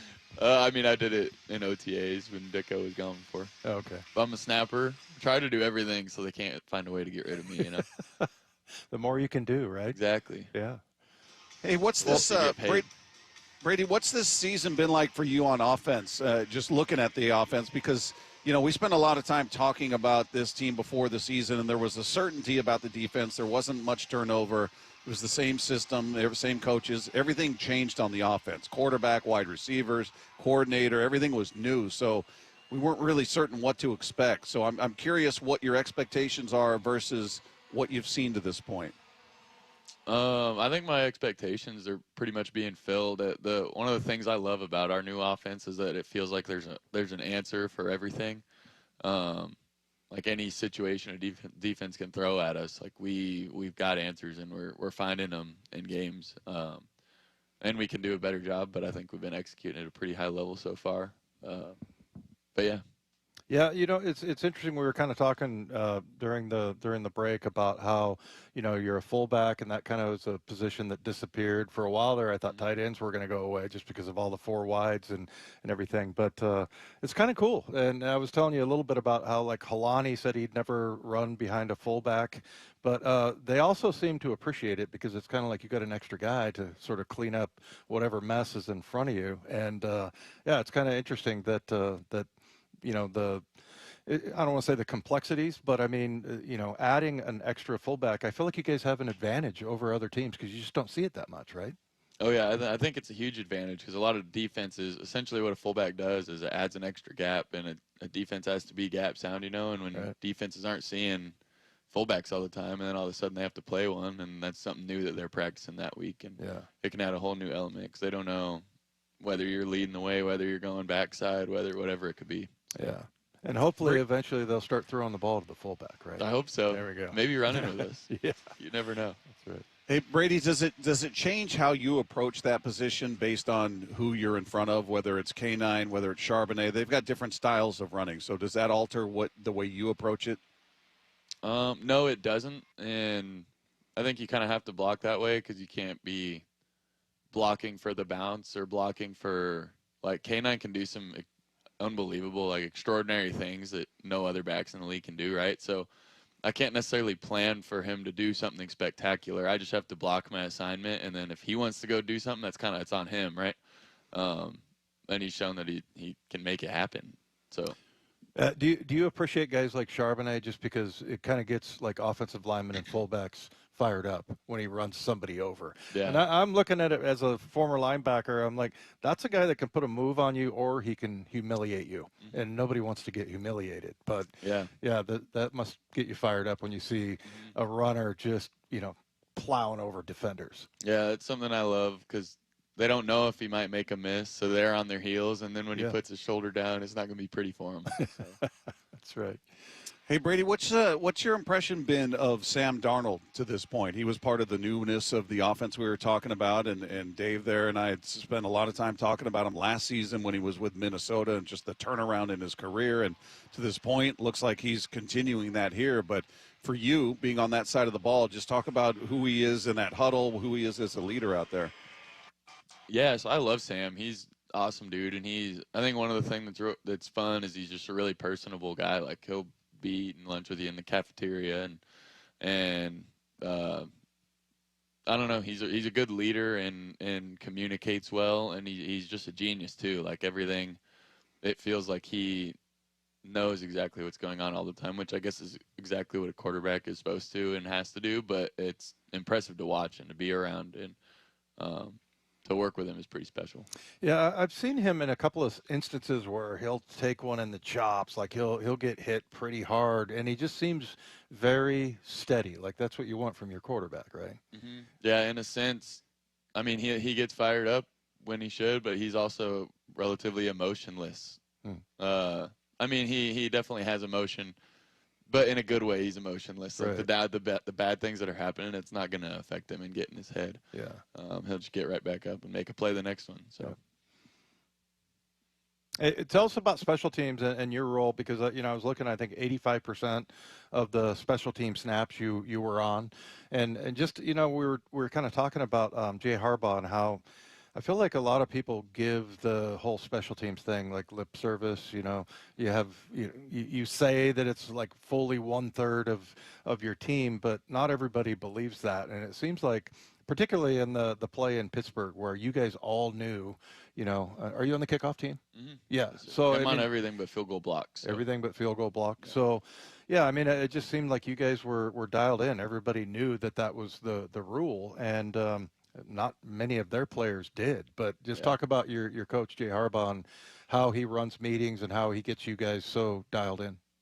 Yeah, Jay's awesome. He's another really good example of what I feel like is a genius. Like, he's super smart and he knows what's going on, and he's just incredibly dialed in on the details.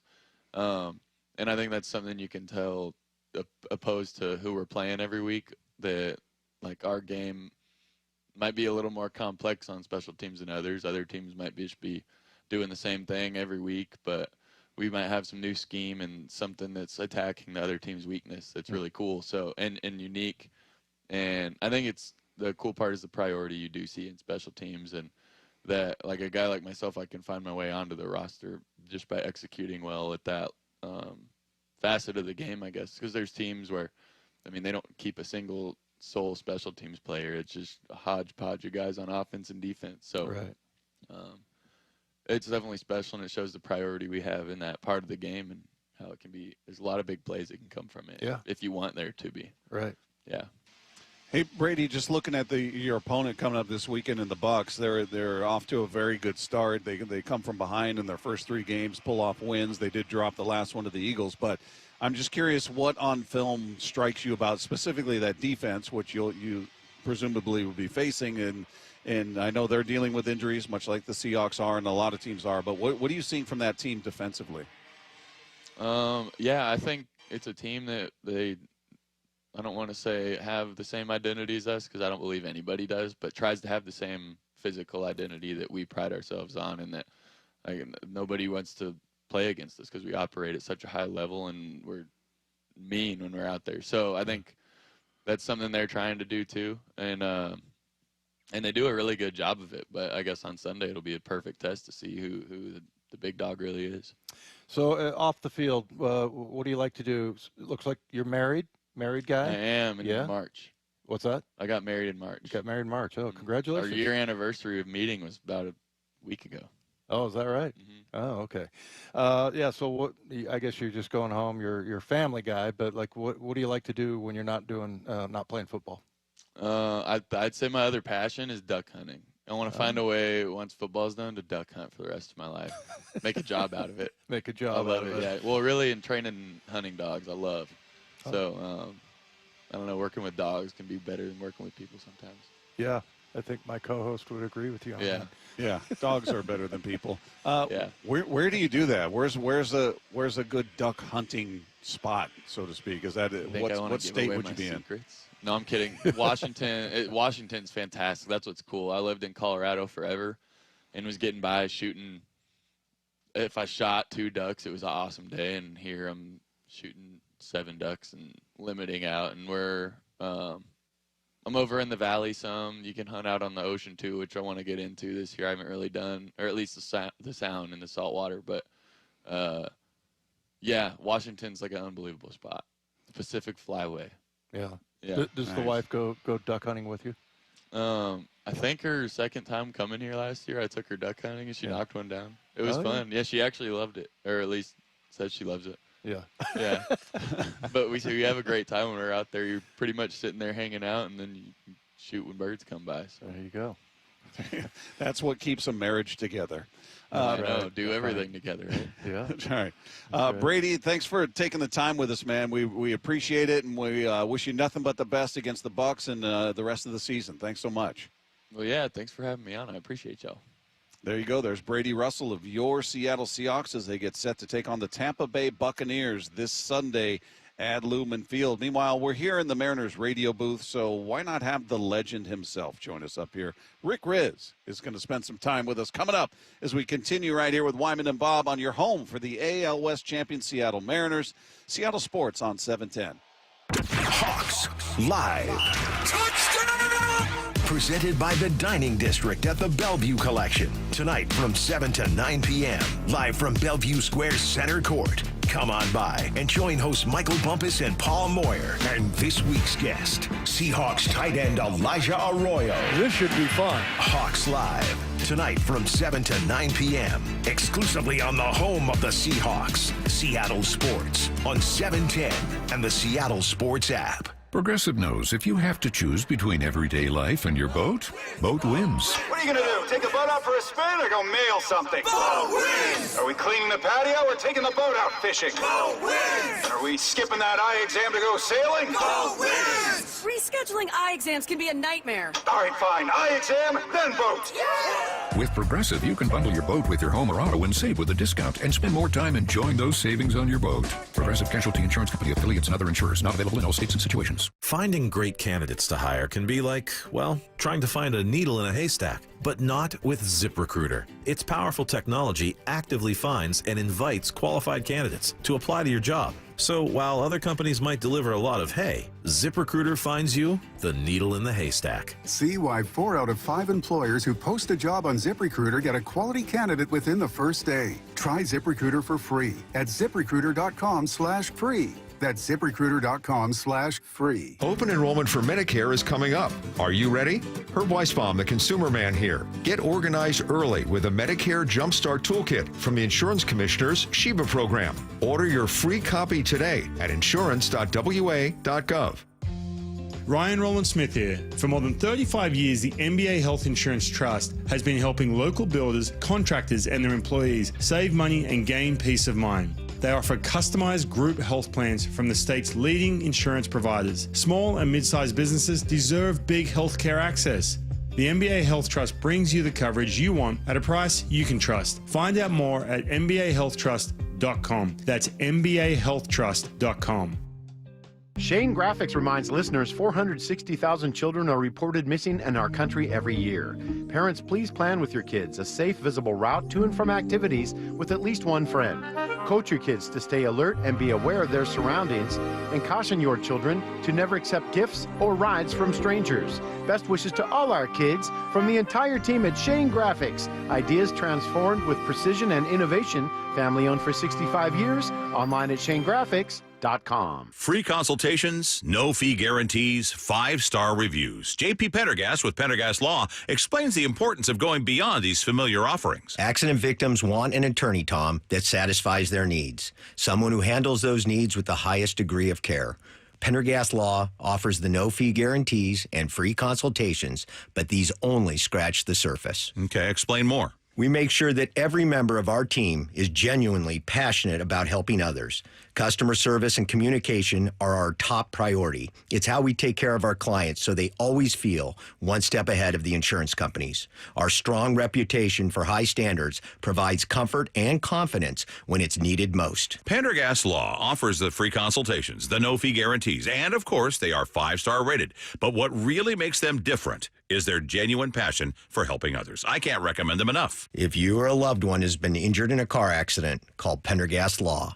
We can help. That's PendergastLaw.com. Are you in pain? This is Dave Wyman, and if you're experiencing pain in your shoulder, elbow, wrist, hip, or knee, do what my friend and co-host Bob Stelton did and go see Dr. Mark Wagner, MD, at Seattle Sports and Regenerative Medicine for stem cell therapy. It's been a huge game changer. After 13 years of jiu-jitsu, I had a lot of issues with my hip. It was bad, so I'd heard a ton of patients raving about the results from their 90-minute outpatient stem cell procedure with Dr. Wagner, so I had to check it out. Dr. Wagner Wagner is a board-certified Seattle physician with over 30 years of experience performing more than 20,000 stem cell procedures using a person's own stem cells to regenerate cartilage in their own joints. Now, people with severe osteoarthritis, even bone on bone, are back to doing what they enjoy doing without pain and without surgery. Whether it's a hip like Bob had, a shoulder, a knee, a wrist, an ankle, before you choose surgery, consider stem cell therapy with Dr. Mark Wagner, MD, at Seattle Sports and Regenerative Medicine. Schedule your consultation at drmarkwagnermd.com. Say goodbye to clutter with Happy Hauler, Seattle's eco-friendly junk removal service. Tune into Cairo Radio 97.3 FM or Seattle Red for Home Matters featuring Happy Hauler this Saturday at 2 p.m. Go to happyhauler.com. Hauling with a heart.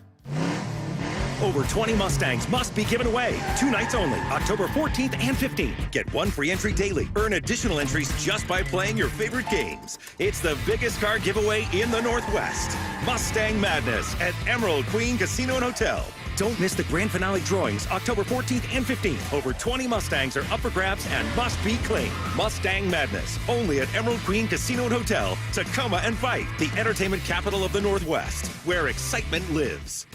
Let's go!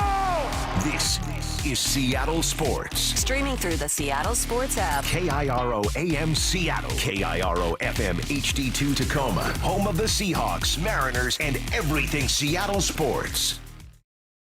Seattle Sports Snapshot.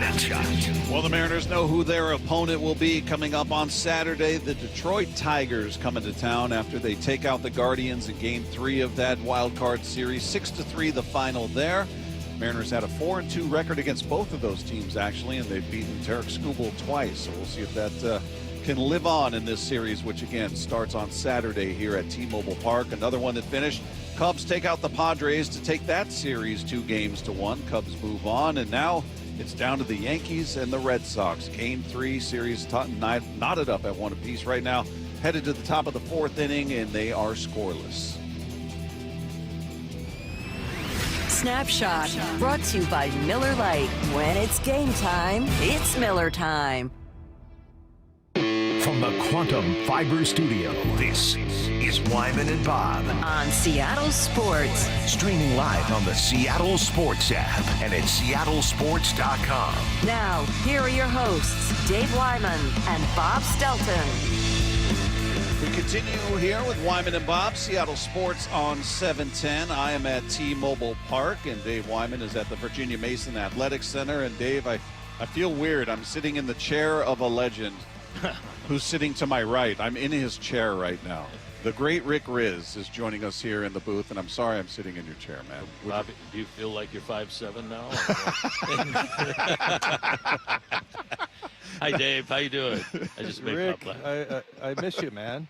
Miss you too, buddy. Come sorry, on over here. Sorry I'm not there. Yeah. Yeah, I wish you were here, buddy.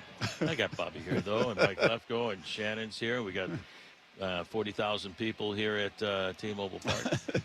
5,000 people, and they're having a great time. They're making noise. They're into this. Yeah, every pitch. It's a cool event. And we saw a home run from Julio recently. Saw back-to-back home runs with Naylor and Leo Rivas out here. So guys getting the bats going, getting that rhythm. I wasn't familiar with this process going into the playoffs, obviously, because the Mariners haven't had many bye weeks to concern themselves with. Yeah. But in hearing about that the Braves did it, I think in 21 or something. Is this something that's been more common and we just haven't heard about it? Or I haven't heard too much about it, but Kevin Seitzer and Bobby Magianis, 2 of our 3 hitting coaches, along with Edgar, did it with the Braves in order to stay sharp, and because you got 5 days off. You want to utilize that opportunity to heal up with Brian Wu nursing the inflammation in his pec muscle, and looks like Josh Naylor is going to be just fine, and other guys just need some rest. So really didn't hear too much about it until they came up with it. It's a great idea. Yeah. To stay ready, because you see some live pitching, and then you're going to be ready on Saturday morning or Saturday afternoon at 1 or 5:30 to take on the Detroit Tigers. Super idea. Hey, Rick, how often has this happened in the past? I mean, this is the first time we've heard about it, mainly because, we haven't been involved in the playoffs. But are other teams doing this, as far as you know? I think other teams have done it. I don't know how many and when they did it, but I'm sure they have, but the Braves did it, 4 years ago. I think other clubs have done it as well. But I like the fact that, that there's energy in the ballpark, and the fans are having fun, and the guys are getting ready. And they're out here chanting MVP. Cal is up at the plate right now. By the way, Josh Naylor's 3 for 3 today. Just want to throw that in. He's ready. 3 for 3 with a home run. So that's good to see. And Cal almost got plunked there. So we got to be careful. That's not good. We saw Dom Canzone get hit yesterday. So, yeah, we don't need anybody hurt here. But I think this is a great thing that's going on. What I want to ask you, we asked this question of our listeners, and I asked it of Dave. At this point, now that the regular season's in the books and we get set for Saturday, do you have more confidence in what you're going to get out of this rotation, or do you have more confidence in what you're going to see out of this lineup? Both. I think both. To answer your question, there's a line drive into right field by Cal, a base hit, and here comes somebody on the score. So Naylor, or he kind of pulls up at home plate and tagged out, but he would have scored on Saturday. Yeah, if he were busting it. No, I'm confident in everybody because they all need the rest. The hitters, like I said, they're seeing some live pitching, and the guys, you got The Rock, who's going to be ready on Saturday if he's the guy, George Kirby or Logan Gilbert's got 3 great choices to start the opening 2 games of the series. In the meantime, the Tigers have used Scooble Mize and Jack Flaherty. Yeah. So I have confidence in the starting staff to be ready, the guys down to the bullpen to be ready, and the offense, the hitters to be ready too. Yeah. Hey, Rick, this is a question we put out there to somebody brought it up, one of the texters, and who should throw out the first pitch on Saturday? What do you think? Mike Lefko. So that's my. No, we want to get the crowd. We want to get the crowd amped. My hands are too popcorny for that right now. So. Yeah, he's too busy eating. Yeah. That's a great question. I'd say Marilyn Niehaus. To go out there and represent Dave Niehaus, who is the greatest announcer of all time. And I had the pleasure of working with David for 25 seasons, at Kingdom across the way, where Lumen Field is located now, and right here at T-Mobile Park. But I think that would be great. But they'll come up with something because we had Felix last time in 22, right? Felix walked out from center field. Right. Or you got Ichiro, who just went in the Hall of Fame. That wouldn't be too shabby. He's playing right field. He seems to be here. Yeah, he's here all the time. Or Junior. Or Ken Griffey Jr. There's a lot of great choices that represent our history. The guys that are Hall of Famers or Mariner Hall of Famers are actually in the Hall of Fame. You got our hitting coach, Edgar Martinez, is, in the Hall of Fame. So, man alive, there's a lot of great choices. But something to connect us, this team, with the team from 24 years ago in 2001, the last team to win the American League West. So I'm sure they're preparing the banner to go up there again here in 2025. So they'll come up with somebody. You and I were talking during the break just about the fans. You were talking earlier about going to the team store and a line down the street. Oh, and there's no game. There's nothing going on right now. Yeah. So you fast forward to Saturday. Oh. I can't imagine, and this is not being a homer, I just think there's a certain amount of pride that Seattle fans, whether it's Seahawks, Sounders, Mariners, doesn't matter, there's a certain amount of pride they take in the volume they create because they're known for it. So I think that, along with the fact that this is not normal for Seattle Mariner fans. We don't get a chance to do this. I think the idea of any other building being as loud as this is not realistic. I think this place is going to be rocking beyond belief. They are going to blow the roof off if it's closed and still make a lot of noise if it's open. They've been waiting for this for a long time. We went here 3 years ago. Won 2 games in Toronto. Yeah. So we swept the Blue Jays in Toronto in the opening round of the Wild Card Series. But these fans are the best fans of baseball. They're into it. Look at the energy that they're creating right now. Yeah. Ooh, Leo Rivas, I think, just got hit. That's not good. Just hit a home run. So, they're going to, from the first pitch, I remember in 1995, Bobby and Dave, when Randy Johnson took the mound, it was like you couldn't hear yourself think. I had to yell into Dave Niehaus's ears, so-and-so is warming up in the bullpen because it was just that loud, so loud. I talked to other players, Rex Hudler and Mark Langston, who we played in the one-game playoff, at the Kingdome, and Randy Johnson beat Langston. They couldn't hear themselves think. And so it's going to be real loud. These fans have been great. and I'm excited about how excited they were. I went just to take a walk to the team store, a few hours ago, and they're pumped up, man. Hey, let's go, man. Did you get mobbed? It was fun. Took a lot of pictures, and Rizzs is going, I got to get out of here. No, I enjoyed it. No, it was a lot of fun. But they are ready. It's been a while, and it's time. It's time to get to the World Series, to bring you and all these fans in the entire Pacific Northwest to the World Series. We haven't been. This is a team that is built to get through October and win this whole thing, as Cal said. Yeah. I'll paraphrhrase. That's a version of it. We need to do that. And but the players are excited. They've got the team: Jerry DiPoto, Justin Hollander, Andy McKay, everybody in the front office, Scott Hunter. Look at what they've done over the last 8 years to get this team together. I mean, Logan Gilbert, first-round pick in 2018. Cal was a third-round pick that year. Mm-hmm. And then 2019, George Kirby was a first-round pick out of Elon University. In 2020, Emerson Hancock, first-round pick out of University of Georgia. 21, Bryce Miller in the fourth round. Brian Wu in the sixth round. Amazing. Cole Young, a first-round pick. Harry Ford, a first-round pick.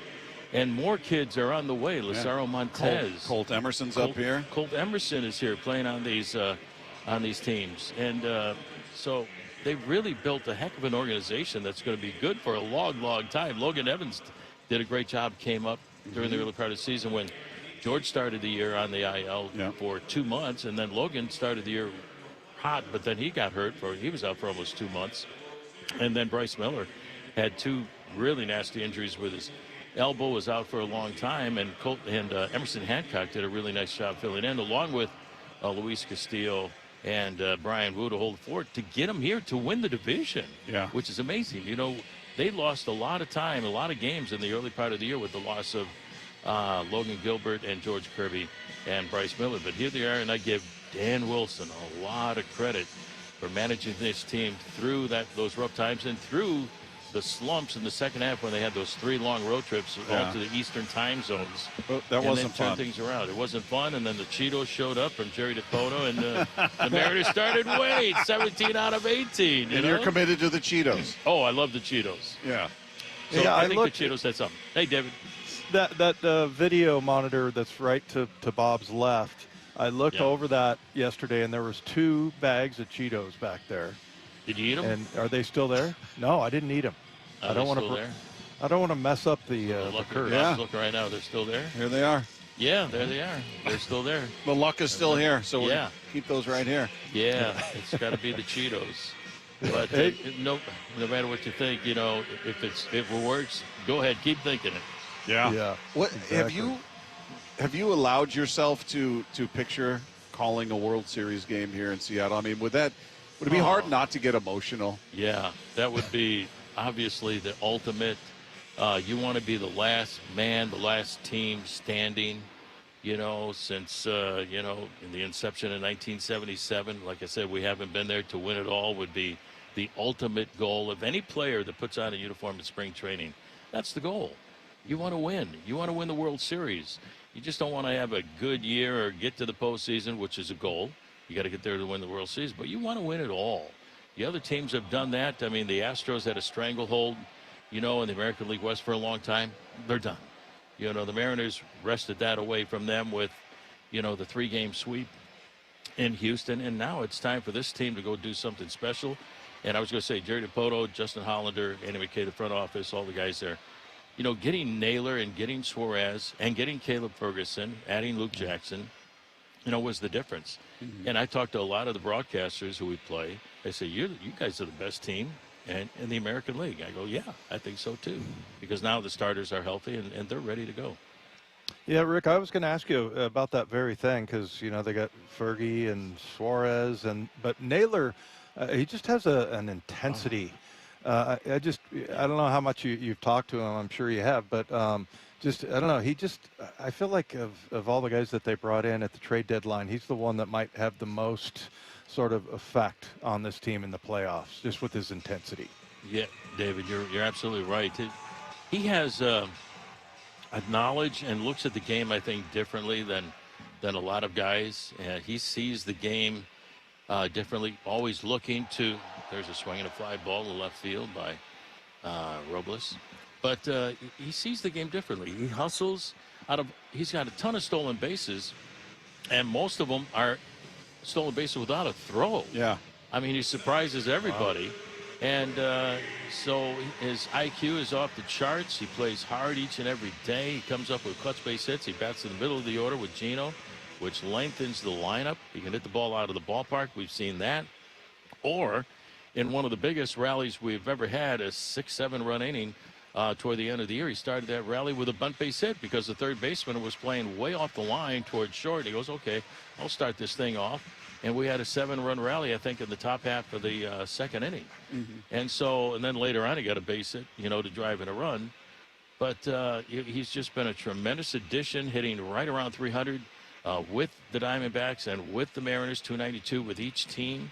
Hitting home runs, driving in runs, and stealing bases and playing really good defense at first base. How many picks did he make over there to save it? Great picks. Oh, my goodness. Yeah. And he's a great teammate and one of the best, maybe the best trade deadline acquisitions, I think, of any team this season. Yeah, I think they cannot allow him to get out of town. They cannot allow him to go I'd like elsewhere. To see him stay. Yeah, I think so with the entire fan base. Yeah. I mean, he's a guy that they to me, he sent a message. That acquisition sent a message to the clubhouse. It did. That this isn't a guy who's 35, used to be good. We're going to wring the sponge dry and see if something's left. No, this is a guy we don't have control over. Could be free agent, move on at the end of the season, but we're going to make this move along with Suarez. Same thing, free agent. To me, that resonated with the rest of the guys in the clubhouse. And I said that right after those trades were made on the pregame show with Shannon, who, by the way, does a tremendous job. I said, now the guys in the clubhouse know that the front office said, okay, we got all the pieces in here right now. Go win. And that's what Jerry DiPoto and Justin Hollander did with the acquisitions of Josh Naylor, who can do it all, and Eugenio Suarez, who can hit the ball out of the ballpark and still drive in runs. You got two guys in the lineup with over 100 RBIs. One guy almost has 50. Gino ended up with 49 home runs on the year. The other guy had a historic year. Cal Raleigh with 60 home runs, the greatest season ever by a catcher in Major League history. So all the pieces are there. I'm excited. The fans are excited. I can't wait for Saturday afternoon or Saturday night, whichever it is, to play the Detroit Tigers.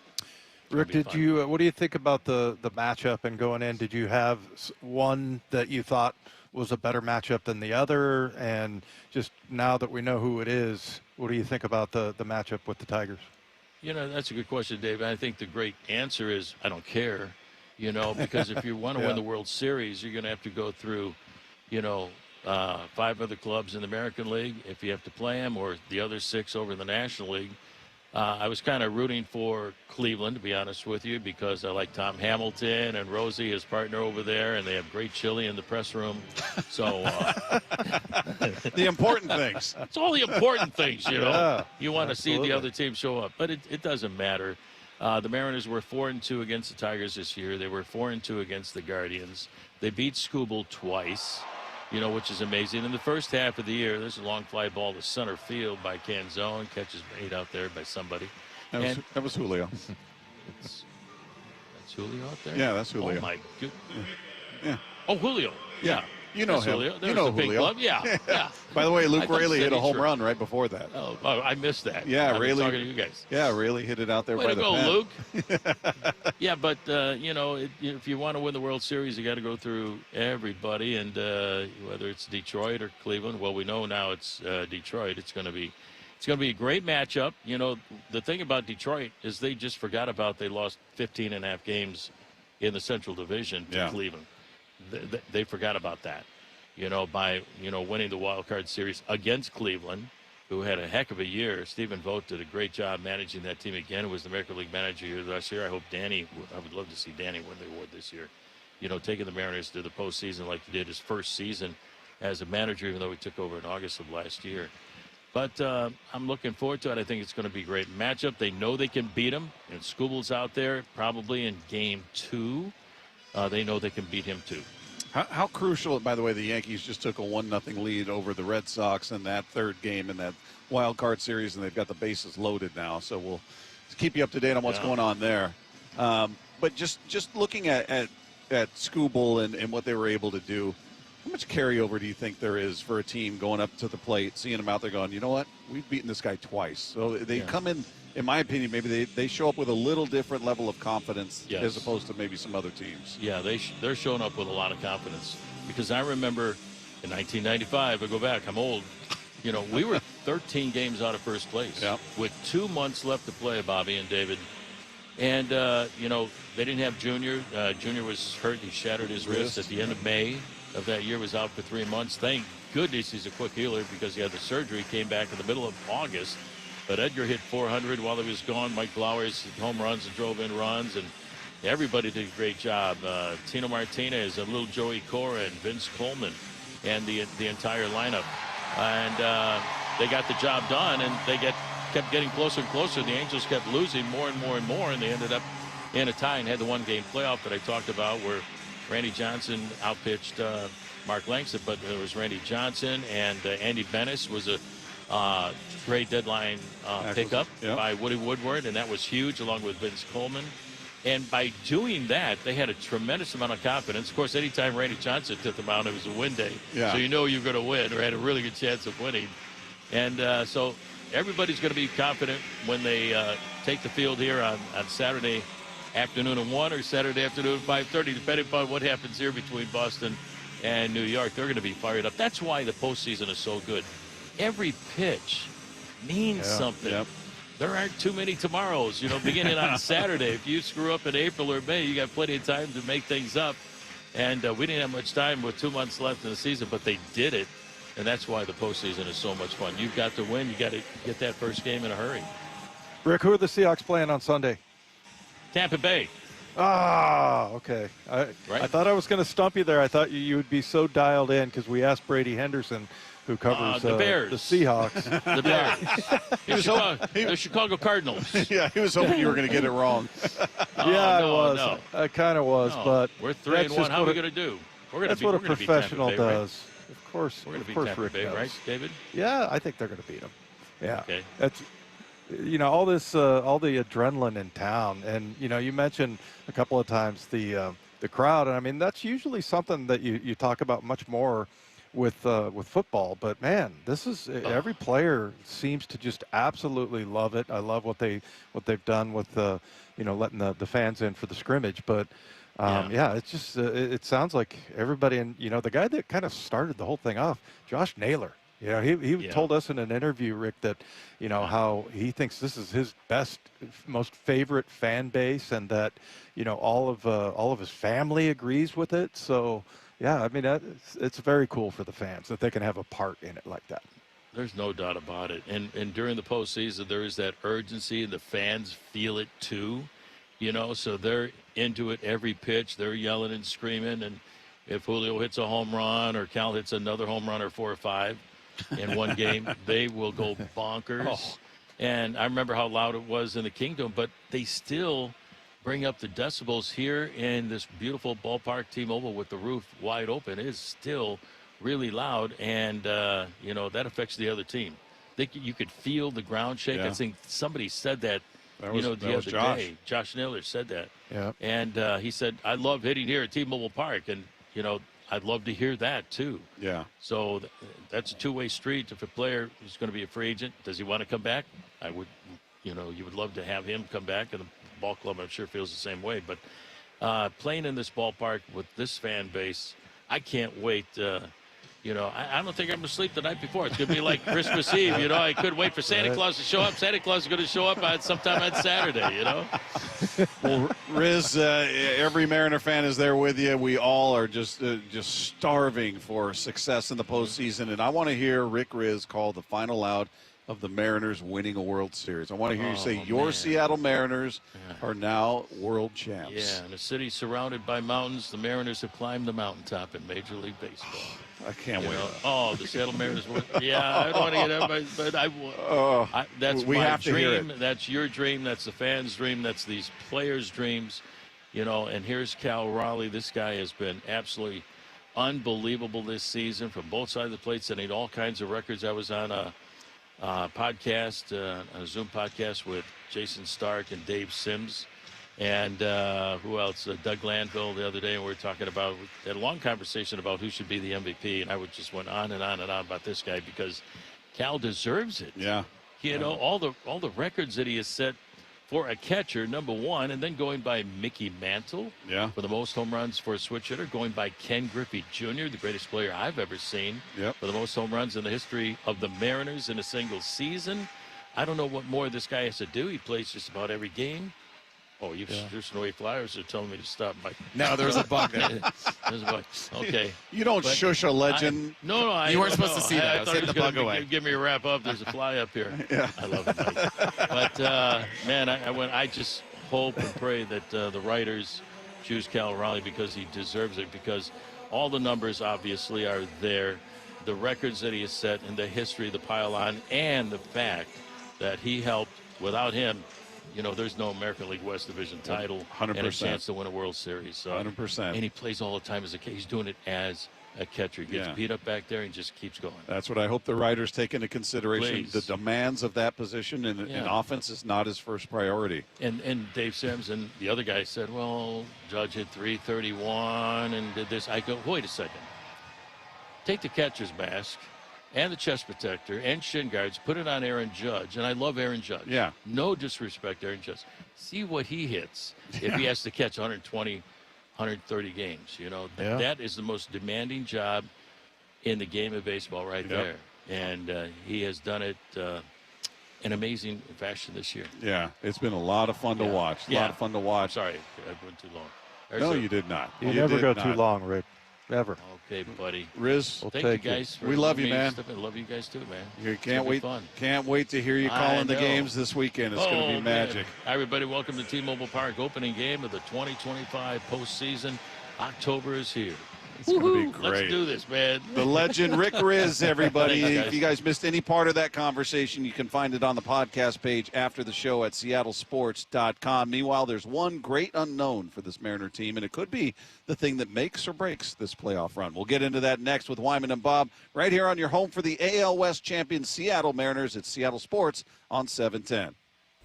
Bring on the Tigers. And the Detroit Tigers are going to Seattle. They win the American League Wild Card Series. And Saturday, T-Mobile Park will be rocket. Here comes Cal Raleigh. Everybody on their feet. Game 1 of the American League Division Series. Mariners, Tigers. Saturday at T-Mobile Park. Let's go! On the home of your AL West champion Mariners, Seattle Sports.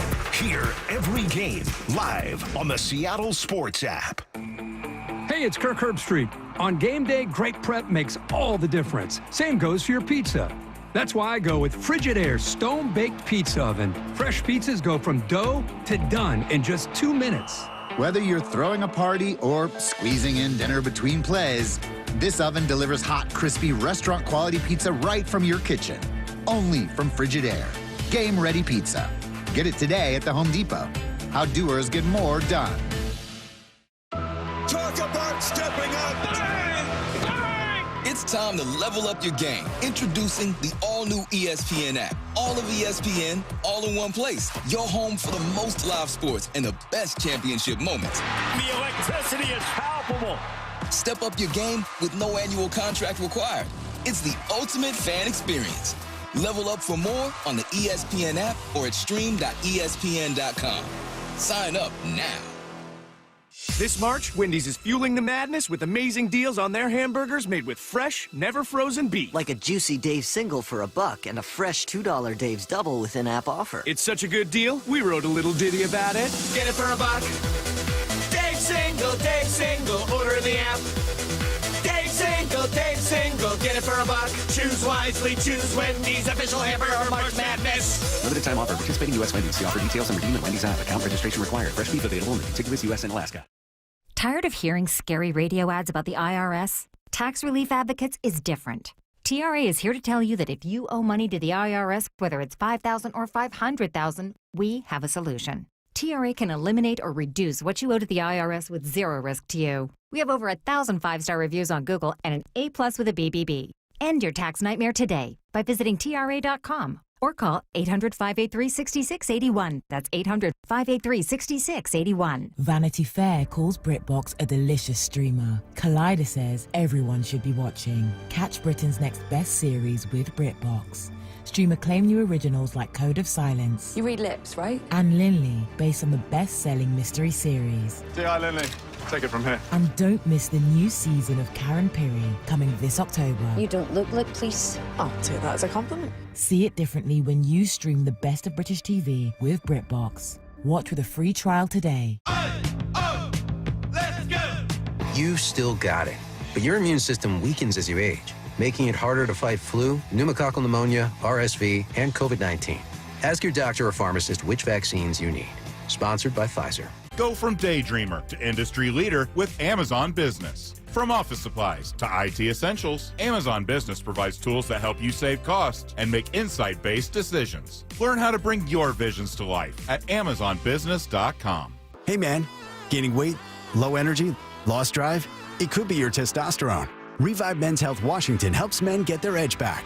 Meet Tyler, Revive Men's Health Director of Operations. When men start treatment, it's not just their labs that change. You see it in their posture, their energy, and how they walk into the room. That's why I do what I do.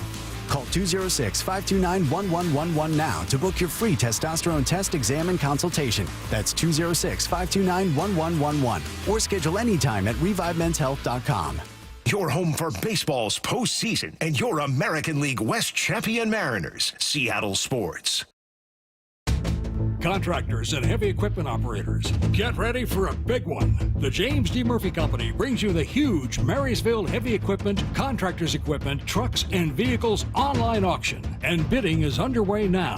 On the auction block, 10 excavators, including a 2021 Komatsu PC88MR and a 2018 Komatsu PC238, a 2017 Komatsu WA320-8 wheel loader, a 2003 John Deere 770 OCH motor grader, plus 4 backhoes, 3 reach lifts, and 4 boom lifts. There's 5 dump trucks, including a 2015 Peterbilt 367 Super Solo and 2 Western Star quad-axle roll-off trucks, and much more. Preview all equipment Tuesday, October 7th and Wednesday, October the 8th, 8 a.m. to 4 p.m. at our Marysville yard, 3803 136th Street Northeast in Marysville. Get all details now at murphyauction.com. That's murphyauction.com. Luxury has arrived at Snoqualmie Casino and Hotel. It's Mike Salk here. You can book now for an unforgettable experience. Let's talk about Hawks Peak. It is the place to be for game days this football season. With over 66 TVs, indoor-outdoor concept, the deck is covered and it's heated as well. And the food, oh man, it was excellent. All with breathtaking views of the Cascades and the Snoqualmie Valley.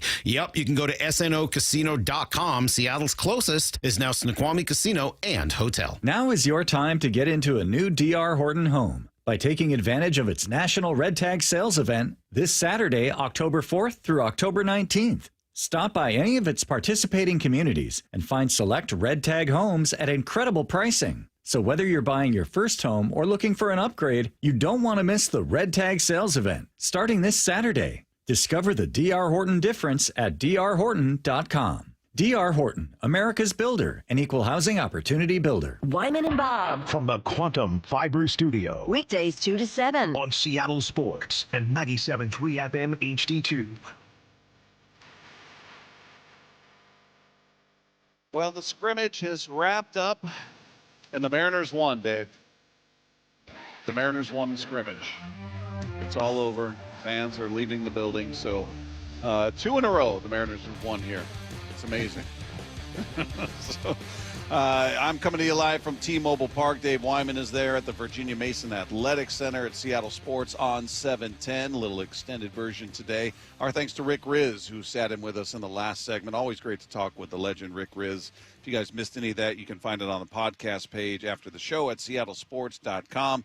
Meanwhile, a little score update. Yankees have increased their lead. They are up 4-0 on the Red Sox now in the top of the 5th inning in New York. So right now, again, if the Yankees win, the Mariners' Saturday game will be at 5:38. If the Red Sox battle back and win, the game will be at 1:08, 1:08, something like that. So right now, it's looking like 5 o'clock starts, 5:38 and 5:08 on Sunday. right now. So, and I would imagine our guy back at the station, Dave, Ian, is not too happy right now being our resident Red Sox fan. Is that right, Ian? I'm having a tough day. Yeah, he usually he's like, hey, back in 30, Dave, and all I got was 30. That was it. So, sorry, Ian. Playoff baseball is stressful. It is, but it's still early. I mean, it's only the 5th inning, top of the 5th, so there's still a lot of outs left there. But Yankees jumping on them and increasing that lead to 4-0. So we'll keep an eye on that. Other finals from today again, in case you missed it. Maybe you've been working all day, but the Tigers take out the Guardians 6-3, the final there, which means the Tigers will be matching up with your Seattle Mariners starting on Saturday. They take that series, and then it's the Cubs taking out the Padres 2-1. They win today 3-1, so the Cubs move on. Padres go home. So we'll get things underway, and the only game remaining to figure out what's going to happen here is the New York Yankees and the Red Sox. Yep. Well, and it's kind of a tough one to know who to root for. By the way, since I'm here at the VMAC and I'm doing the football side of it, the Niners are up on the Rams 17-7. So really, yeah, I mean, nice. Yeah, is Mac Jones quarterbacking? Yeah, Mac Jones is there, huh? Well, and look at it, Mac Jones. I mean, it just kind of we've talked a lot about quarterbacks and just the resurgence, like Baker Mayfield, like Sam Darnold. I mean, it's going to be like these Danny two guys Dimes. Danny Dimes there, but these two guys played together in Carolina. Yeah, I mean, and they've both been through where. And it's funny. We look at Sam Darnold, and like he played for the Jets and the Panthers. Those are, like, we've talked about, two of the worst franchises and just the things that are going on there. So, but yeah, now we see Mac Jones just throwing dimes to Christian McCaffrey, and yeah, it's just it's really interesting to see. But anyway, yeah, that's the football report. But let's get back to baseball. Yeah. Well, we were pulling, oddly enough, and it feels dirty, pulling for the Niners to beat the Rams, right? Because the Rams feel like the bigger threat. I agree. Yeah, but it just kind of shows you that there's just guys wide open. I mean, and they threw a little out route to McCaffrey, and just there's nobody near him. So they just scheme ways of getting guys open. But the Rams, I don't know. I wouldn't be surprised to see them come back and win this game. Yeah. So, well, I hope not. I hope that's what a weird spot to be in, rooting for the Niners. It doesn't feel right. It's almost as bad as rooting for the Astros. Not quite, but almost. Yeah. At least the 49ers, to our knowledge, have never cheated. So, meanwhile, taking a look at this playoff series coming up, the bullpen is going to be huge because, as we know, in the postseason, starter struggles, the leash is much shorter for a starter. So if any of these guys, doesn't matter who it is, if it's Castillo, Wu, Gilbert, whoever's out there, if they're out there getting touched up, Dan's not going to let them sit out there and try to figure it out. These games obviously mean way too much. So the bullpen is going to be absolutely key for their success. And Jeff Passan, talking with Brock and Salk, talked about a potential concern if the Mariners have to go to the bullpen early in games. That's one thing that I don't think the Mariners are going to have the luxury of. I think the back end of their bullpen is really, really good, and I think it is trustworthy. But there are elements to the postseason and relief usage now that I look at, and I'm like, I don't think that clubs use relievers the right way. I think that they expose them, and that as much as the third time through the order penalty exists for starting pitchers, San Diego can do that and can go and throw Adrian Morejon for 2 1/3 and Mason Miller for 1 2/3 of the nastiest stuff you're ever going to see. The Mariners don't have that. I think you're going to get Andres Munoz for an inning. I think you're going to get Matt Brash for an inning. I think you're going to get Gabe Spire, maybe Edward Bizzardo. Like, they're good, and I enjoy watching Carlos Vargas pitch. Like, the Mariners have some arms, but I would not look at the bullpen and say that is a distinct strength of theirs. Yeah, I think it's fair, but we also don't know what it's going to look like with Bryce Miller in there, because that's the assumption. He's going to be in there. Is he a leverage arm? Is he going to be somebody that they trust to throw in there in a leverage spot, or, is there going to be a build up to him being in the bullpen. He made it. We had a chance to speak with Bryce Miller earlier today, if you guys missed that. And we asked him about that, and he made it sound like no problem. I did that in college. I've done it before. It's no big deal. So maybe they do throw him in a leverage spot without any hesitation. But that's not an arm that I think anybody's accounting for, whether he's going to be a one inning and go out there and just empty the tank, or if he's going to be multiple innings, whatever that is. So, we'll see what his role is going to be. The full interview, actually, that quote was just tweeted out by Seattle Sports, and the full interview you guys did with Bryce Miller is available on YouTube right now. Perfect. Looks good, too. Right. Look at that. You guys all look great, man. Oh, good. Yeah. That's really the important part of that whole thing. We look good. Yeah. Well, and I think whenever you talk to Bryce Miller, he makes everything sound like, no problem, man. He's just very laid-back guy. But that was very cool to hear him say that. Like, no, it's not a big deal. I mean, I've done this before, and you're just going to go out there and maybe he's the X factor in that bullpen. Yeah, I mean, look, we've said it all during the regular season, and it's true of any bullpen. They're all capable of blowing up. They're all capable of having bad nights. Right. We've talked about, Matt Brash has been overall in the season really good, but he's had some bad nights, and one of them, cost them a game they would have otherwise won. It could have been an 18-game winning streak. It happens to the best of them. So hopefully it doesn't happen in the postseason. But I get what Passan's saying, but I think there's some elements that maybe we're not accounting for. So, meanwhile, the Mariners have one big advantage that they didn't have back in 2022. We'll get into that next as we continue with Wyman and Bob right here on your home for the AL West champion Seattle Mariners. It is Seattle Sports on 710. Hawks Live. Touchdown!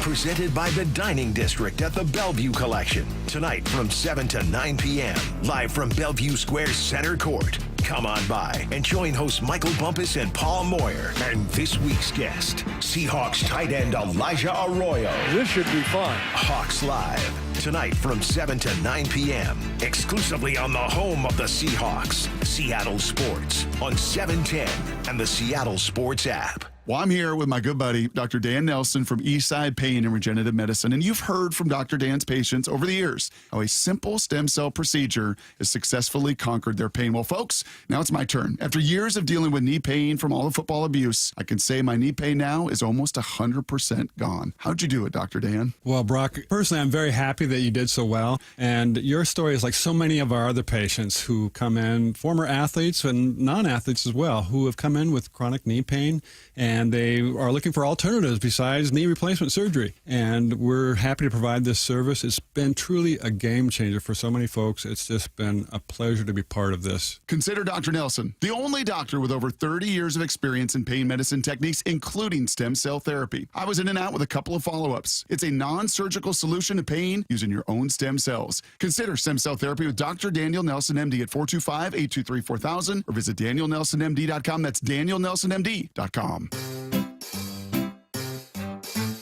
1-877 Cars for Kids.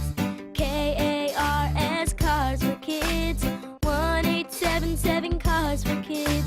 Donate your car today. 1-877 Cars for Kids. Donate your car today. Ready to get rid of that old car? Donate it to Cars for Kids. Call 1-877-CARS-FOR-KIDS to reach a friendly live agent. Donation's super easy, and your car can be picked up as soon as tomorrow. Call us now, 1-877-CARS-FOR-KIDS. That's Cars with a K to donate your car today. 1-877 Cars for Kids.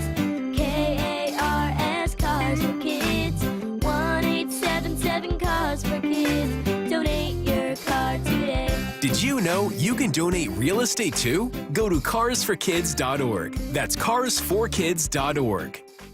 Endless hours of research, seeking referrals, dozens of calls. Hiring the right attorney can be a challenging process during an already difficult time. J.P. Pendergast with Pendergast Law explains. In Washington State, Tom, there are thousands of attorneys to choose from. Referrals and online research can be helpful, but discovering the right attorney requires a conversation. It can be hard to identify integrity and authenticity without that interaction. So, what do you recommend? We encourage anyone looking for personal injury representation to call for a free consultation with our team before making a decision simply based on referrals or online research. Accident victims need an attorney that listens, demonstrates demonstrates honesty, and is genuinely understanding of their unique circumstances. The care, attention, and preparation that our firm provides throughout the case mirrors the effort involved when taking on the insurance companies. Save time and avoid mistakes after an injury. Contact the caring and compassionate team at Pendergast Law. If you or a loved one has been injured in a car accident, call Pendergast Law. We can help. When the heat's in 11, cool AC would be heaven. Dayandnight.net. It's the final month to save 30% off an air conditioner or heat pump while supplies last at Day and Night. Hi, I'm Bruce with Day and Night Plumbing and Heating. Call us about installing a high-efficiency cooling system or servicing your existing one so you're cool when you need it. Save 30% off an air conditioner or heat pump, plus no payments or interest for a year OAC. Call for details. Dayandnight.net. Want more Seahawks content? Join me, G. Scott, on The Reset. New episodes of the podcast every Monday and Thursday on YouTube or on the Seattle Sports app. After years of wear and tear, Joe had osteoarthritis in his wrists and shoulders. I've pretty much worked out my whole life. I actually decided I'm going to train for a half Ironman triathlon. The pain was interfering with every part of his life. Basically, can't sleep, causing those kind of problems, very limited movement. Joe had surgery, but it wasn't the fix he was looking for. The doctor told me, he's like, hey, this is just going to be a partial fix. You're going to eventually need joint replacement. That's when he decided to see Dr. Mark Wagner, MD, at Seattle Sports and Regenerative Medicine for stem cell therapy. And they're just getting better. I can basically do full motion. I don't have really any pain. What kinds of things are you able to do now that you weren't before? I like to golf, and it definitely has made my golf game not as painful. And sleeping. I'm sleeping better because I don't have that aching at night going on and have to roll over. So, are you recommending this to others? Oh, everybody I talk to. Yeah, it's a no-brainer. Before you choose surgery, consider stem cell therapy with Dr. Mark Wagner, MD, at Seattle Sports and Regenerative Medicine. Schedule your consultation at drmarkwagnermd.com.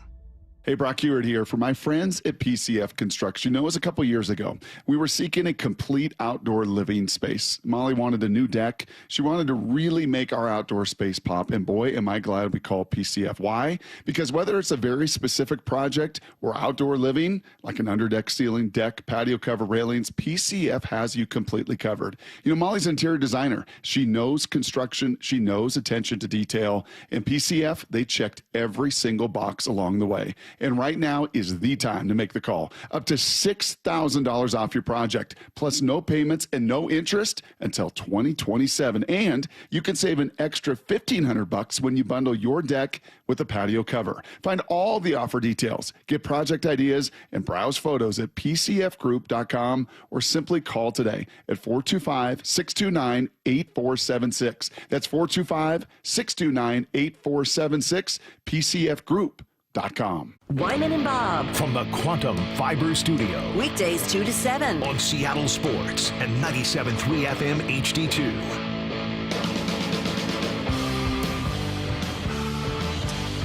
Continue live from T-Mobile Park. It's Wyman and Bob. This is Seattle Sports on 710. Dave Wyman joining us live from the Virginia Mason Athletic Center. That's how we do this show. We got you covered on the Seahawks. We got you covered on the Mariners. No stone is unturned when it comes to Wyman and Bob here. That's how we do it. And they're shooing the fans out of the stadium now, Dave. They were all hanging out for a while. Samad Taylor was down there signing autographs, and everybody was kind of hanging out. And then everybody just abruptly started leaving, which told me the usher said, all right, get out. The game's been over for quite some time at this point. So, they were shooing people out of here, and very, very cool event. Very cool event. Now you got the grounds crew out there doing their thing that I know above everything you've missed out here today, this is the thing you missed the most, Dave. That's when I concentrate on the field the most. No question about it. Yeah, you're studying them for technique. You're looking for little tips, little secrets you can apply to your backyard. So. Well, I finally realized they just have better equipment. That's just the way it is. So. They do have a lot of equipment, and a lot of it I'm certain is better. I don't see anybody in a headlamp out here. It's weird. Well, they have lights there. That's another thing I need for my yard. I need to light it up. You need some stadium lighting in your backyard, Dave. I think your neighbors would appreciate it. I think it would really, really make that backyard pop. So, if you could do that. We had some of our listeners down here waving at us up in the booth. They were texting into the text line saying, hey, we're waving at you down here. So that was kind of cool to see them down there. But taking a look at the core of this team, Dave, as we get set for the Detroit Tigers coming to town on Saturday, how much of an advantage is it that their best players right now, talking about Cal, talking about Julio, JP right now is your grizzled veteran. They've been here since that run in 2022. But back then, I mean, Julio was a rookie that year, right? And, these guys were young in their career, and that offense wasn't what this one is, and certainly not in the way of experience. I mean, that's you got to believe that's just such a huge leap forward for those guys that were there before that are still here. Yeah, I was looking at some of the numbers from the offense in 2022, and definitely made some jumps. Not huge, but like you look at average, they were 27th, and then an on-base percentage, slug, OPS. I mean, they were typically between 25 and 30, but they ended the year with top 20 basically. This year they're top 10 in a lot of those categories. So, it's just a different, more experienced hitters, like you said, and then, you at the deadline going and getting Naylor and Suarez was just huge. It was just the key part of it. And I know Ferguson's helped quite a bit as well, but I just think what those guys brought, just a little bit extra of, that at any point those guys can hit one out of the park. So, it's just a much better position that we were in. And we felt great about that team back in 2022, but man, they just didn't really have the pieces. And now when you look up and down the lineup, it just looks really good. Yeah, really I'm looking at the numbers from the 2022 postseason offensively. You had one guy who was shining, and that was Geno Suarez. Hit 350.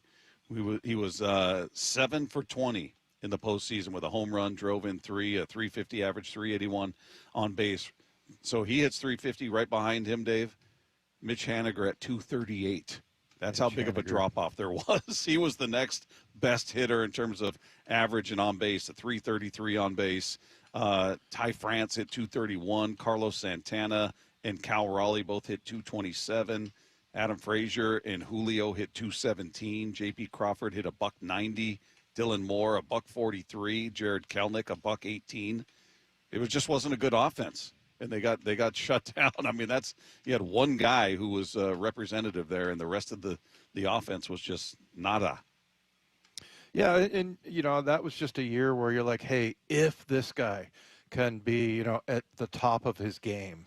And and there was like 3 or 4 choices there, and if they weren't, then you had to rely on somebody like Mitch Haniger, like you were talking about, which Mitch, great player, not besmirching his career or anything like that, but it's just so different this year. And I feel like we're asking the question, what do you think is more important, the lineup or the rotation? And I think a lot of people are going with lineup, and there's no way you would have said that in 2022. No, that was the concern in 22, and for good reason. I mean, those numbers bear it out. So yeah, it's just a different expectation. You've got just a different level of experience, and you've certainly got a different reason to be confident. It's not false bravado or false confidence. This team has given you a reason to be confident in what they can get done offensively, because we've seen them do it. Doesn't mean, again, just to reiterate, you're going up against the best that the opposition has. You're going up against the aces of every team. You're going up against the high leverage arms in that bullpen. You're not facing the number 5 starter. You're not facing, the middling guys in the bullpen unless it's an emergency situation. So offense gets compressed in most cases. You're gonna see, I would assume, low scoring games. So it's gonna be fun. It's gonna be a challenge, and I think they're up for it. I'm excited for it. Real quick before we get out of here, what's the score in that Rams game? I think I had 17-7 still. They just came out of second half, into the second half. So all right, Rams are still down 17-7. There we go. All right, that's going to do it for us. Want to thank our guests today, Greg Auman, Brady Henderson, Bryce Miller, Tyler Kepner, Brady Russell, and the great Rick Rizzs for joining us on the program. If you guys missed any part of today's show, you can find it on the podcast page at seattlesports.com. Just click the podcast tab, scroll down to our picture, click on that, and it's right there waiting for you. We're going to talk to you tomorrow right here with Wyman and Bob. Hawks Hawks Live. Touchdown! Presented by the Dining District at the Bellevue Collection. Tonight from 7 to 9 p.m. Live from Bellevue Square Center Court. Come on by and join hosts Michael Bumpus and Paul Moyer. And this week's guest, Seahawks tight end Elijah Arroyo. This should be fun. Hawks Live. Tonight from 7 to 9 p.m. Exclusively on the home of the Seahawks, Seattle Sports, on 710 and the Seattle Sports app.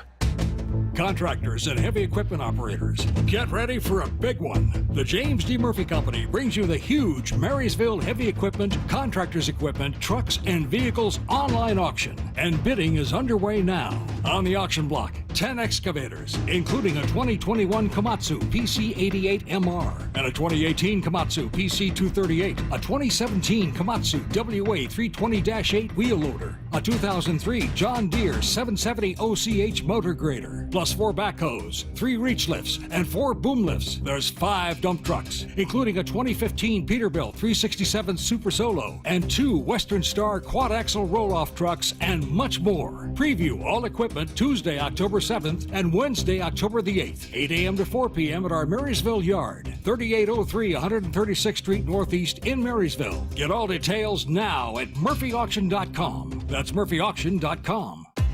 If you're 55 or older and into that whole saving money thing, T-Mobile has an exclusive phone and internet bundle just for you. Right now, get 2 unlimited phone lines plus 5G home internet for just $30 each per month with autopay, plus taxes and fees. And with 5G home internet, setup is easy with just 1 cord and no technician needed, which is great if you're also into that whole keeping it simple thing. Switch now and experience the best mobile network in the U.S. Visit your local store to start saving. T-Mobile, it's better over here. Based on analysis by Ookla of speed test intelligence data Q4 2024 to Q1 2025. Ookla trademarks used under license. Unlimited on our network. Customers on voice plan may notice speeds lower than other customers and further reduction if using more than 50 gigs a month due to data prioritization. Video streams and SD on this plan. Home internet pricing after $20 a monthly bill credit plus $5 per line without autopay. Debit or bank account required. See 5G device coverage and access details at T-Mobile.com. Coach Saban here. On the field or on your walls, coverage matters. That's why I go with Behr Marquee Interior Paint and Primer from the Home Depot. Exceptional hide, advanced stain blocking, and over 1,000 colors to choose from. Behr Marquee delivers one-coat coverage that stands up to real life. One-coat coverage, no overtime. Behr Marquee, only at the Home Depot. How doers get more done. Valid only when tinted to colors from the Behr Marquee Interior One-Coat Hide Collection. What if you could instantly find whatever you need exactly when you need it? We're talking everything from parking spots to holiday gifts to the perfect shoes in your size. Think of all the time you'd save. While you may never instantly find these things, if you're hiring, you can find qualified candidates right away. With ZipRecruiter. ZipRecruiter's powerful matching technology works fast to find top talent, and their advanced resume database lets you unlock top candidates' contact info instantly. Try it free at ZipRecruiter.com/USL. That's ZipRecruiter.com/USL. Do Crohn's disease or ulcerative colitis symptoms keep coming back? Tremfya, guselkumab, may help, with rapid remission achieved at 12 weeks and lasting clinical remission at 1 year. Some even saw visible improvement of their intestinal lining at 12 weeks and 1 year. Tremfya is a prescription medicine used to treat adults with moderately to severely active Crohn's disease and adults with moderately to severely active ulcerative colitis. Serious allergic reactions and increased risk of infections and liver problems may occur. Before treatment, your doctor should check you for infections and tuberculosis. Tell your doctor if you have an infection, flu-like symptoms, or if you need a vaccine. Healing is possible with Tremfya. Approximately 3 out of 10 patients were in endoscopic remission at 1 year, based on areas visualized on colonoscopy, which may not represent the deeper bowel layer or entire GI tract. Individual results may vary. Ask your doctor about Tremfya today. Call 1-800-526-7736 to learn more or visit tremfyaradio.com. 1-877 Cars for Kids. KARS Cars for Kids. 1-877 Cars for Kids. Donate your car today. 1-877 Cars for Kids. KARS Cars for Kids.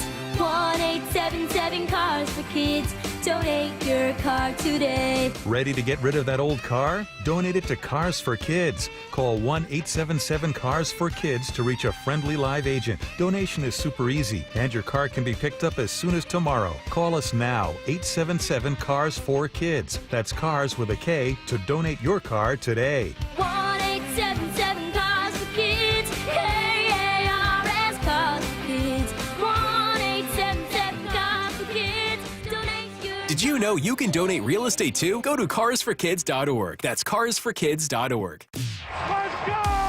This is Seattle Sports. Streaming through the Seattle Sports app. KIRO AM Seattle. KIRO FM HD2 Tacoma. Home of the Seahawks, Mariners, and everything Seattle sports. This is Hawks Live. Presented by the Dining District at the Bellevue Collection. Throw downfield, wide open, touchdown, Seahawks! Broadcasting live from Bellevue Square Center Court. Here's your host, Michael Bumpus. You are listening to Hawks Live, presented by the Dining District at the Bellevue Collection. The show starts at 7 every Thursday right here on Seattle Sports 710, broadcasting live from Bellevue Square Center Court. No Paul Moyer today, but we got the next best thing. You know it. Big Ray Roberts joining us. Give it up for Big Ray. We got a special treat for you guys. We're about 3 to 5 minutes away. You got Elijah Arroyo who's going to join us today. Had a big catch during this game, our last week's game, a 32-yard catch. Big Ray, what stood out to you from last game? You know what? I really liked the pass protection that the offensive line had for Sam. He dropped a couple dimes with a lot of space around him.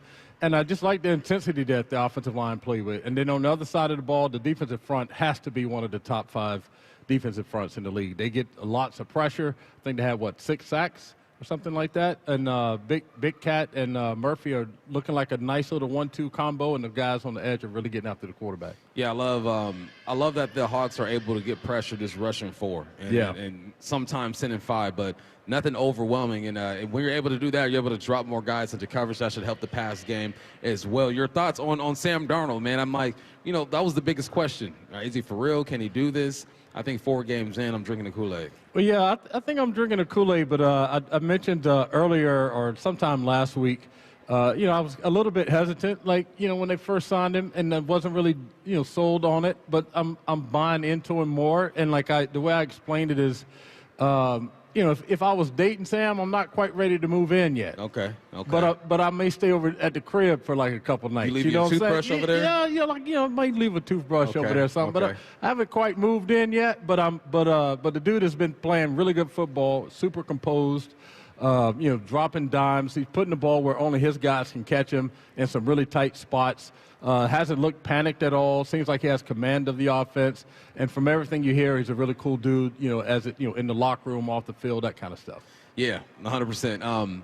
And I always go to you when it comes to this conversation. We had this conversation already earlier today on the Bump and Stacy show. But just talk about this run game, what you like, what you don't like, what you see. Yeah, well, the one thing I like is they're committed to it. And the other part is it looks like the offensive line is committed to it. Last year, it seemed as if they were still trying to figure out exactly what it was they were committing to, other than just throwing the football. And so that means something. So, there was a stat, I think Brady Henderson said they had 30 carries or something where they were either 0 to negative yard gains. Right. And so that's mostly on the toss and on the wide zone play, which both of those are really hard to block. And there's a lot of nuance in it for offensive linemen to learn how to do it. But if you look at some of their other run plays, the pin and pull, where they're able to kind of take advantage of defenses overloading that outside zone, they've been able to make some yardage in that. And then, like we talked about in the pregame last week, the offensive line may not have, the run game may not have the raw rushing numbers, but it's impacting the passing game. That's how they're able to push the ball down the field on the play action pass. One of the great plays last week was Sam Darnold's 24-yard scramble, which actually came off a fake toss to the right. He rolled to the left. Nobody was there. He took off running. So the running game isn't having